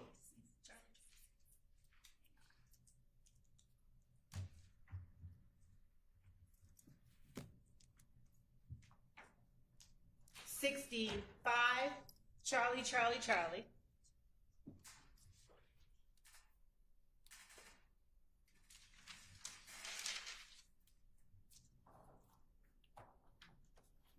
And I'm not going to publish all of these. I'm just going to ask you whether 65 Charlie, Charlie, Charlie through 108 Charlie, Charlie, Charlie pertain to the apartment that belonged to Miss Smith that you dealt with. Okay.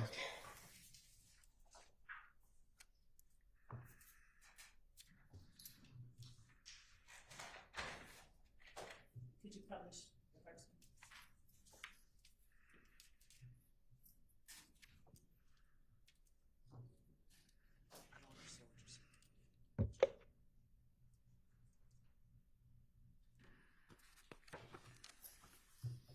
If we could put up State's Exhibit 66, Charlie, Charlie, Charlie. Yes, those do pertain to that. That's what you were asking, right? Yes. Okay. You would just Yeah. to the microphone. Those do pertain to apartment P3. Okay. Yeah. And so I'm going to put up 66 Charlie, and that on the screen behind you Okay. or in front of you. Is that the P3 that we're talking about that Ms. Smith lived in? Yes. All right. And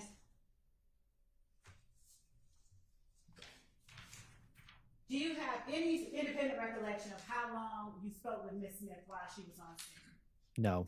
Do you recall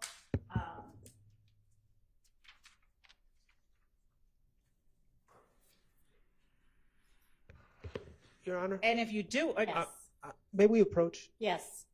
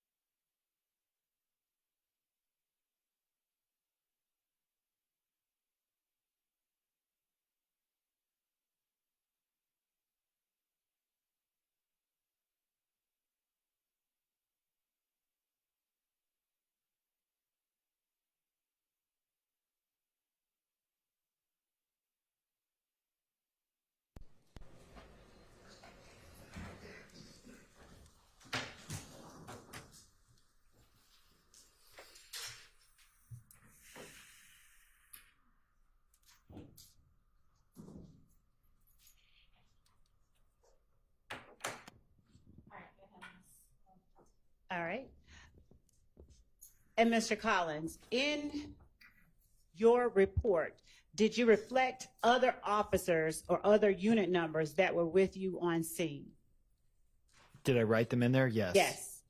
And do you recall, as you sit here today, who they were without refreshing your memory? Yes. Who were they?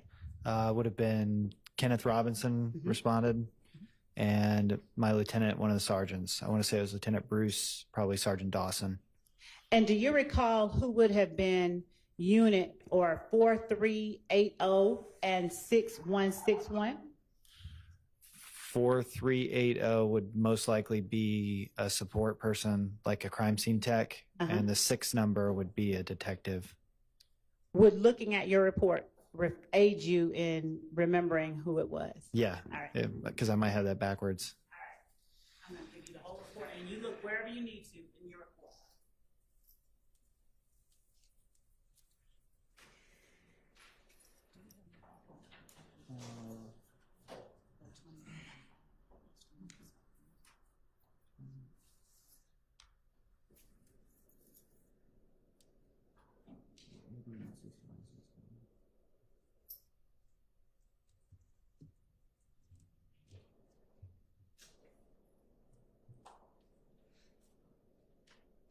Okay, so 4380 and 6161 are listed in here.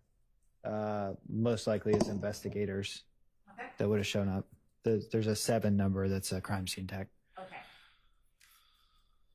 Would you tell the jury what your responsibility as it related to those investigators that would have shown up were? And you can look through any part of your report to refresh your memory if you need to. My responsibility on scene to them is to get there and arrive to a scene and secure it, and then notify the proper authority or person to investigate the scene.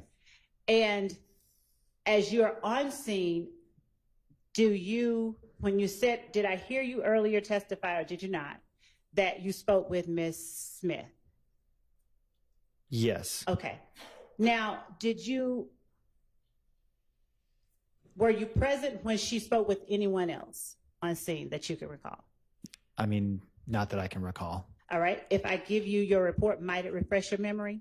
Sure. Okay.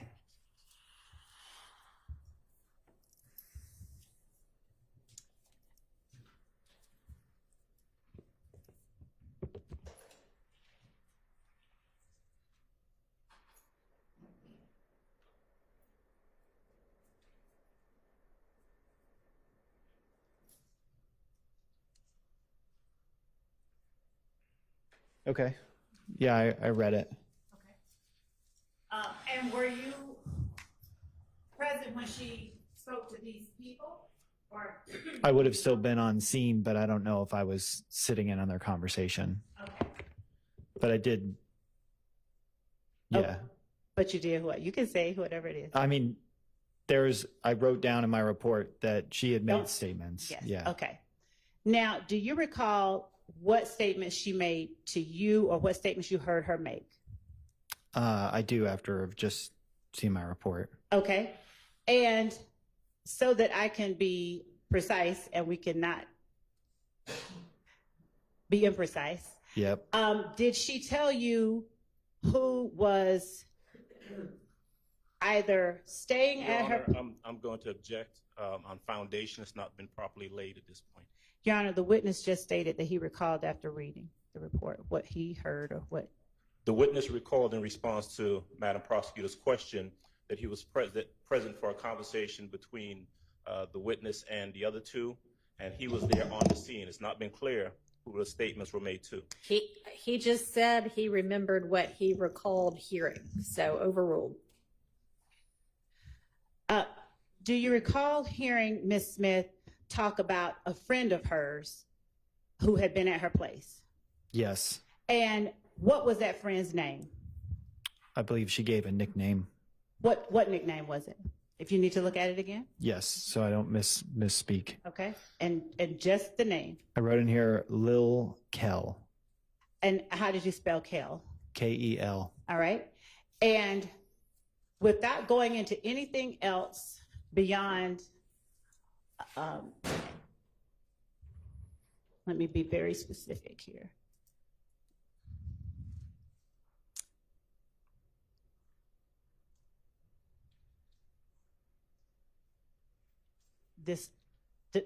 what refreshes your memory, if it does, after Locale, did she say what he was doing at her place? She stated that he was like hiding out Okay. at her place. Hiding out at her place? Yes. All right. Now, did Miss Smith also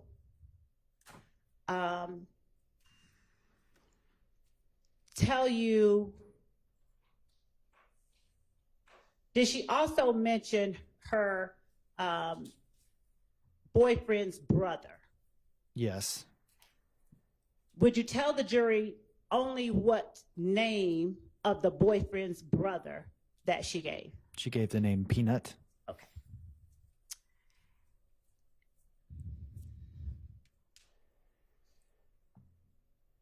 Was Miss Smith's unit the one that had the television shot and that sustained, would you say it sustained the least, the most, or the same amount of damage as the other units? That one looked like it received more damage than the other units. I'm sorry, could you say it a little bit More. That one had more damage than the other units. Okay. And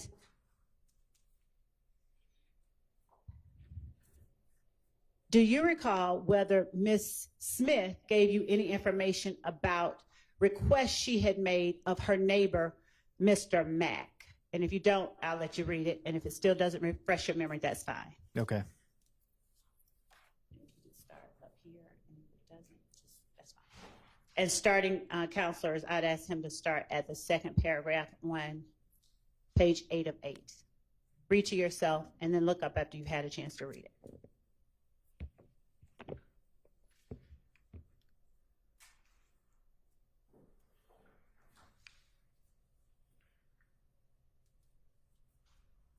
Okay. Yeah, I wrote here in the report. Don't Okay. say what you wrote in the report. Yeah. My question is, do you recall, after reading your report, whether Miss Smith relayed to you or within hearing of you anything about requests she made of Mr. Mack? I don't remember Okay, that. all right. Now, did you list in your report the names associated with those numbers that you mentioned, those unit numbers? Yes. And would you read or find that area in your report where you list the names associated with those unit numbers? Just, you can turn on any page that Sure. you need to. Well, they're all written like in order of the Okay. apartments we went to in the narrative. All right. And so in the last paragraph, where there is unit number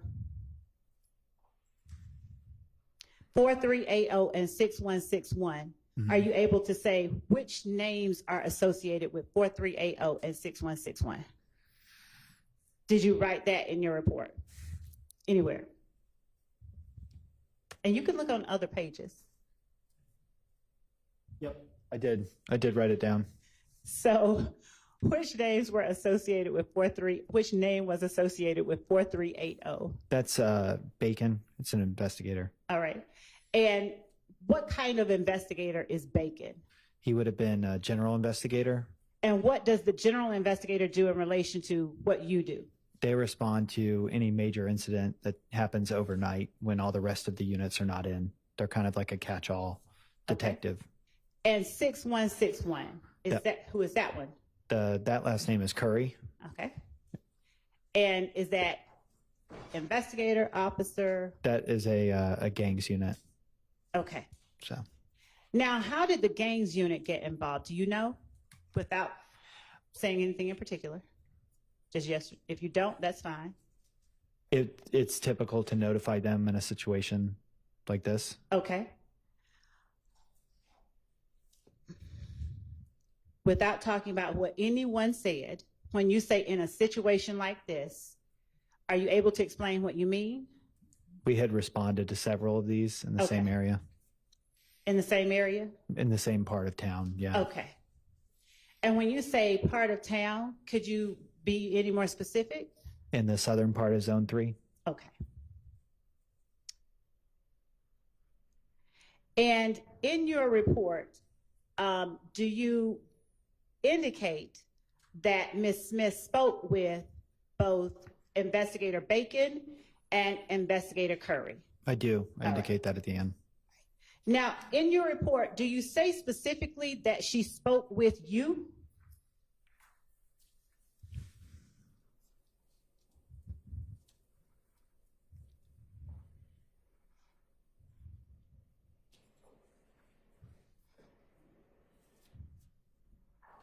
The way that I wrote it, it would indicate that she spoke with me. Okay. And it would be reasonable to say that she would have had to speak to me to get to another investigator. Say that for me one more time. It would be like normal procedure. If somebody's arriving on scene, they don't just immediately speak to a detective. They would talk to a patrol officer first who's manning the crime scene tape or doing some other kind of task. And is it customary for you, when you're on scene, for you to either point victims or witnesses to the investigators or even relay to them information that that victim or witness has shared with you? Yes, that's normal. All right.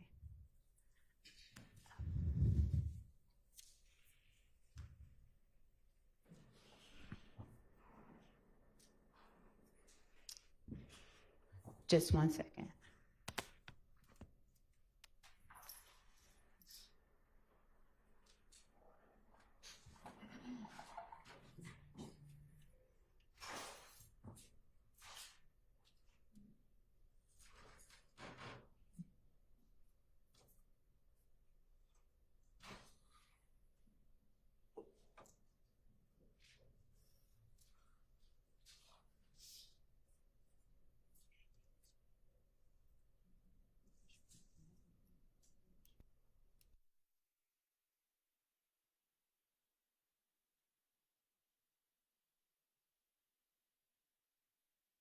Thank you. That's all that I have for now. All right. Defense questions for this witness?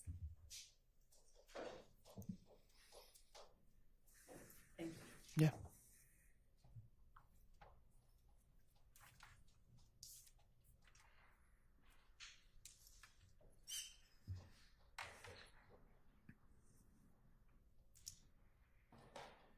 Mr. Collins, good afternoon, sir. Good afternoon. My name is Keith Adams. I represent Mr. Williams, who's sitting over here. Okay. And I've got a couple questions for you about what you just testified to, okay? Sure. All right. If I heard you correctly, you responded to this location on Springdale Road back in 2015, true? I mean, without referencing my report, that sounds correct. Right. Could be. Is that your report right there that you've been looking at? Believe so. May I, Judge? Yes. I'm going to go ahead and leave this with you, so if you need to reference it. Cool. Please feel free to do so, okay? Sure. All right. 2015, I think I heard you testify yesterday when you were here previously that was a long time.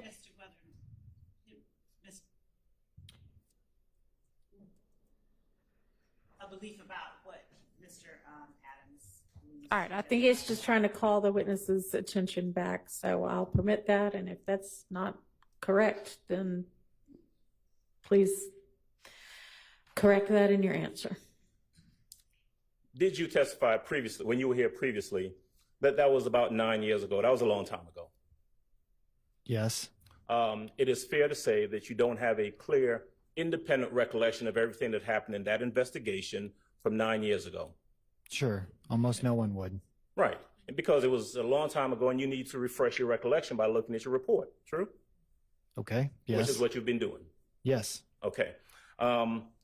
You testified a little while ago about going to apartment P3 or unit P3. Remember that? Okay. Yes. And your testimony was that when you went to apartment P3, it was unoccupied. There was no one there. Correct. That is not the first place that you went to. You'd gone to other units first before you got to P3, correct? That's the order I have it written down. I mean, sure. Okay. Does that sound about right? I mean, the way I kept it organized in my report, I just went 1, 2, 3, and 4. If you were to put a GPS tracker on me, I may have moved differently. I don't know. You just don't really know for sure. We're talking about something that happened 9 years ago at 1 a.m. Right. Yeah. And of course, but we're relying upon your best memory, your best recollection from 9 years ago. True? Yeah, that's. And just to be clear, I heard you mention, or you were referenced to, I guess, badge numbers, 4380 and 6161. Remember that? Yeah, those are radio numbers, not a badge number. Okay, but those radio numbers are assigned to specific investigators. Yes, but they're probably assigned to somebody else now. Right. It just changes. Back then, it was Bacon and Curry, correct? Correct. And at some point, they arrived on the scene. Correct. Would they have arrived as a result of you calling for them? Probably notifying the GI. So typically, you would radio to notify a general investigator, and you would try and raise like either the general investigator would raise a gangs unit, or sometimes the lieutenant would request it. She might have done it as well. Okay. You just don't know for sure. Could have been you, could have been someone else. Sure, but it was done on scene, yeah. And although P3 was unoccupied when you got there, at some point, this woman by the name of Miss Smith showed up, correct? Correct. Now, who got there first? Was it Miss Smith, or was it Curry and or Bacon? I mean, I'm not sure. From the way it's written, it sounds like the investigators were on scene before she arrived. Okay. And so if the investigators, Curry and Bacon, are on scene before she arrives, okay, right, they had conversations with her, right? Objection, Your Honor, as No. to vagueness about they had conversations with her if she was on scene. Overruled. Okay. Isn't that true? Isn't that what you put in your report? That she spoke, Ms. Smith spoke to 4380 and 6161. Yeah, I wrote that she spoke to them in the report. And so do you have an independent recollection of you actually taking a statement from her before she spoke to those other two officers? I remember speaking to a woman there. I remember her making statements and what this was about. And then I remember alerting the detectives and saying, you should probably speak to this lady who just showed up on scene. I do remember that. So even though they came there before she got there, according to what you just testified, you spoke to her first and then she spoke to them? Your Honor, objection. Just asked and just answered. Asked and answered, sustained. Is it fair to say that you never interacted with anyone that night named Kel? Is it fair to say I never interacted with somebody named Kel? Yeah. Yes, from the way it's written, I did not. You didn't see anyone named Kel, right? I mean, no. If you had, you would have put that in your report. I would have put what I did put in there, which was that there was somebody seen like running to a vehicle in surveillance footage. But I mean, you didn't speak to anyone named Kel. I didn't speak to anybody named Kel. That's correct. All right. Let me ask you something. Officer Collins, who did you end up arresting anyone for shooting at any of these units that night? No. Is it fair to say that you were not in charge of any continued investigation after your initial appearance there at the scene? Correct. All right. You don't have any information about who may have been involved, who may have done this at all that you could share with this jury, do you? Past what happened on scene, no. Okay.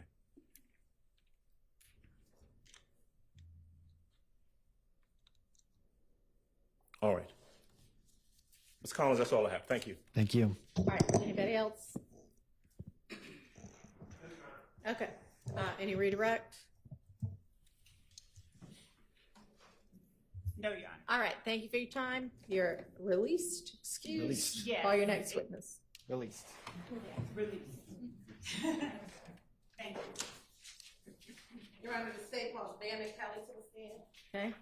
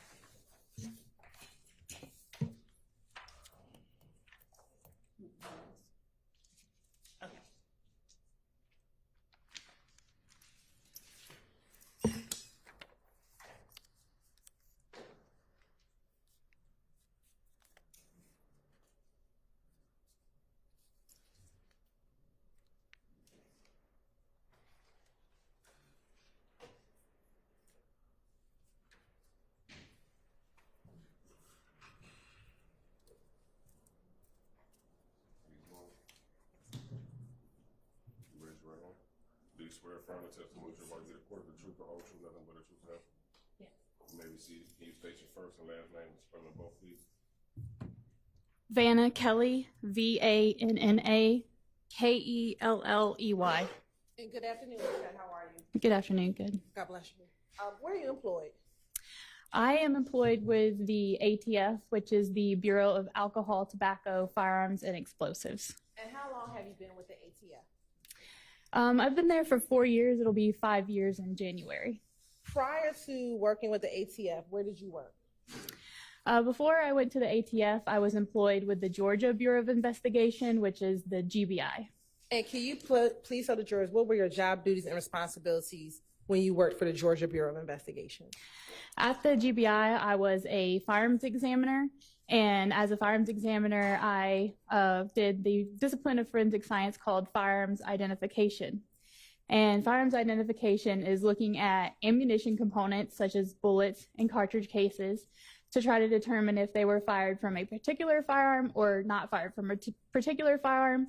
Or if I don't have a firearm, then I can also look at those ammunition components to each other to determine if they came from same or different sources.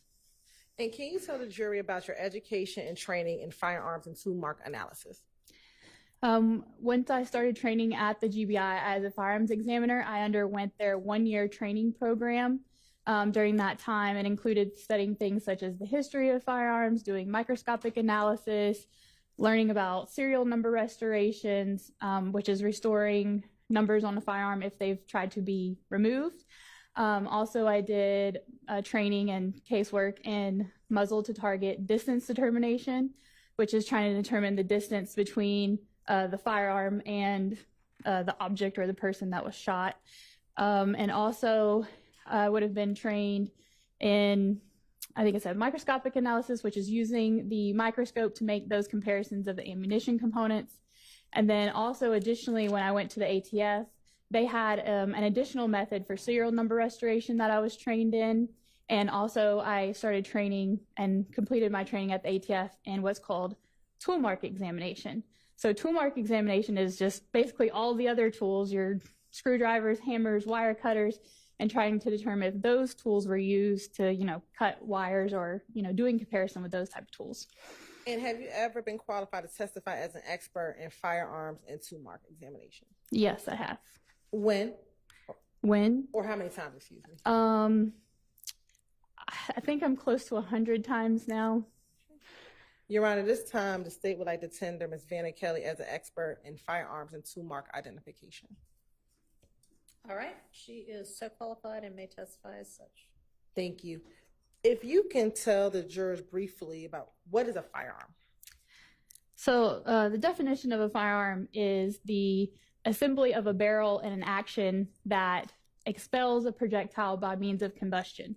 So really what you should be thinking of in terms of, the word firearm, you're probably thinking, pistols, revolvers, rifles, shotguns. Those are your main types of firearms. And tell the jury briefly about the parts of a firearm. So for a pistol example, the top portion that would move back and forth is your slide. And then the slide is attached to the frame of the firearm. And then you have, some internal components such as the firing pin. The firing pin is what comes out and basically causes that combustion reaction that I talked about.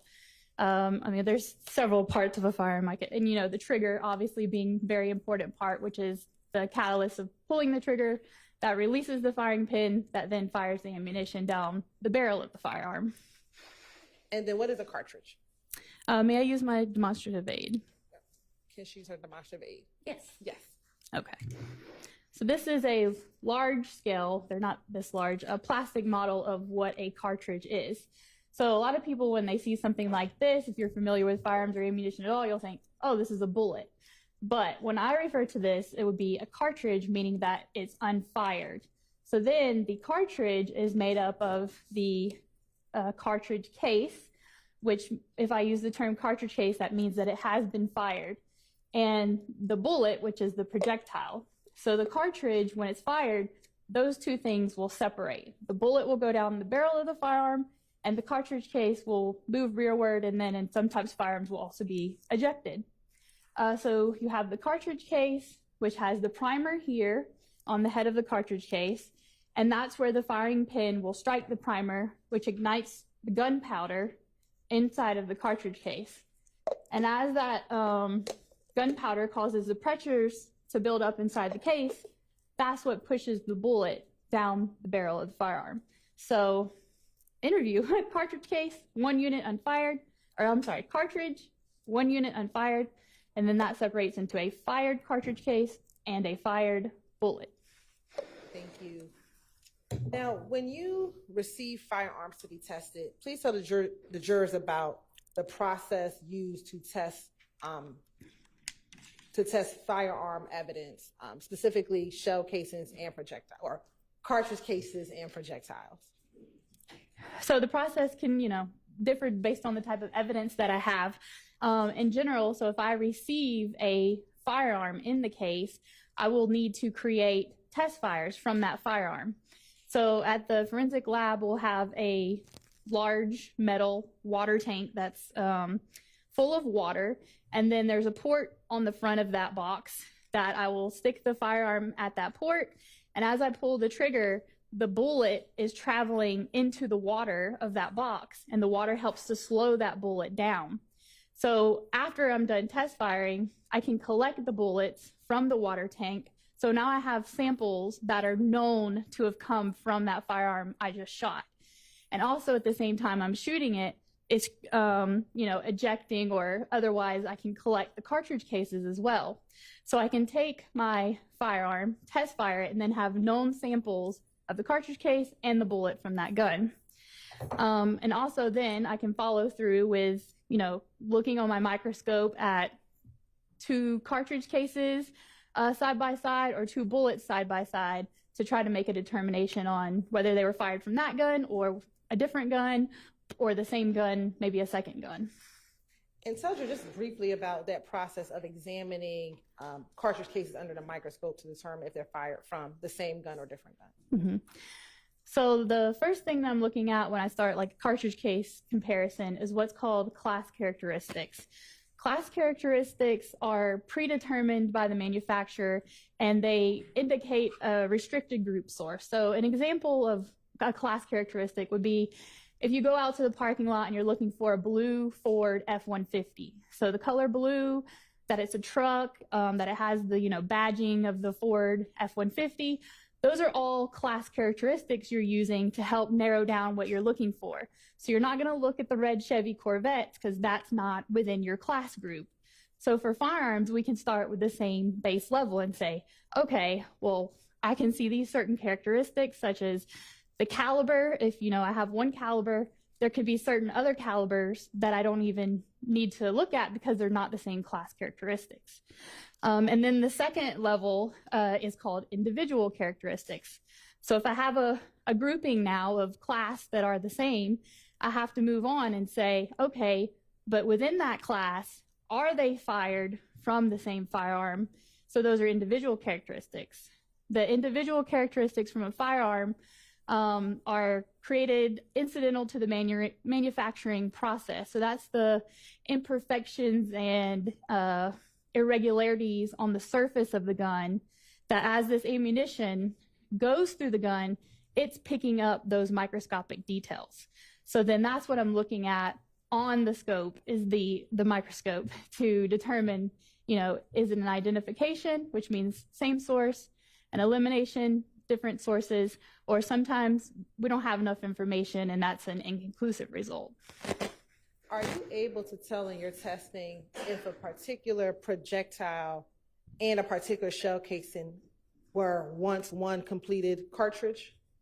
No, what we typically are doing is looking at cartridge case to cartridge case and bullet to bullet. So there wouldn't be a time that I would have looked at the cartridge case and the bullet together to try to determine if they were once one piece of ammunition.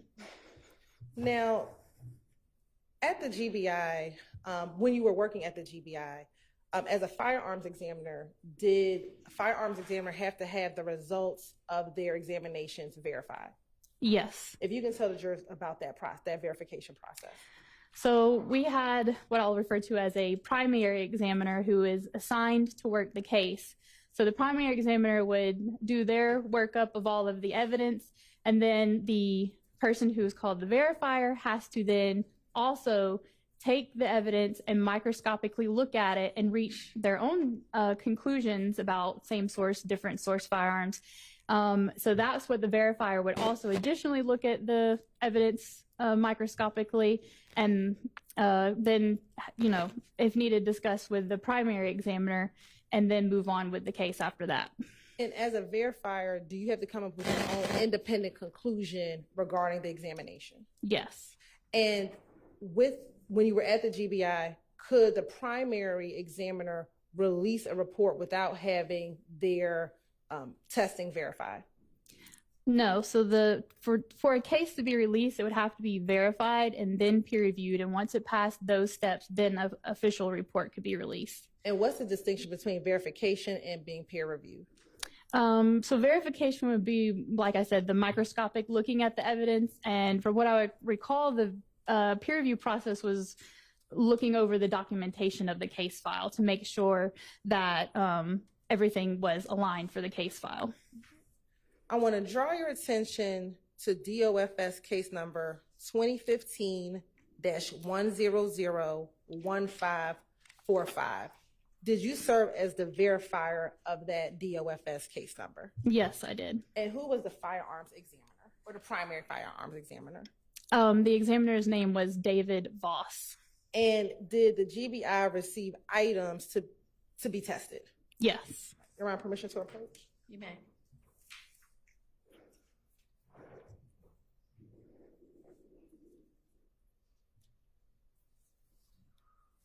Sorry.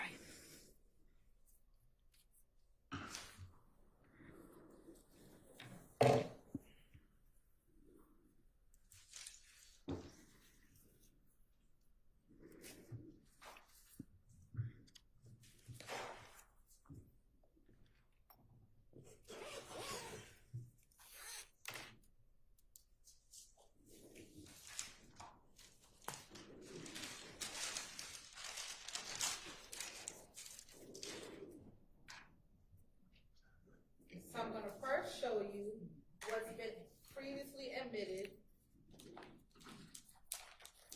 as State's Exhibit 318, Yankee Charlie, 318, Yankee Bravo, 318, Yankee Alpha,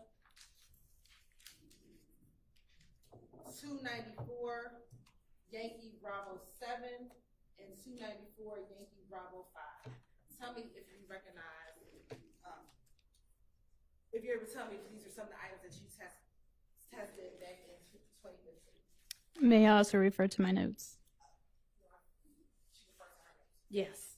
Thank you.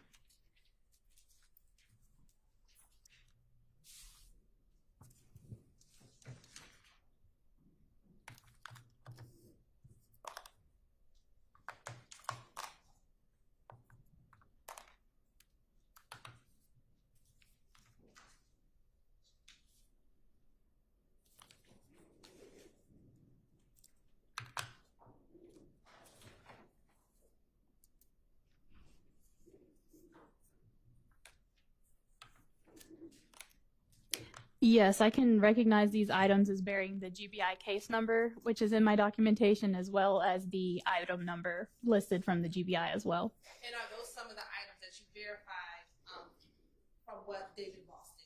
Yes.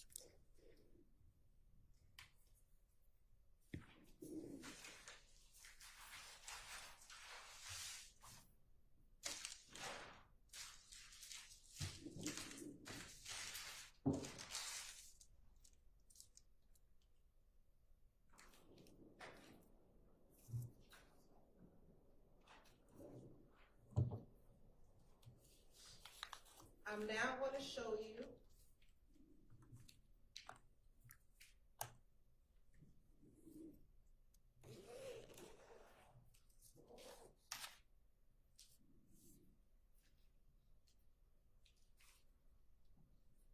what's been admitted as State's Exhibit 294, Yankee Bravo 11,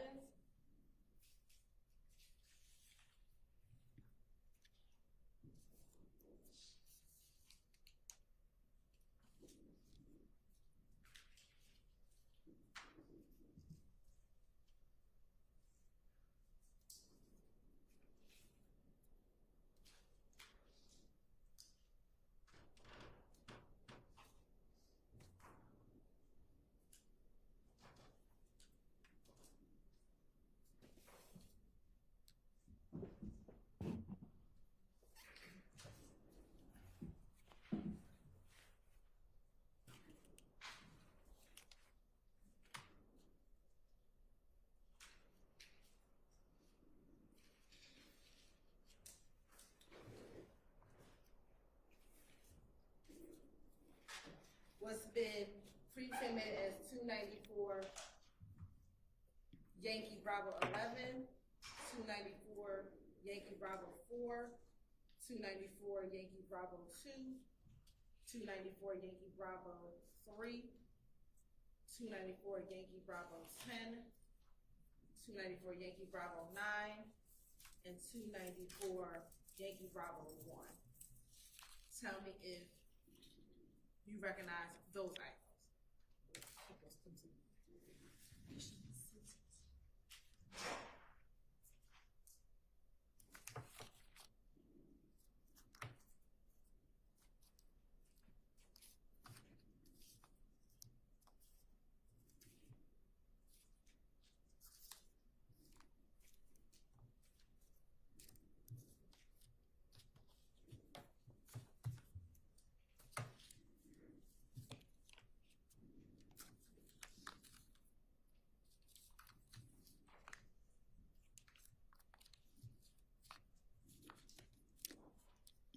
Yes, these packages also bear the same GBI case number and item numbers associated with the verification that I did.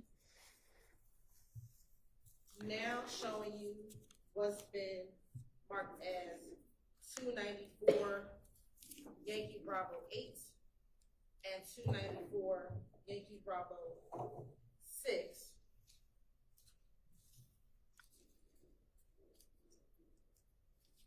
Some do you recognize those?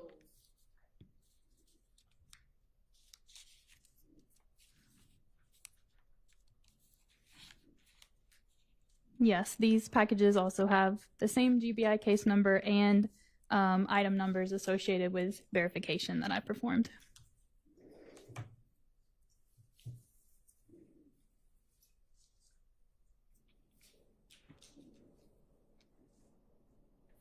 Now showing you what's been already admitted as Exhibit 294 Yankee Alpha 24, 294 Yankee Alpha 25, 294 Yankee Alpha 26, and 294 Yankee Alpha 27.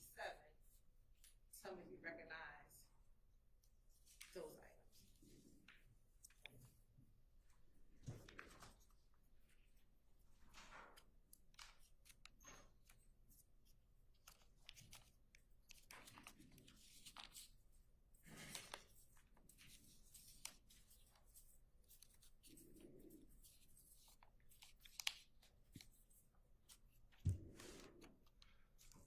Yes, each of these packages also labeled with the same GBI case number and item numbers associated with my verification.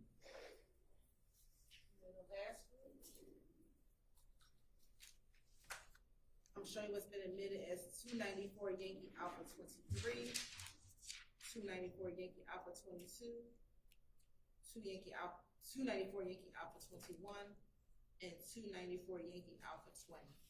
How do you recognize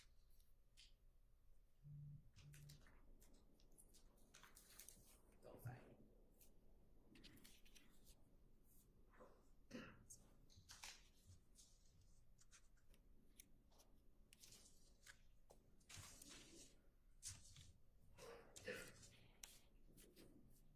Yes, these packages also all have the same GBI case number and item numbers associated with verification I performed. And when we talk about the item number, what are you referencing? So each of the packages have the item number that was assigned at the GBI. So that would be a different number than what she's calling off. It would be a GBI association number. And in order to complete your testimony, is it easier to identify it using the GBI item number? If that's possible, that'd be great. Okay. What I would ask for you to do is, as you identify them, use both the GBI number and the state's exhibit number. Can you do that? For every time I refer to it, or the first time? The first time, and when we group them together. Okay. All right.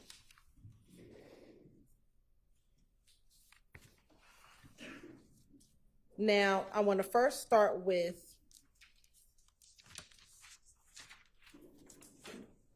your GBI item number 2A, 2B, 2C, 5B06, and 5B08. Do you have those? Yes, ma'am. All right. If you can first identify 2A, what exhibit number is 2A? GBI number 2A is States Exhibit number 318, Yankee Bravo. And are you able to open up that particular exhibit? Yes. And then I'll ask you to go to 2B. And you can keep it open. I'll have you show it at the end when you finish opening up all three of those.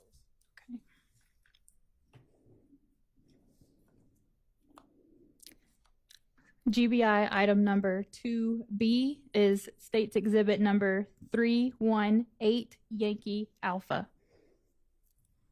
And looking at States Exhibit GBI number 2C. GBI item number 2C is States Exhibit number 318, Yankee Charlie.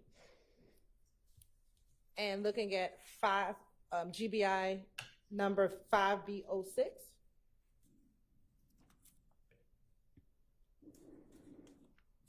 GBI 5B.06 is States Exhibit number 294, Yankee Bravo 7. And then last GBI number 5B.08. GBI item number 5B.08 is States Exhibit number 294, Yankee Bravo 5. And are you able to open up the 294 item? Oh, here's the scissors. Would you like me to? Yes. Okay.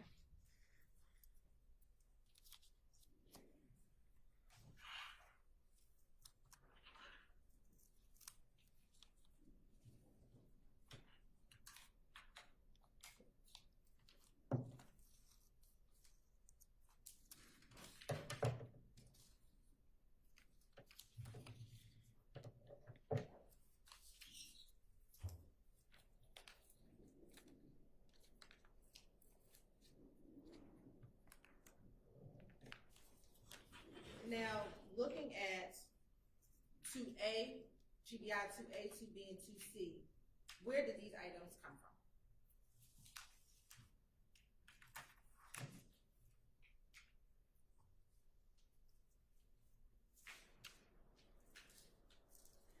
from? Each of those containers has a piece of paper with information indicating they are from the Fulton County Medical Examiner's Office. Would you like me to read the rest of the label? Yes, please. Okay. And I can refer to it by GBI number now? Okay, thank you. So GBI item number 2A has a Fulton County Medical Examiner case number associated and an Atlanta PD case number written on this tag, as well as the name Donovan Thomas and the medical examiner's name. It has handwritten, maybe I shouldn't read it because it's doctor handwriting, but it appears to say right lateral, and the rest is illegible to me. It also has a date of 1/11/2015 and says next to that 026 and then a B and an M. And who was the medical examiner? It does say the doctor's name was Michael M. Henninger. And is that the same label consistent with all three of 2A, 2B, and 2C?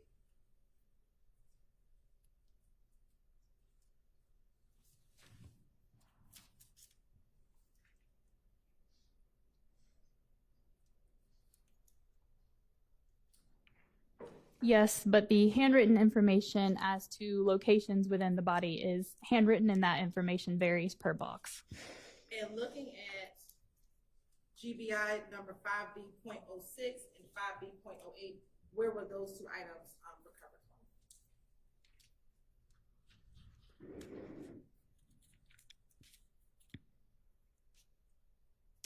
I can only read from the GBI label that it was submitted by the Atlanta Police Department. And is that the same for 5B08 as well? Yes, 5B08 was also submitted to the GBI by the Atlanta Police Department. And were you able to do any testing regarding those 5 items? Yes, I did. And what was the testing and what were the results? So for these, they are, I guess, varying degrees of fired bullets, meaning some of them appear to be portions of fired bullets or, because they can fragment and break off, etc. But for these, I did do a comparison to try to determine if they were fired from the same firearm. And I was able to determine that all 5 of these were fired from the same firearm. Okay. And were you able to verify the types of firearms or potential list of firearms that those items could have been fired from? I would have reviewed the work of the primary examiner on that, and he did provide a potential list of firearms. And were you able to then verify his list that he placed? I did note that I agreed with his what we called a DTW, which is a determined type weapon. So I did agree with that and noted it on my verification. And what were the type of firearms that could have fired those items? So he listed the AK-47 variant SKS 7.62 by 39 millimeters. All right.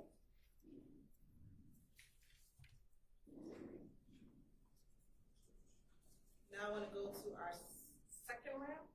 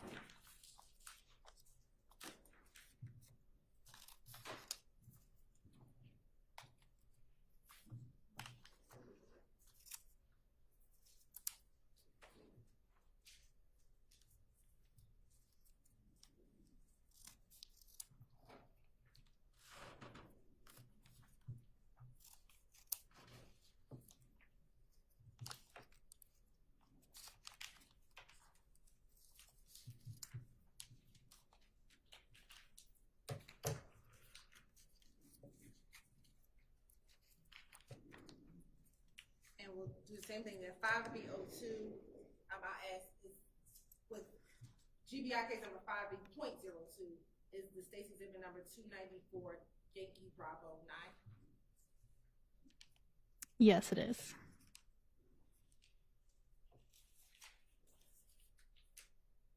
And for 5B.03 is the GBI case, the state's exhibit number 294 Yankee Bravo 10.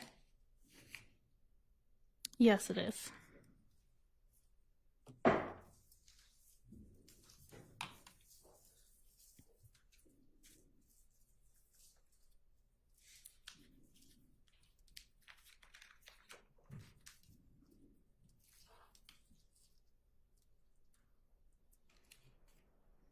.04 is the state's case number 294 Yankee Bravo 3.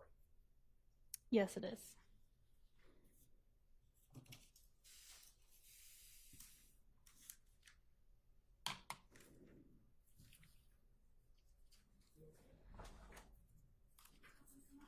Okay. Is this better?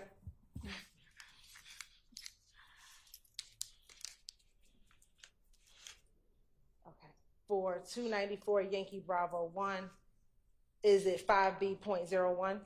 Is that the GBI case number? Is that a Bravo there? Yes, okay. Yes.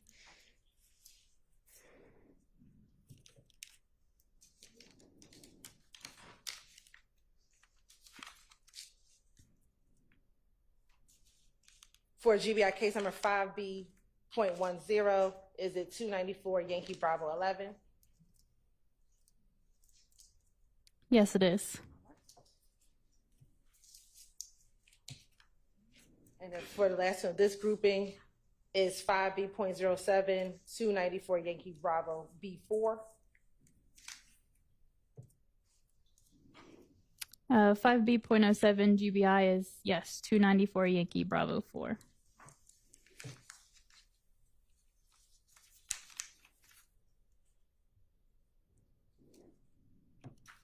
And then last, 5B.05, is that 294 Yankee Bravo 2?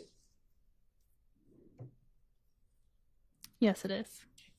And if you could tell Jory, what, if any, comparison analysis were you able to do for this group of exhibits?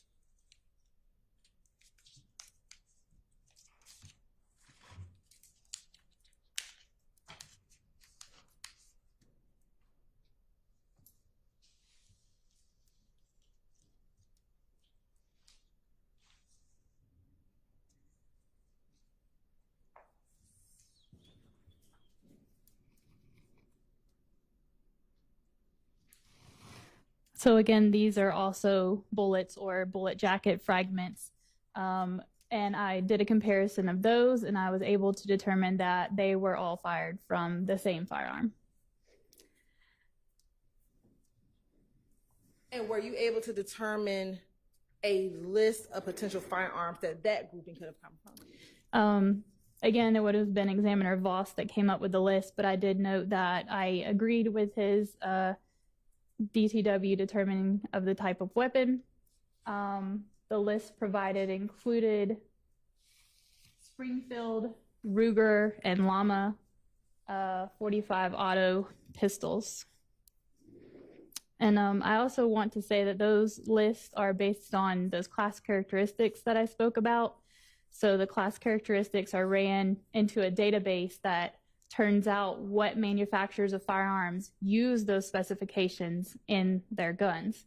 So that's where that information is coming up about what type of firearm manufacturer could have produced the class characteristics from these items.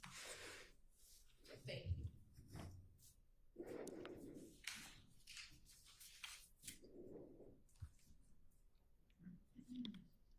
Now go to the third group, that's the 5B09 and 5B11.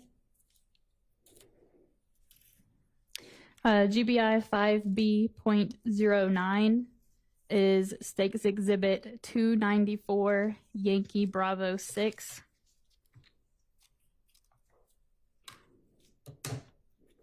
And GBI item number 5B.11 is States Exhibit number 294 Yankee Bravo 8.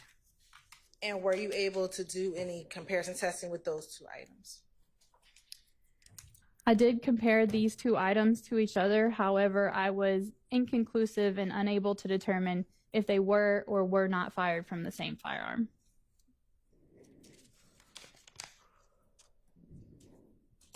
And what's contained in those two exhibits?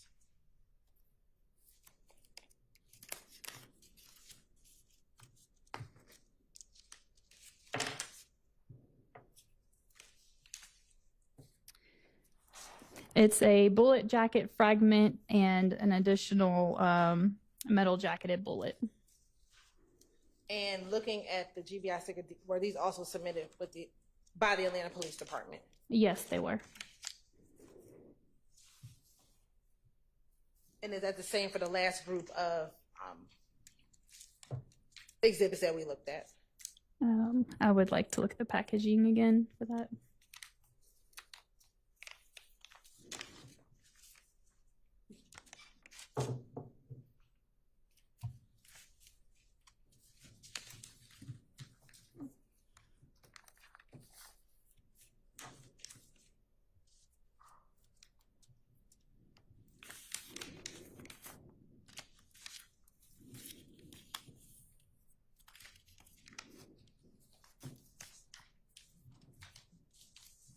Yes, even though each of those packages were also labeled as being submitted to the GBI by the Atlanta Police Department.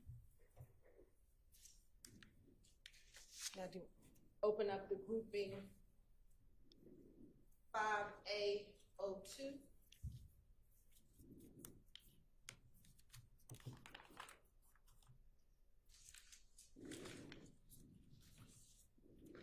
I do not have that group.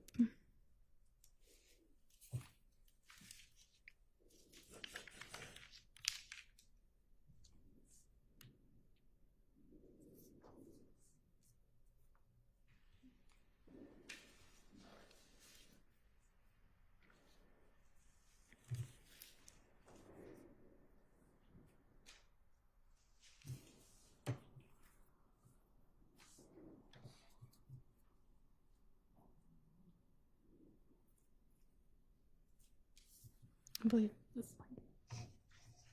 Well, we'll start with the 5A11 and 5A18. Okay, so we do have the 5A02 group. I do have 5B.02. That's what we're just gonna. We'll start with 5A11 in the 5A14 group. Okay.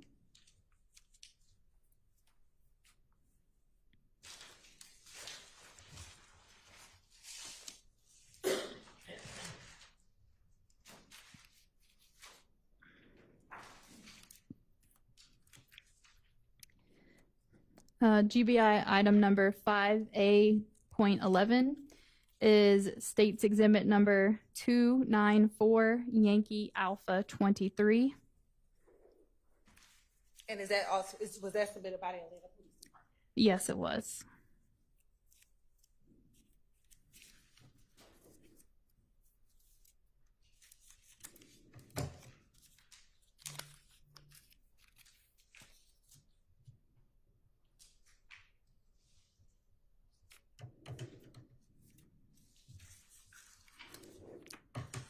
GBI item number 5A.14 is States Exhibit number 294 Yankee Alpha 22, and it also indicates it was submitted by the Atlanta Police Department.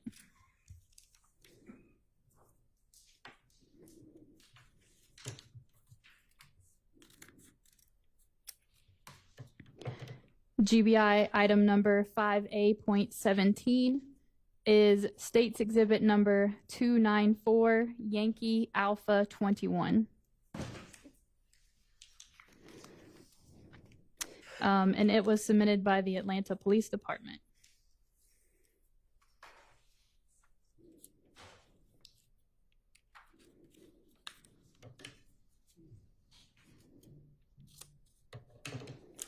GBI item number 5A.18 is States Exhibit number 294 Yankee Alpha 20, also submitted by the Atlanta Police Department. And were you able to do comparison testing on these items?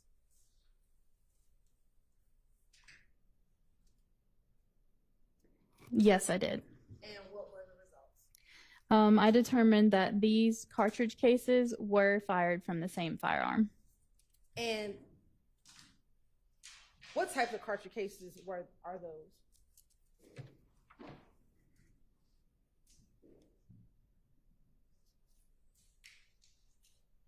These are 45 auto caliber cartridge cases. And were you able to determine from this group a potential list of firearms that these could have been fired from? May I refer to Examiner Voss's report? Okay, thank you.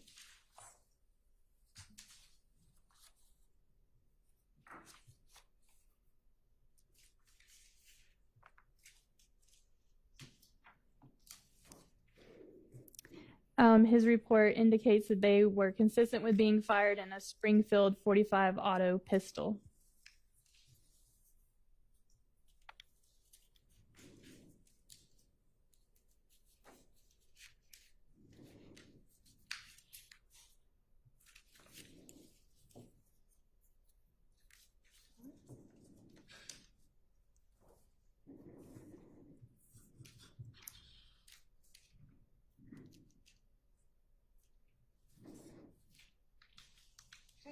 I'm going to hand you the group beginning with 5A.10.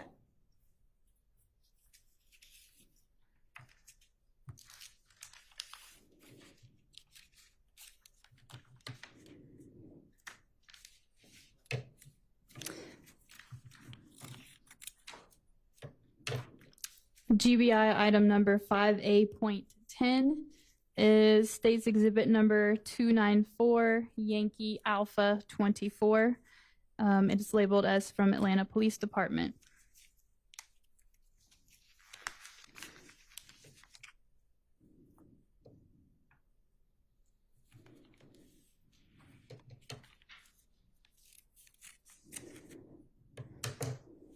GBI item number 5A.13 is State's Exhibit number 294, Yankee Alpha 25.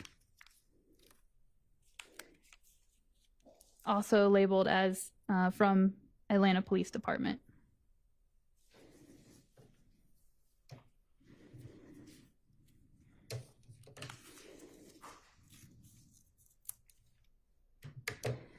GBI item number 5A.15 is State's Exhibit number 294, Yankee Alpha 26 from Atlanta Police Department.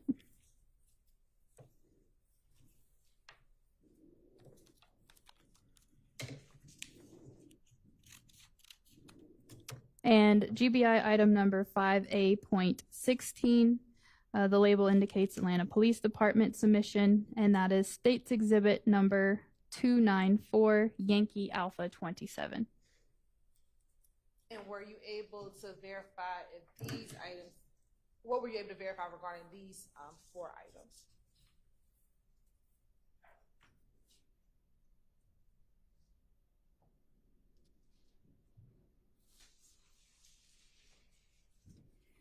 I determined that these were all fired from the same firearm. And were you able to come up with a list of what firearms these shell cases could have been fired from?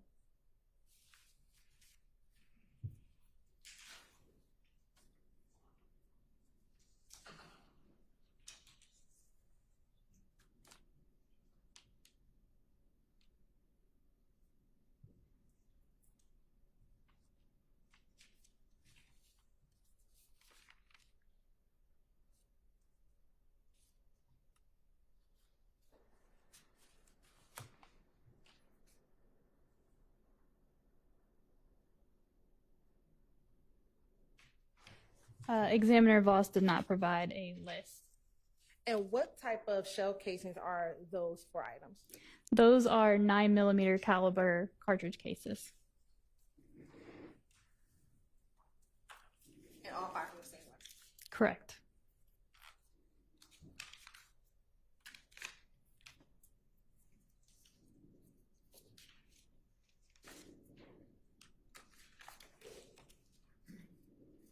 Ms. Hilton, just for terms of break, are you going to be much longer with this witness? It's fine if you are. I just wonder if we should. We can take a break because I have another large piece. Okay, let's take a break, and then we'll come back and continue with this witness.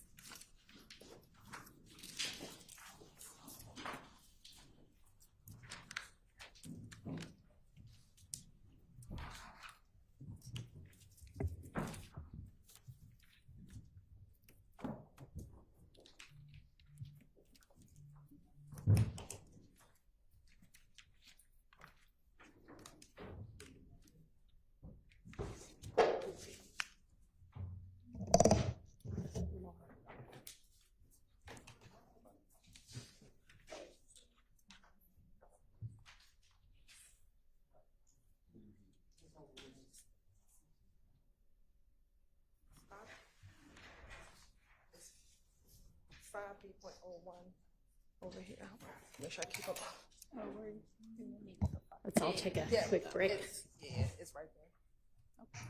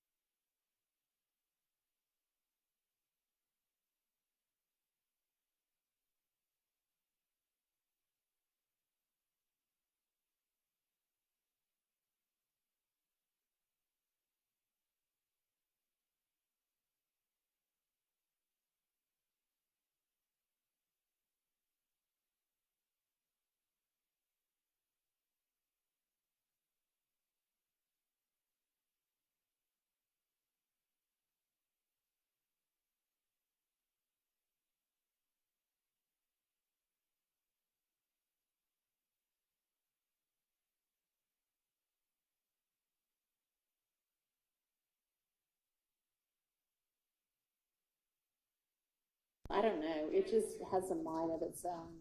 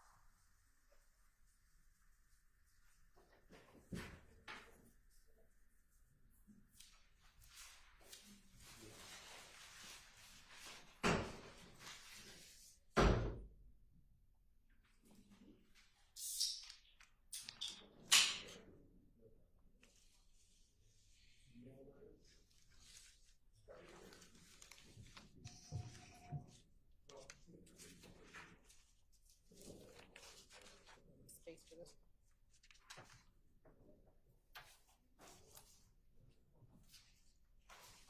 Cold in here now. It's cold in here now.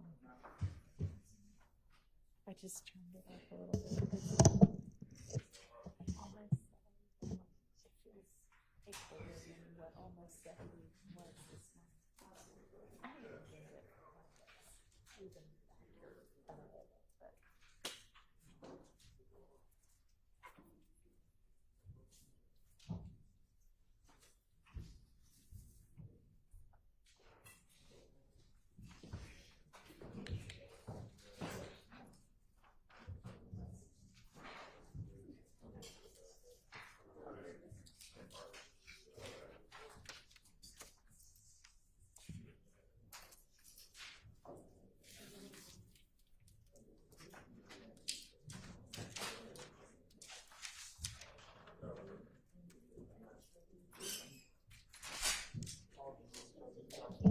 thank you. All right, go ahead, Ms. Hilton. Thank you. Now, we found that 5A group. If you can start with this first batch and identify both the GBI case number and the state's exhibit number.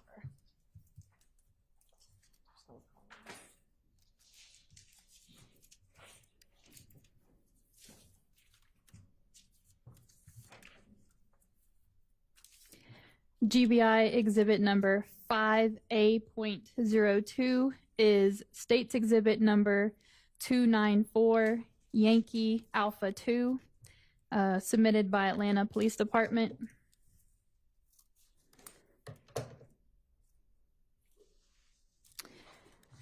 GBI item number 5A.01 is state's exhibit number 294 Yankee Alpha 1, Atlanta Police Department.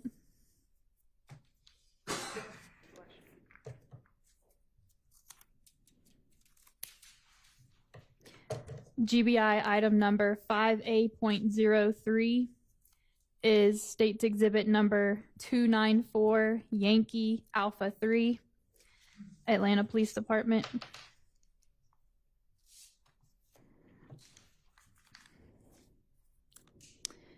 GBI 5A.04 is state's exhibit number 294 Yankee Alpha 4, Atlanta Police Department.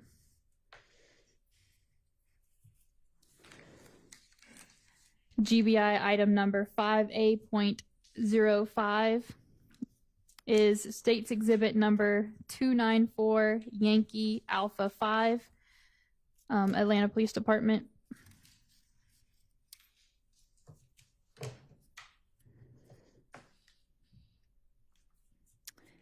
GBI item number 5A.06, submitted from Atlanta Police Department, is state's exhibit number 294 Yankee Alpha 6.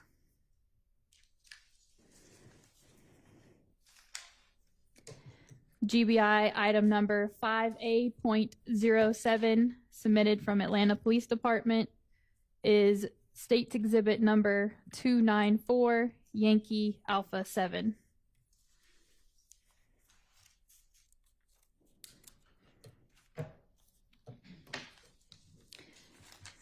GBI item number 5A.08, submitted from Atlanta Police Department, is State's Exhibit number 294, Yankee Alpha 8.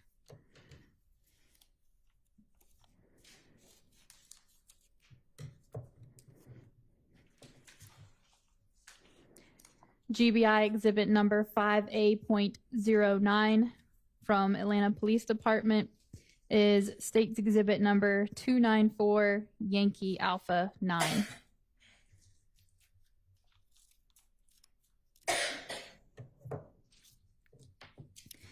And State's Exhibit GBI item number 5A.12 is from Atlanta Police Department and is State's Exhibit number 294, Yankee Alpha 10.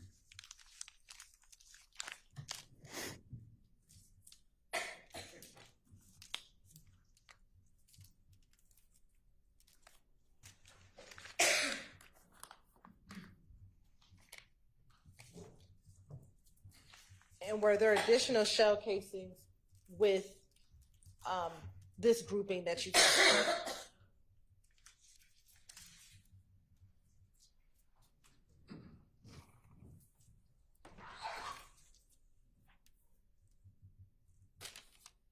Yes.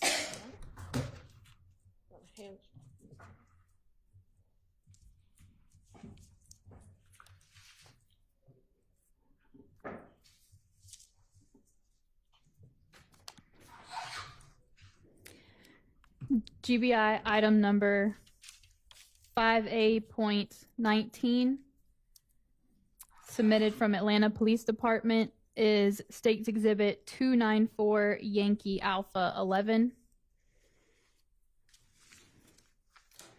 GBI item number 5A.20, submitted from Atlanta Police Department, is State's Exhibit number 294, Yankee Alpha 12.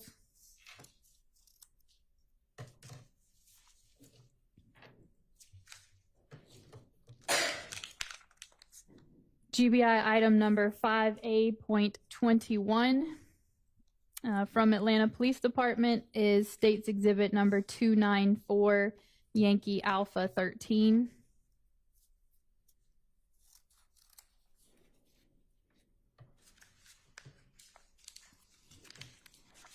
GBI item number 5A.22 from Atlanta Police Department is State's Exhibit number 294, Yankee Alpha 14.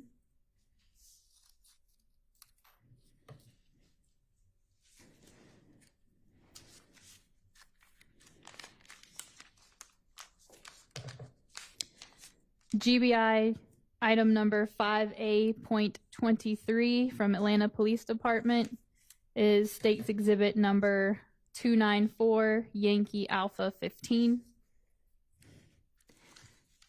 GBI item number 5A.24 from Atlanta Police Department is State's Exhibit 294, Yankee Alpha 16.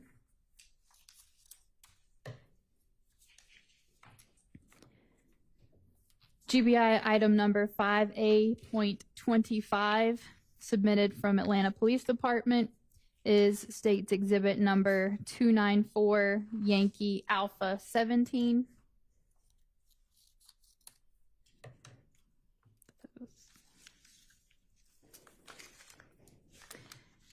GBI item number 5A.26 from Atlanta Police Department is State's Exhibit 294, Yankee Alpha 18.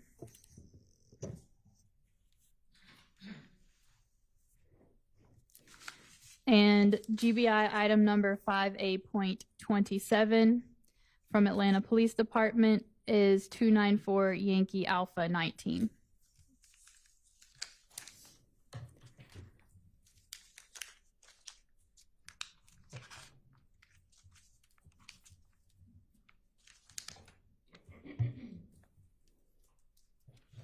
And I'll first ask, in total, how many shell casings are these? How many shell casings are these?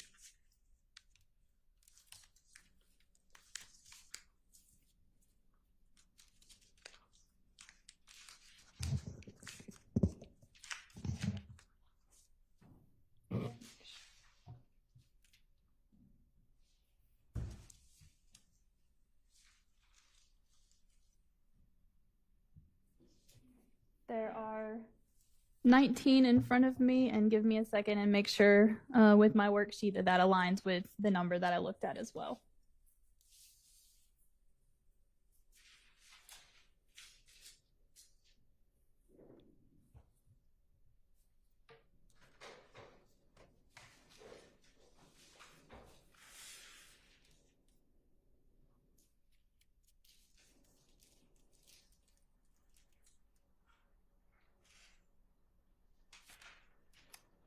And I examined 19 cartridge cases. And, 19. and what were the results of testing those 19 items? I determined that these 7.62 caliber cartridge cases were fired from the same firearm. And was there a list of potential firearms that those could have been fired from? May I refer to Examiner Voss's report?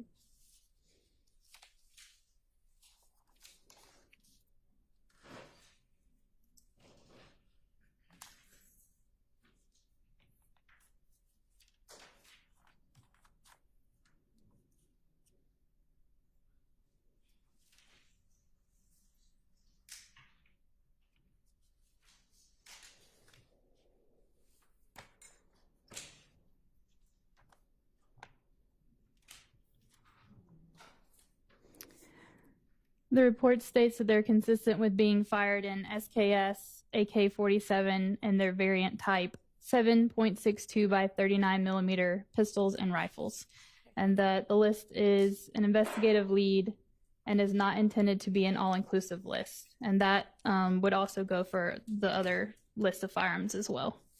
And earlier you said that the grouping 2A, 2B, 2C, 5B06, and 5B08, those are also consistent with being fired from an SKS or AK-47 style rifle. Is that fair to say? That was the determination of the type of weapon, yes. For that first group, the 2A, 2B, 2C group, and then this last group, were they fired from the same SKS AK-47 type rifle or different? So that is a comparison of a bullet grouping versus a cartridge case grouping. So like I discussed earlier, I would not have compared the bullet grouping to the cartridge case grouping.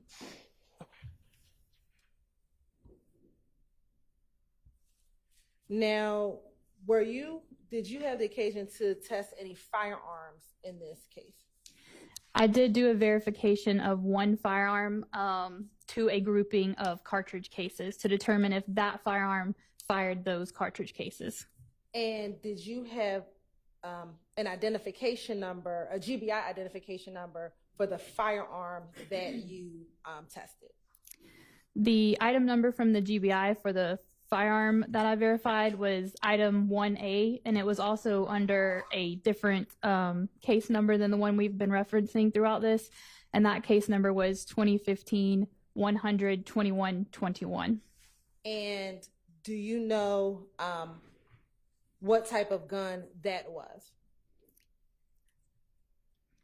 I would have to refer to Examiner Voss's report. Would it help refresh your memory? Yes. Okay.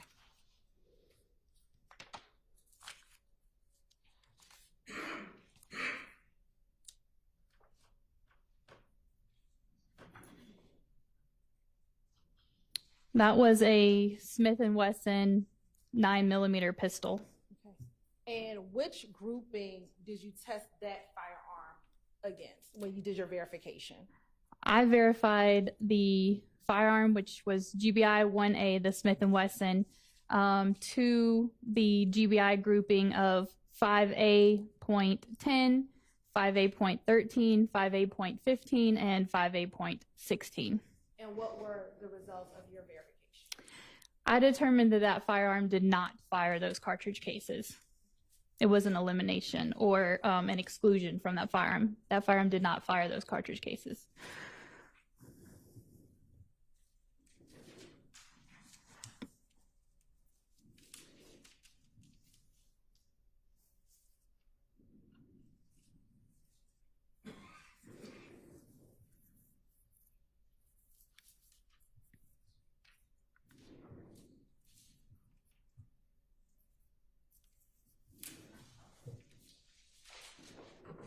doing the verification, what would have been your next step,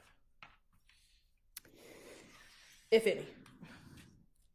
I know that I also was the peer reviewer on this case, so I would have served as the peer reviewer, which, like I said, it was the primary examination, then verification, then peer review, then the release of the official report. So the next step after I verified it would have been to look over the documentation of the case file. And did you do that in this case? Yes.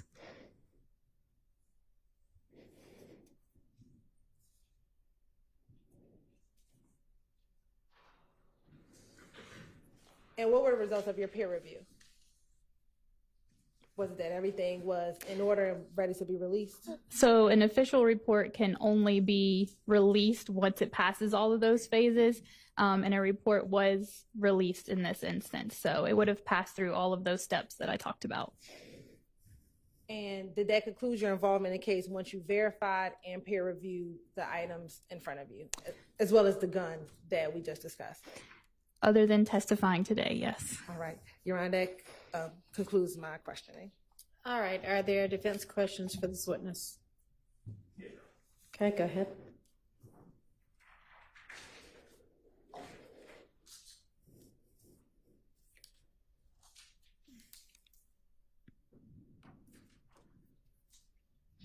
Kelly, good afternoon, ma'am. Good afternoon.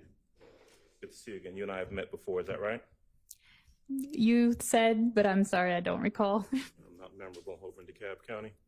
I have testified in DeKalb County, but I try not to remember. It's not just me. All right, so I've got just a few questions for you, if you don't mind. So I heard you testify about everything that you've got in front of you, and you made reference to reports and peer reviewing.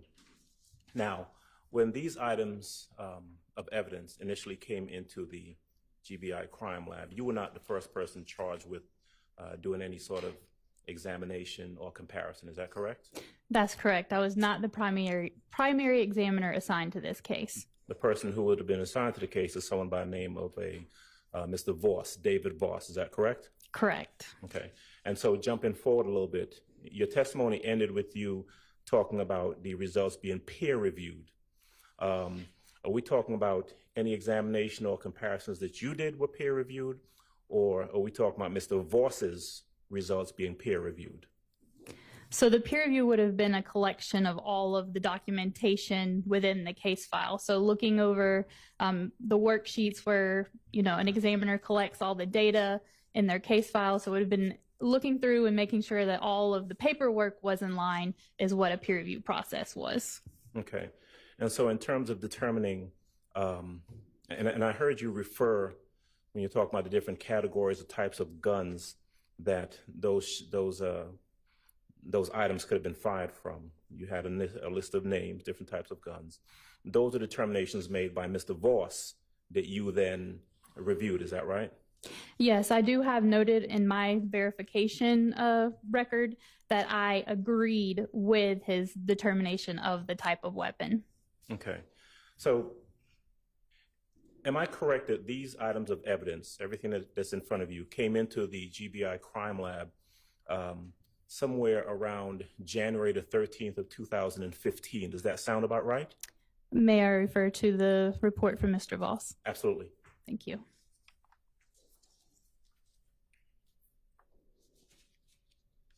Would you like for me to read the dates specifically off the report? No, if it helps to refresh your recollection by looking at the report as to what date those items of evidence came in, that's all I'm looking for. So there was a submission on January 13th of 2015 from Atlanta Police Department.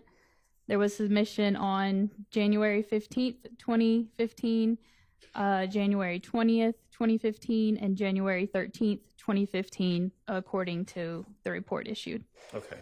And customarily, when these submissions come in to the GBI crime lab, they come in from a particular agency. In this case, it would have been the Atlanta Police Department, correct?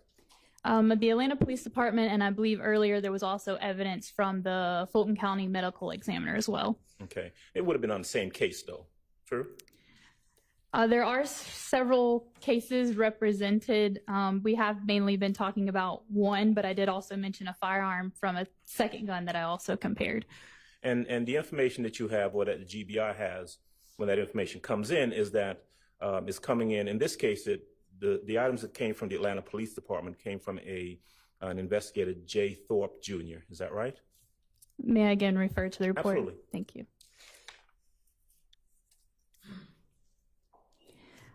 J. Thorpe Jr. is listed on the report by Mr. Voss as the requester. And as these items came in, it made reference to case individuals, and specifically it made reference to a victim, the victim's name being Donovan Thomas. Is that right? The name Donovan Thomas is listed as a victim on the GBI report issued by David Voss. And that information, the case individuals, information submitted by Investigator Thorpe, also has 2 subject names, correct? Yes, it does. One is Quintez Griffin. Correct. And the other one is Kenneth Copeland. Correct. And those are the subjects listed on the request for evidence examination or testing that was submitted by J. Thorpe Jr. back in January of 2015. I don't know when those names would have been applied, but it is true that the report does list those individuals and that J. Thorpe was the requester. All right. Ms. Kelly, that's all I've got for you. Thank you. Thank you. Mr. Sharp?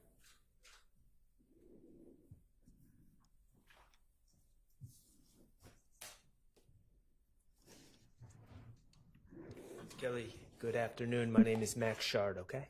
Nice to meet you. Nice to meet you. As I understand it, you are an expert in firearms and the mechanics of firearms. Is that fair to say? More so the microscopic comparison of things, but I also am trained in, how they work and how that leads to the microscopic markings as well. Okay.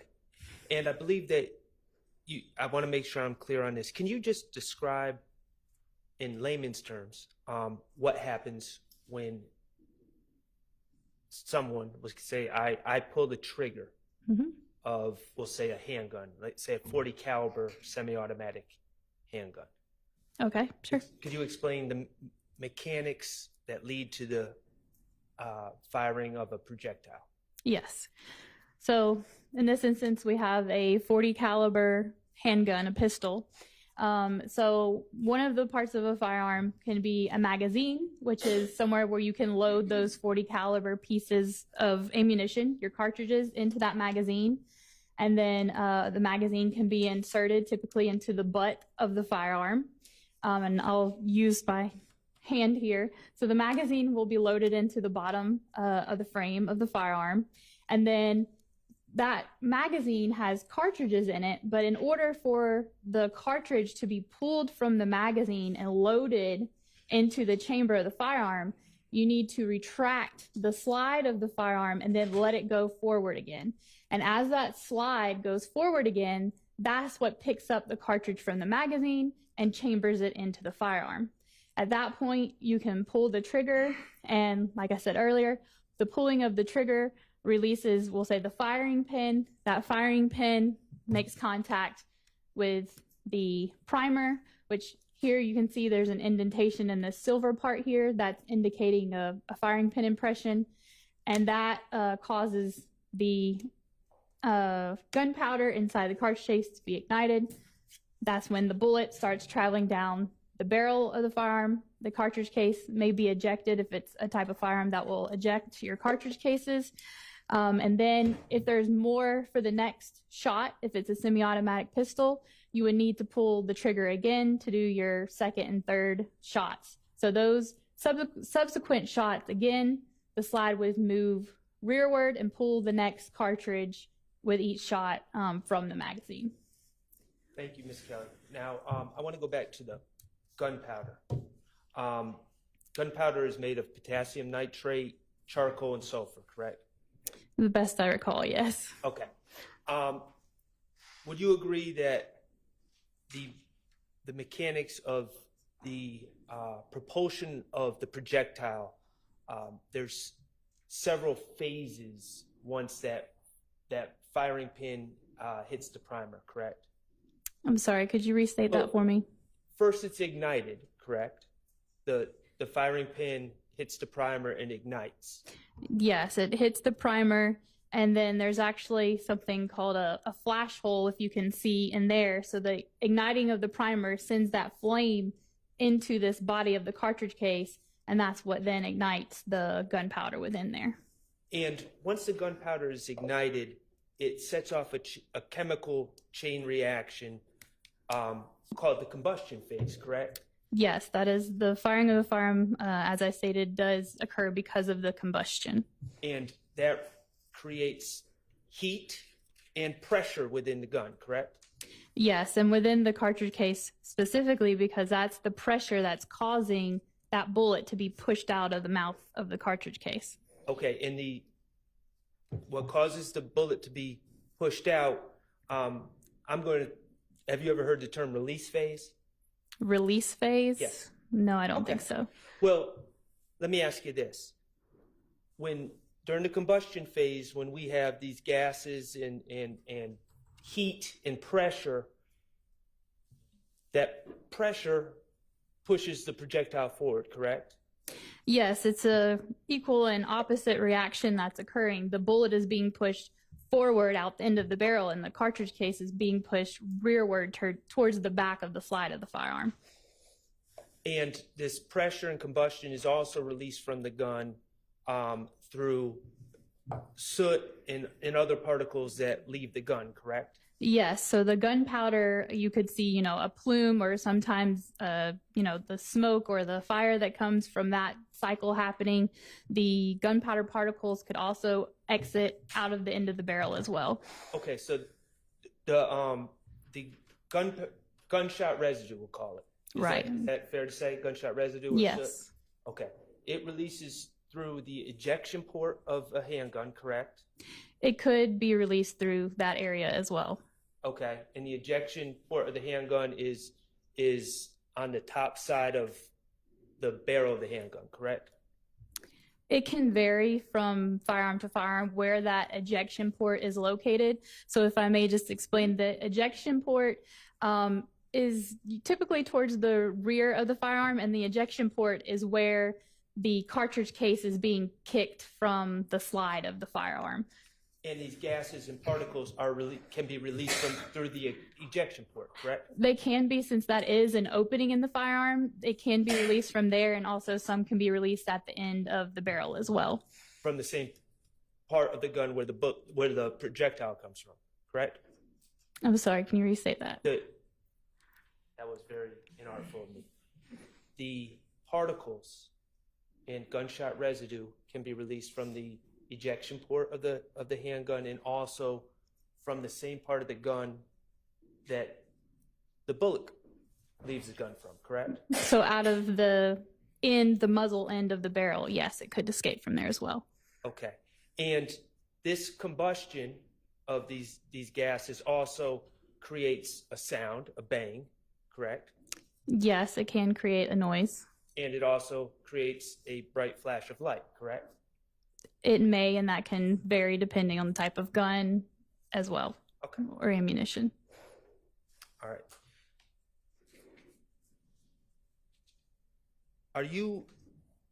I don't want to go beyond what you're comfortable testifying to. Do you know approximately how many microscopic particles are released from the gun when a projectile is fired from a gun? No, I do not. And when we're talking about these microscopic particles, are these the same particles that are ultimately tested for when we talk about gunshot residue testing?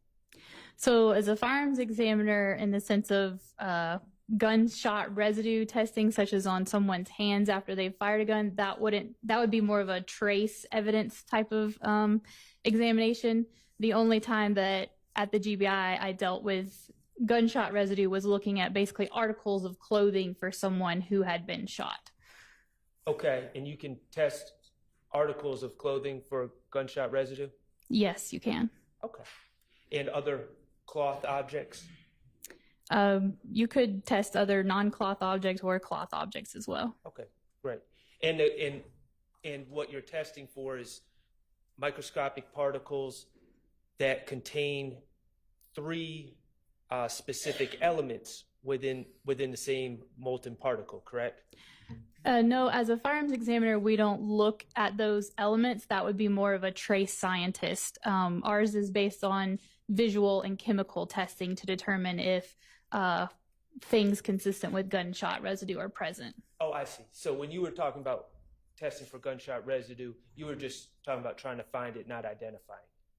Yep. Right. I would have done a physical examination to visually look for pieces of gunpowder residue, but not the elemental analysis would be a trace type of examination. So the questions about the gunshot residue identification would be better for a trace analyst. Yes. Is that what you're saying? Okay. Well, thank you for telling me how a gun works. All right. Does any other defense attorney have questions for this witness? No. All right. Is there any redirect?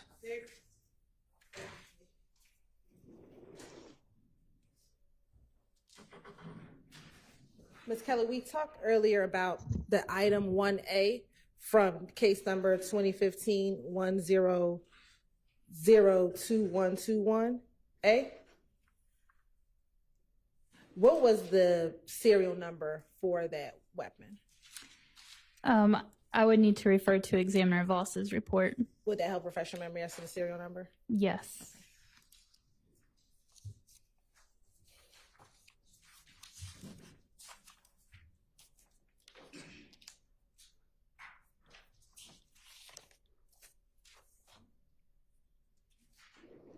The report from Examiner Voss lists GBI exhibit number 1A for case number 2015-100-2121 as a Smith & Wesson 9mm pistol with serial number Hotel Foxtrot 3719. So that's HFF 3719. And I'm going to approach you with State's Exhibit 470Y. Is that a copy of Mr. Voss's report that you've been referencing on both cross-examination and direct examination?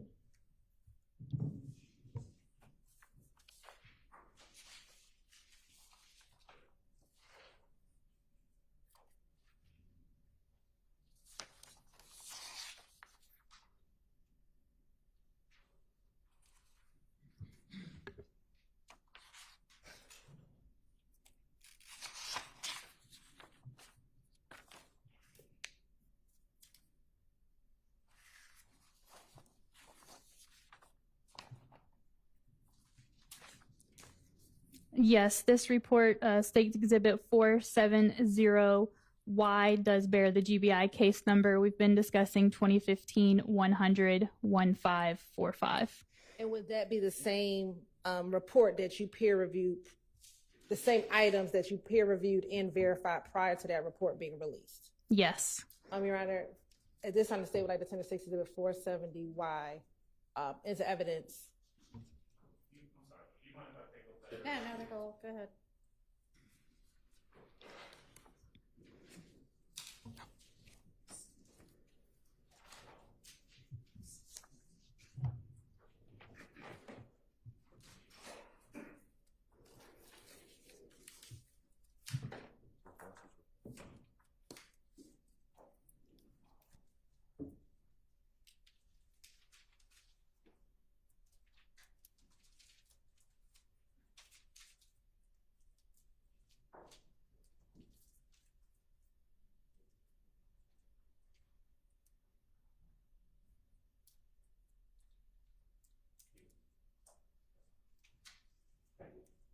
Sure.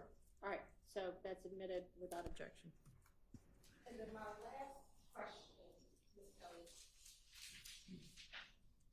do you know the effect, if any, Turn that mic back on. I think they turned it off when they were conferring.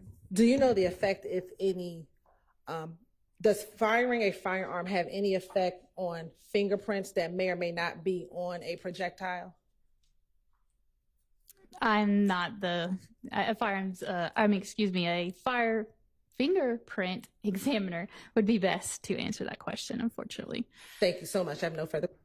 Any recross? Okay, thank you for your time, and you are excused. Thank you. With respect to our next witness, I need to just approach you briefly. Okay.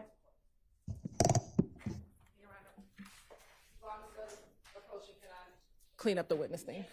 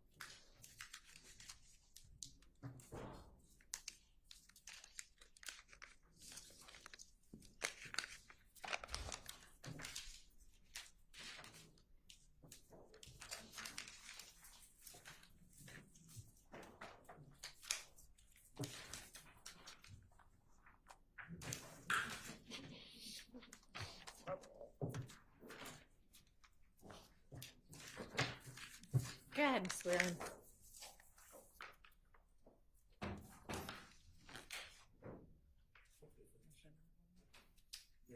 Yes. You swear affirm testimony you give the truth, whole truth, nothing but the truth? I do. Let's see. State split first and last name. First name Michael, Michael. Last name Sprinkle, Sprinkel. Good afternoon, Mr. Sprinkle. How are you? I'm doing very well. How are you? I'm well, thank you. Mr. Sprinkle, would you please tell the jury where it is that you work? I am a deputy district attorney at the office of the Fulton County District Attorney here in Atlanta, Georgia. And what are your responsibilities as a deputy district attorney here at the Fulton County DA's office? I am over the unindicted homicide unit. And what this means is that I receive case files from the various police agencies here in Atlanta, and I review these case files, and I prepare the cases for indictment, which basically means I prepare the charging instrument, that being the indictment, and I also make recommendations as to other investigative steps that we might take prior to presenting the case to the grand jury. All right. Now, when you said all of the investigative agencies here in Atlanta, is that all of Fulton County that you look at cases for? Yes, more broadly, Fulton County, not just Atlanta. All right. Now, prior to working, first of all, how long have you worked as a deputy district attorney over the unindicted homicide unit? Specifically as a deputy, I was promoted to deputy in late 2021. I've worked in essentially the same capacity since October of 2013, meaning that since I've been in the role wherein I receive case files from the various police agencies in Fulton County and then review them. Do you know how many of those case files approximately that you have received since you've been in that role as a unindicted homicide unit and writer? Do you know how many case files you've reviewed since you've been at the DA's office? Well, over 10 years. I've been doing this over 100. It's going to be over 1,000 case files. Oh, well, all of those homicide case files? Well, no, they're not all homicide case files. Now, what other kind of case files then would you have been reviewing? In my current role? Yes. Well, every now and then I'll be assigned some sort of special case or investigation. Off the top of my head, do you want me to get into specifics? No, I just want you to tell the jury generally what other types.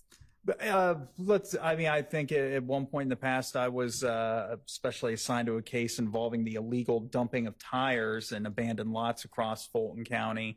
There was a terroristic threats case that I dealt with at one point, just cases like that. All right. Now, when you get a file from a law enforcement agency in Fulton County, is the file always complete to the point that you're satisfied with presenting it to a grand jury? No, not always. Oftentimes, maybe not more often than not, but so maybe sometimes is a better word. On reviewing the case files, I find that there are deficiencies in the investigation. All right.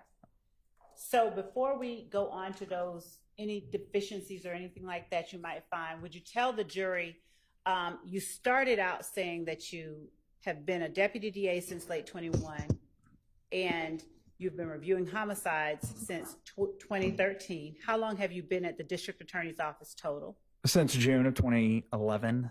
And what roles have you held there since that time? So my first role, my first day at the DA's office was June 21st, 2011.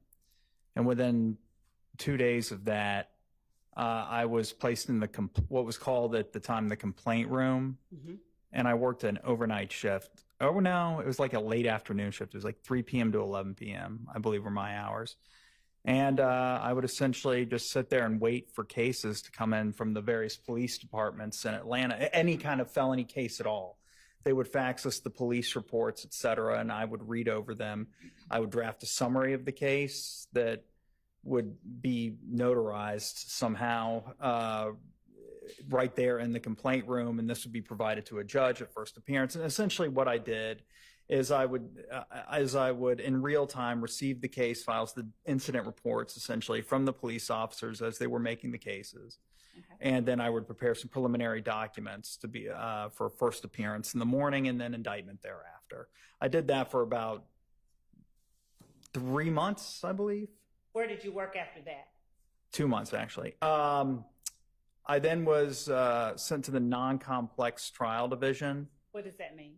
Non-complex at that time, and it may be this way at this time too, I don't know, but at that time it was a division within the Fulton County Superior Court that handled or concerned certain felony offenses that were considered lower level in severity than others, such as simple possession of coke. Your Honor, his background is what I'm establishing, and I'm asking him to just give a brief summary. All right, well, it's not particularly brief in the summary, so let's get a little bit more brief. Let's go a little bit more brief. What did you do as a attorney in the non-complex trial division? I basically just handled the prosecution of lesser felonies like possession of drug and minor theft. After how long did you stay in the non-complex trial division? I believe 6 months. Okay. Where did you go after that? The trial division. And what did you do briefly in the trial division?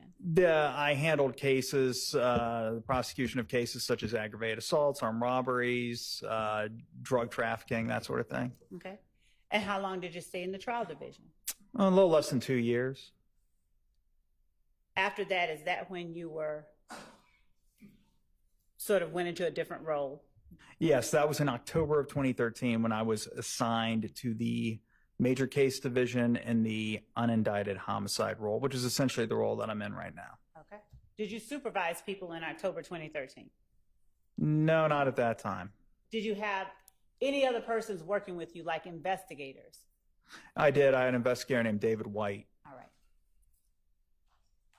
When you received a case, you were talking earlier, and actually, let me just back up quickly. Your educational background, just Well, majored in. I major in public policy at the Georgia Institute of Technology, and I got my law degree from Georgia State University.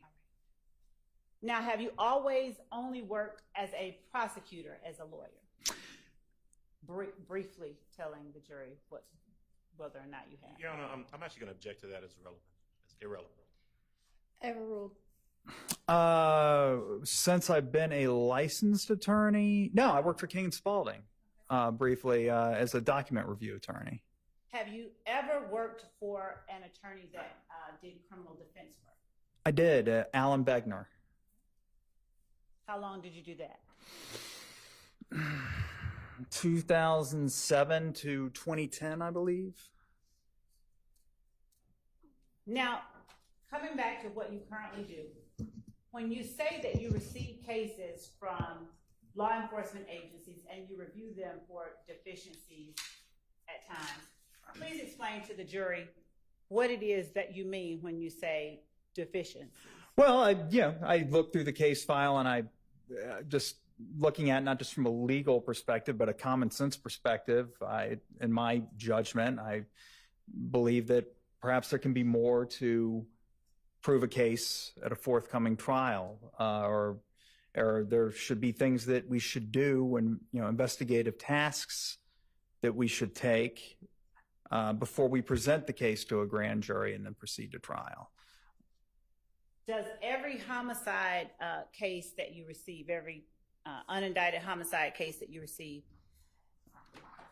include a suspect that has already been identified or warrants have already been taken out for a suspect? Oh. Rephrase. With every homicide case that you receive, have warrants already been taken out for a suspect? Not every case, usually. What have subjects or suspects been identified in every homicide case that you receive? Yes, I would say generally there's at the very least a person of interest. Okay. Under what circumstances do you receive case files where warrants haven't been taken out? Well, that could be an instance in which the police feel that they, like I said, have at the very least a person of interest in mind, but they would prefer the DA's office to review the case file prior to them. Generally the procedure is the police go to a magistrate and they swear, they provide some testimony to a judge, and then the judge, on hearing that testimony, decides whether a warrant should issue or not. If a warrant issues, then the person that the officer seeks to charge with the crime is presumably arrested on that warrant thereafter. But sometimes the police may feel it necessary to consult with me prior to doing that. So they'll send me the case file and I'll review it, and I'll consult with the police as to what perhaps they or we can do to improve the case and find more evidence prior to their seeking of an arrest warrant or are presenting the case to a grand jury. Are you a certified law enforcement officer? I am not a law enforcement officer. So what types of things, if you would tell the jury, is it that you are able to do that law enforcement isn't able to do when you get these cases that you feel should have more done? That calls for speculation. Why don't you rephrase? Okay. Would you tell the jury some of the steps that you take to obtain more evidence in the cases you receive when you believe that more evidence could be obtained? Well, I draft search warrants, which law enforcement officers that work for the DA's office review with me. I already mentioned investigator David White, but there have been others that I've worked with because the DA's office investigators are certified, post-certified law enforcement officers. Okay. And they work with me on the cases. And after I review the case file and discuss the case with them, I'll draft the search warrants and I'll go over it with the law enforcement officer, with the DA's office, and then they'll present it to a superior court judge. And so these search warrants can be for things like cell phone records, social media accounts, et cetera. I can subpoena things on behalf of the grand jury. Certain records for which finding a probable cause is not a condition precedent to receiving the records, like basic cell phone subscriber and incoming, outgoing call data can be obtained with a subpoena. I can do that. Also, I can also subpoena witnesses to the grand jury, which is something the police can't do. Do you collaborate with law enforcement officers in further investigating cases, in any of the homicide cases that you receive? Yes. Do you discuss with them steps that they might take to strengthen or to better investigate their cases? All the time, yes. So are they also capable of drafting these search warrants for cell phone records, social media, and all of the things you just testified about to the jury? Yes, they are. So why is it that you then would need to be doing these things with files that you receive from a law enforcement agency? Well, sometimes, not all the time, but sometimes after the police make an arrest, they feel like their work is done, essentially. I really don't know how to articulate that any better than I just did.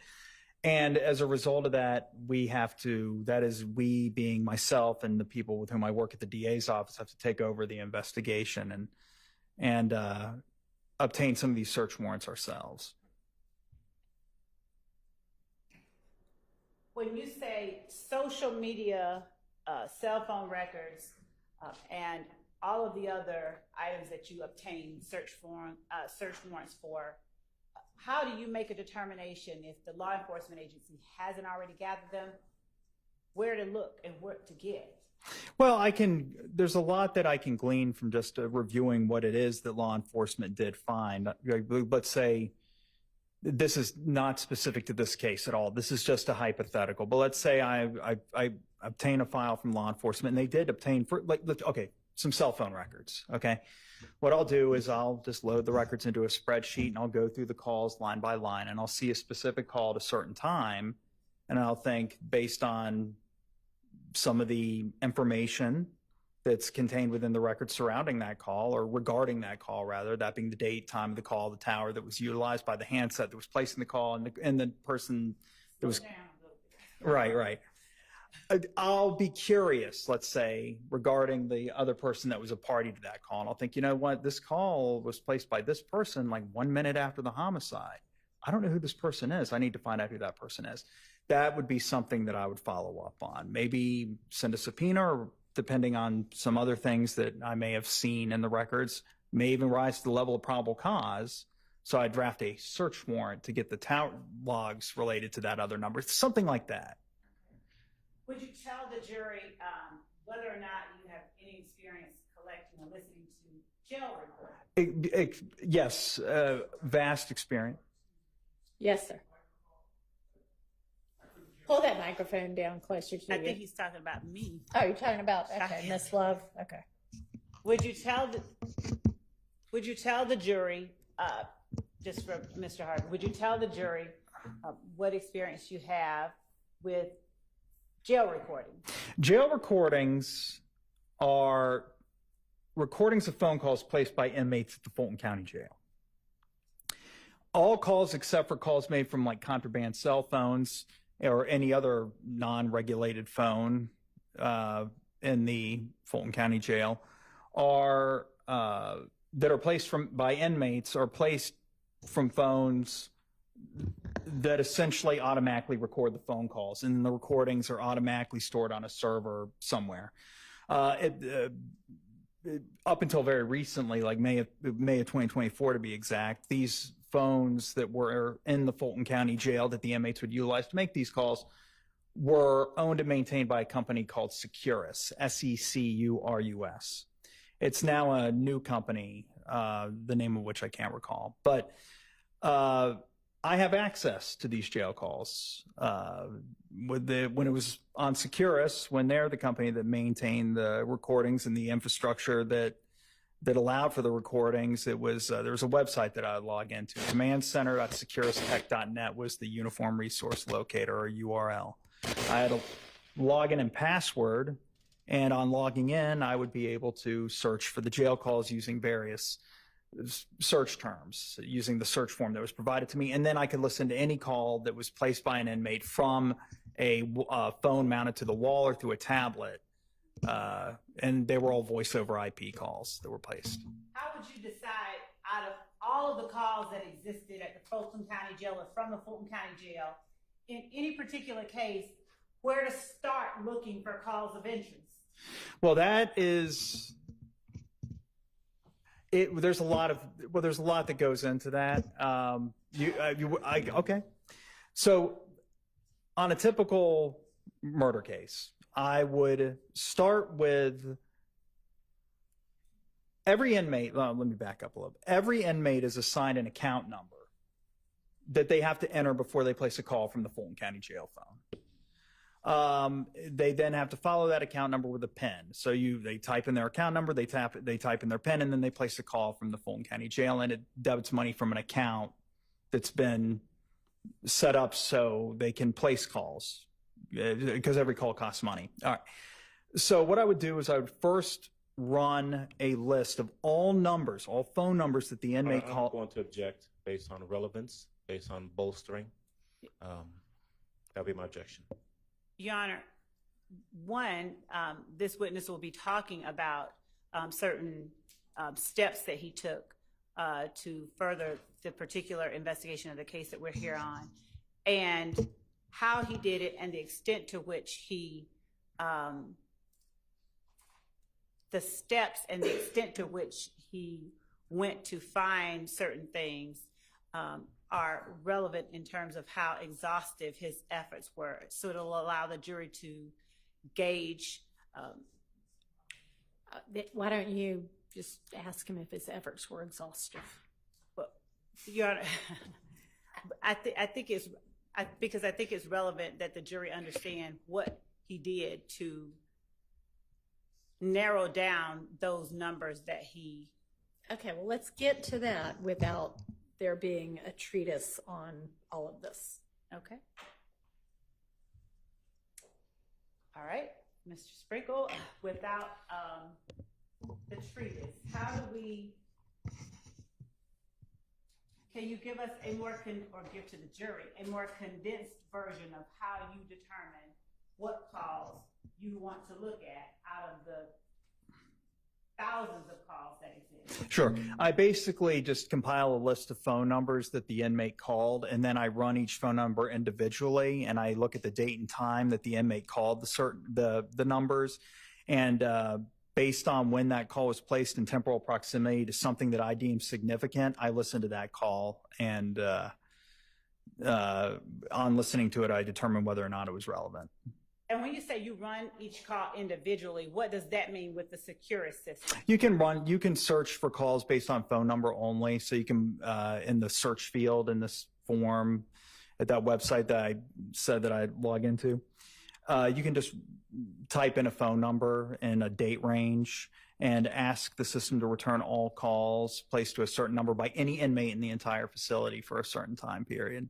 Are inmate names always associated with the PIN number, or inmate calls rather, please forgive me. Is a call by an inmate always associated with the PIN number that inmate has been assigned? No, not at all. It's very common for inmates to utilize each other's accounts, rather, to place calls. what about when a person is first booked into the jail? Is there an account or a PIN number associated with that person? No, those calls placed from the booking area, they are not required, nor do they have an account and PIN number to even utilize to make the call. So those calls, they don't need to enter any account information. So the only way you can find calls from the booking area or the lobby area, but for you, you're relevant to your question, the booking area, when the inmates first get there, is to search by the phone number specifically. Okay.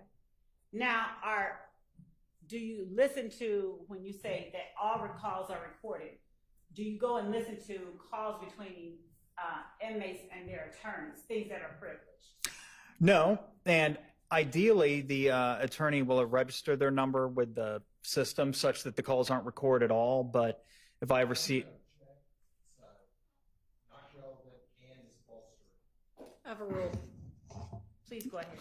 Yeah, and if I do see calls from attorneys, then I just don't listen to them, and I just disregard those. Okay. You mentioned contraband cell phones. Would you explain when you said that except for contraband cell phones, you try to listen to the calls that are made from the jail?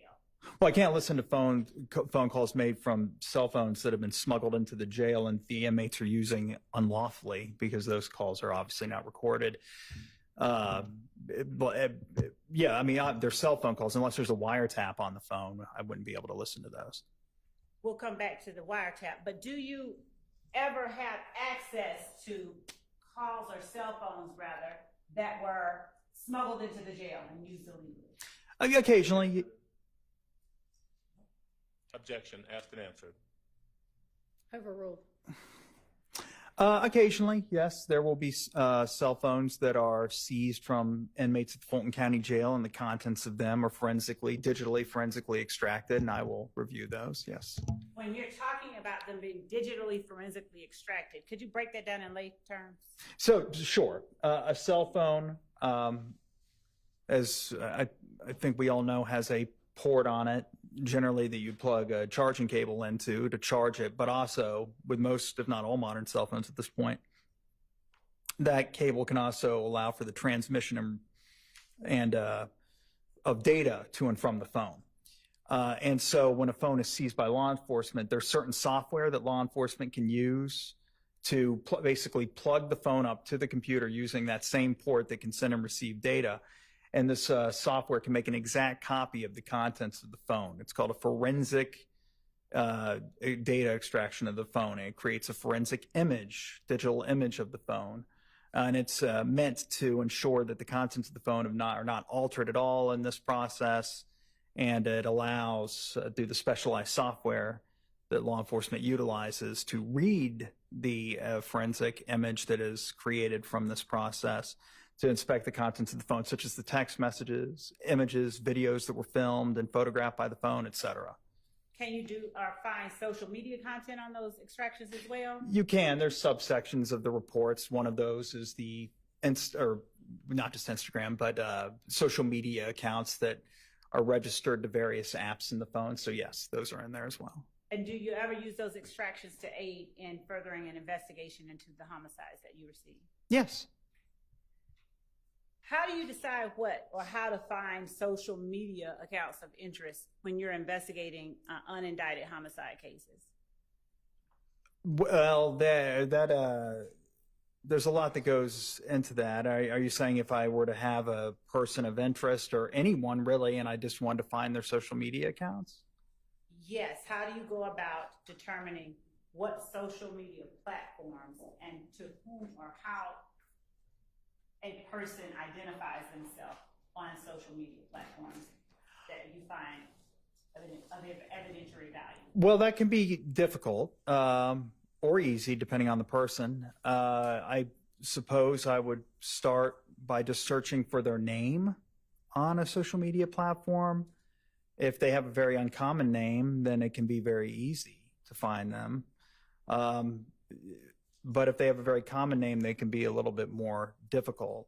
You use things like phone numbers or Do you use things like phone numbers to narrow that down? Yeah, so there was a time where if you had someone's cell phone number and you ran it through Facebook in the search field, it would actually just return their Facebook profile. Facebook doesn't do that anymore. So that, you're right, that was one method. Most social media platforms today, I'm not aware of any that allow you to find, except for Cash App, which I wouldn't really consider a social media platform. But things such as like Snapchat or Instagram or TikTok, et cetera, I'm not aware of any of those that allow you to search by phone number now.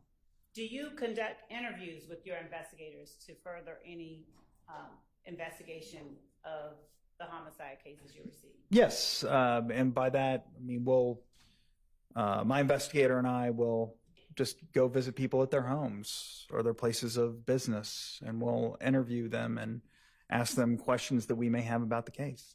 And when you do that, do you write up a report, or do you in any way include or somehow memorialize that interview? So there's a couple of things I do. I'll audio record the interviews, and I will generally write a report summarizing the contents of the interview as well.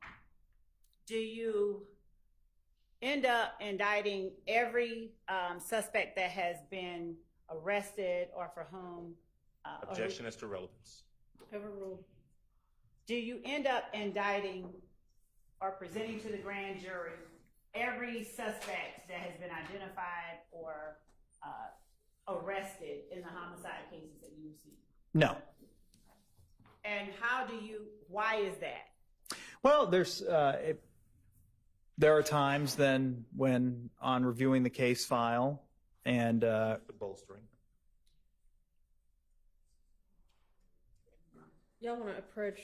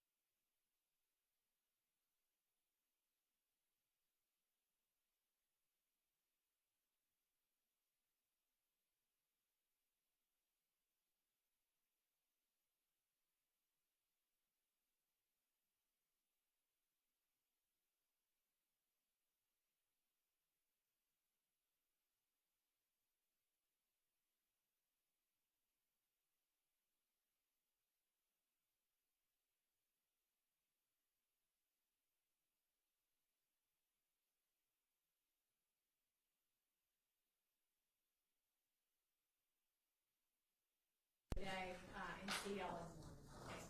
Okay. Same instructions that y'all have been under for the entire time. 9 o'clock, Your Honor? See them at 9. See y'all earlier, but we're not quite right.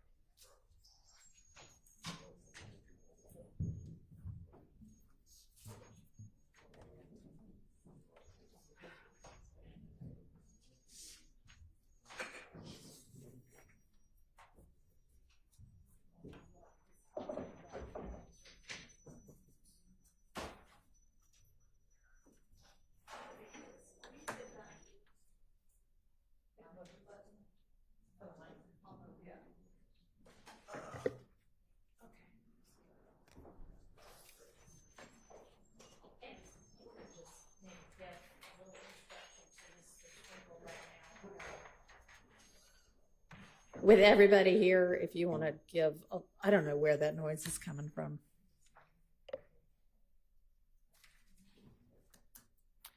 A little instruction to Mr. Sprinkle is to.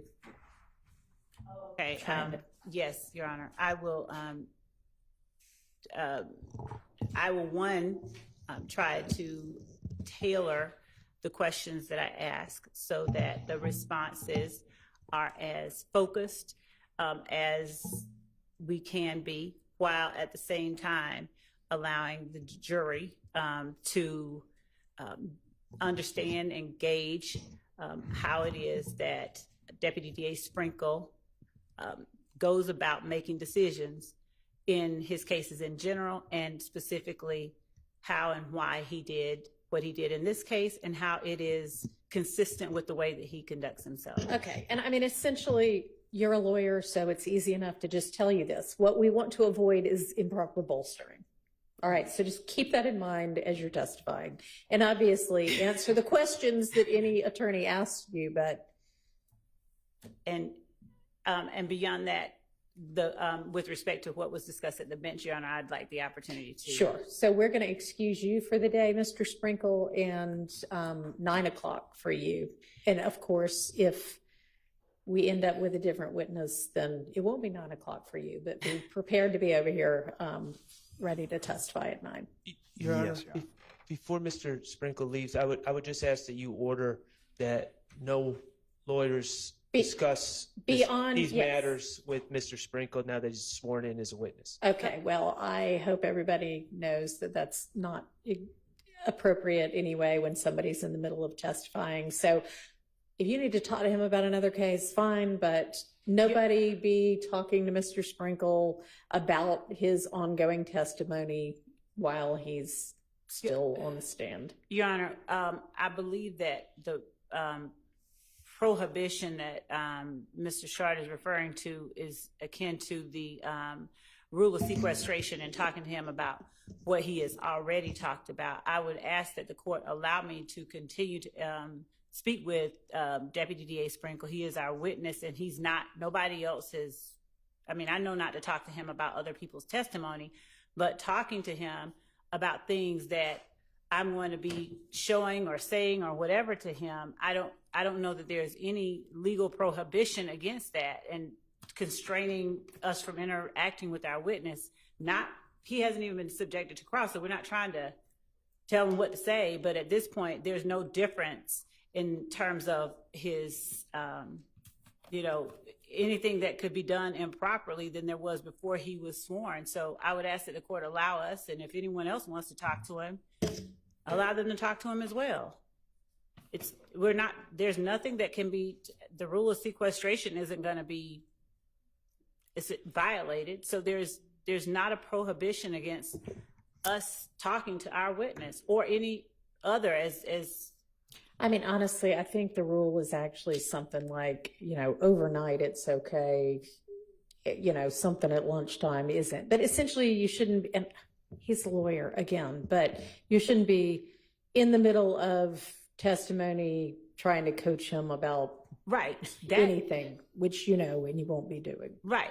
But speaking to him about, or asking him about, or showing him evidence that we're going to be doing, or we have, like I said, there's nothing that to coach him about it. I've just started on the examination, and I don't have any opposition to anybody speaking to him. I don't know if they've done it or not, but there's nothing improper that could be even done at this point with this witness, just because he has started his testimony. And I would ask that the court allow us to continue to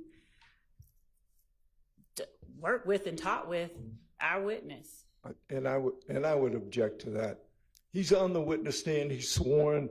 That's every opportunity to talk to the witness about his ongoing testimony. If you hadn't talked to him about what you're going to show him before now, it's too damn late, number one. All right, Mr. Harvey, you keep talking to opposing counsel, and as you know, practicing law for as long as you have, you're supposed to talk through the court, okay? So can you please try to do that?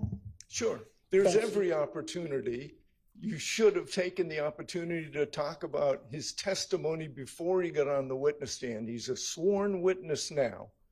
And the case is Perry versus Leak. It's a United States Supreme Court case in which the government said that a defendant's lawyer can't talk to his own client overnight because it was improper to talk to a witness while the witness was on the witness stand.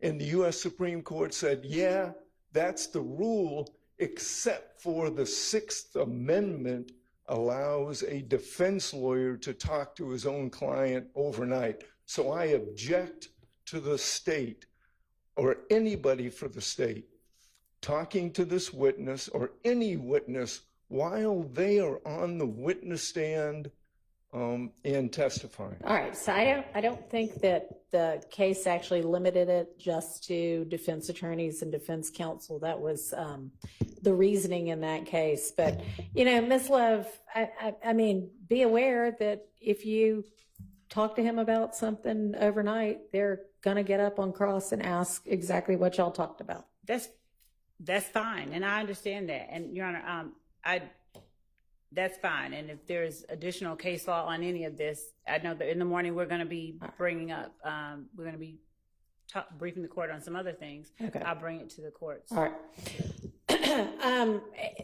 Thank you, Mr. Sprinkle. That actually reminds me, so when Ms. Smith was on the stand, and I may have heard it wrong, but I think that she said that, you know, of course I know this because the trial's been on, you know, live stream. Can everybody please tell or remind anybody that you think might be a witness in this trial to not be watching the live stream before they have testified, to not talk to any witness who has already testified about their testimony, and to not, once they themselves have testified, talk to any other potential witness about what they testified to. Y'all all know that, but not every lay person knows that. So just remind all of your potential witnesses not to be doing that. Your Honor, I just want to point out that we beg, we admonish, all of that. And I've heard people say, you know, it's everywhere. What am I supposed to? I'm like, turn it off. Correct. But, you know. Yeah, no, I know. I'm just saying, to the extent y'all can try to control that, please do. All right. What else do we need to handle tonight? Or can? I can read. Oh, yes. I'm sorry. Yeah, you're out of here. Thank you for the day. And so, Judge, there was one other. Well, I don't think there's anything I can do about it, though. Now, I'm just going to have to check on the status of our witness who's currently at Grady. But, I mean, I think that I'm not going to speak for the doctor, but there may be a point at which we present something else to the court regarding finding out with more certainty about his Y'all are welcome to do that at any time. Okay, thank you. Your Honor? Yes, sir. Can I, and I could email it to everyone as well, but I have a couple of cases I'd like you to consider so we can just start running in the morning. Vega, VEGA versus State. It's 285 Georgia, 32. It's in Division 3. It's a 2009 case. The cases it relies upon are still cited in 2020 3, and it specifically what we're targeting is where the conduct and the motives of the actor are not matters concerning which the truth must be found, i.e. are irrelevant to the issues on trial, then the information, etc., on which he or she acted shall not be admissible. Only in rare instances will the conduct of an investigating officer need to be explained. Otherwise, hang on just a second. Of course. Sorry, have the deputy going in and out of the jury room, and it looks like some of them are still in there. Go ahead. Only in rare instances will the conduct of an investigating officer need to be explained. Otherwise, it is error to permit an investigating officer to testify under the guise of explaining the officer's conduct to what other persons related to the officer during the investigation. The mere circumstance of an officer's initiation and continuation of an investigation without more is not relevant to the inquiry. And the reason, there's also Leslie, by the way, Leslie versus State. That's 355 Georgia Appeal 244. 355 Georgia Appeal 244. It's in Division 7. It's a 2020 case. It says the exact same thing.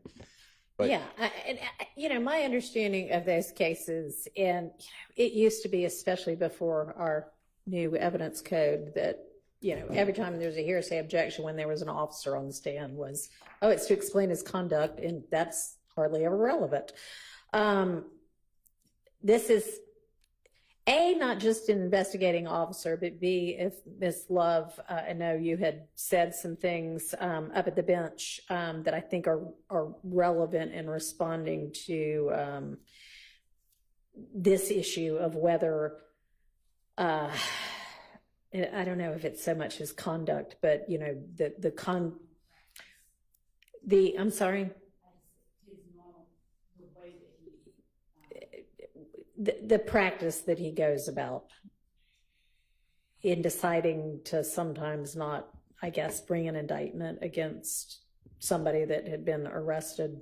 Yes, the decision, the way that he does his job. I mean, yes. I just want the court to appreciate this then.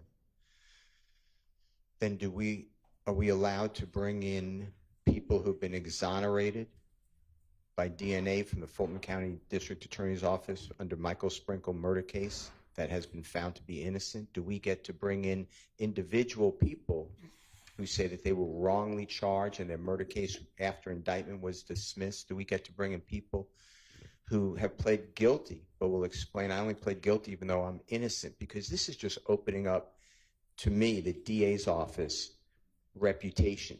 I could put my reputation in this courtroom as well. I could have a lot of people come in and say, I believe beautiful things, but we don't do that. And that's which is why, as you know, up at the bench, I instructed Ms. Love to focus and tailor her questioning so that it focuses on what he did in this case. Okay. I thought we were still talking about okay. And I agree with you. Whatever he did in this case may or may not be relevant, but right now he's talking about, I don't indict everybody that's brought to me. Sometimes law enforcement doesn't do a good job, so I have to pick up the pieces. I don't see why that would do it. I don't know why Ms. Love asked that question anyway, but I mean, it's Ms. Love's case. Well, it's the state's case being led by Ms. Love. But one thing that I think it is, this is not the typical case in that the defense actually in this case has a couple of people, I think, who were once indicted for the murder of Mr. Thomas who no longer are, and we have this other set of people now indicted. And there has been very much suggestion through defense questioning of witnesses thus far, and I don't know, I suspect will be in opening and in closing as well, which is entirely appropriate as a defense counsel to do, but to poke holes in the state's case by saying, these people law enforcement thought it was them, XYZ, and all of a sudden, it's not. So y'all actually have somebody you're pointing to and saying, this is who ought to be being prosecuted, but they're not. And it's because of, I don't know, whatever reasons y'all come up with to argue. But that, I think, takes it out of the general, well, conduct's never relevant, because neither side should be hamstrung in not being able to counter what the one side is saying about the case. So.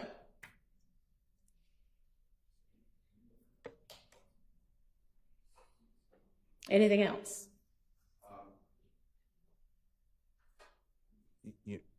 If it's tailored, then we can do it question by question. But right now, it's very broad. Yeah, I agree. And I do not want Mr. Sprinkle sitting up here saying, hey, I'm brilliant, and when I decide, somebody should be prosecuted, it's because I know, or obviously he's not going to do that, but anything like that, because his thoughts about it aren't really relevant. And Your Honor, that is the point that I was actually trying to stay very narrowly focused on, because it's not about his thoughts, but there has been a persistent assertion by way of cross-examination and whatnot,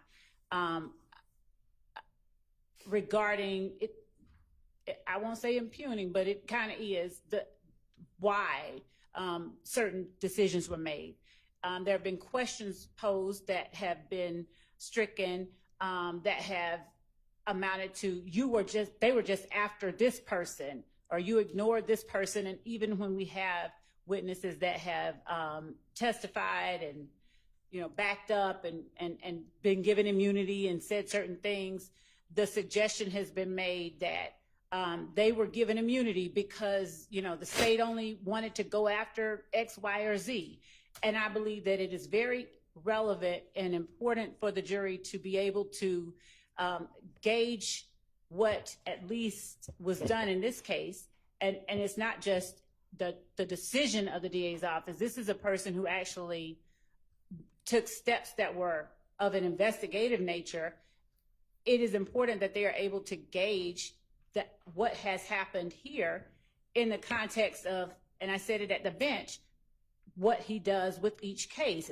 This is not no different. And we did say that we were going to tailor it, and we're going to do exactly as the court allowed, go narrower, and then talk specifically after that, after narrowing it down, generally, is this what you do in each of your cases? So I believe that the court is actually absolutely correct. It would be hamstring the state's ability to put what this person has done in the context of what they do each time, and then have the defense say, well, he just went this extra mile because he was trying to find information. He went looking for these jail calls. He did all this work because he wanted to find something on this person, versus this is just how he treats an unindicted case. And I would like to, of course, present more case law on bolstering, as the court said that we could in the morning, to argue the point. Your Honor, can I just invite the court to observe that, to the extent that the court has been listening to the cross-examination and how we've been not presenting our case, it's not our case. Right. Our defense is that any challenges to the credibility of the investigation or the investigators has always been in the context of this case. Right? It's been challenging what was done in this case, or what was not done in this case. And so we've been narrowly focused on defending the allegations and the investigation of what we thought were improper investigations, or targeting wrong people, or targeting certain people. So I think that's relevant. And what Mr. Sprinkle did in investigating this case, assisting the police in this case, sure, that may, like Mr. Steele said, may or may not be relevant. Right? But for him, again, and I don't want to repeat everything that's been said already, but to have him go on and talk about, well, in this case, hypothetically, I may do this because this is why, and for him to go into explaining about the secure system, and this is what inmates do when they get to the jail, when they're down in booking versus elsewhere, all of that is really not necessary for the jury's consideration. It's just not relevant. And for him to talk about other cases really would be improper bolstering. He's bolstering himself. He's bolstering either the work of the DA's office or investigators, and that's just not proper, unless he's talking about what was done in this case. All right, yes, thank you. I will keep all of that in mind. All right, I will see y'all at, I mean, do we even think 8:45 is going to give us enough time? Let's meet at 8:30 in the morning, because I just can't get enough of all of you. All right, see y'all at 8:30. Y'all have a good evening.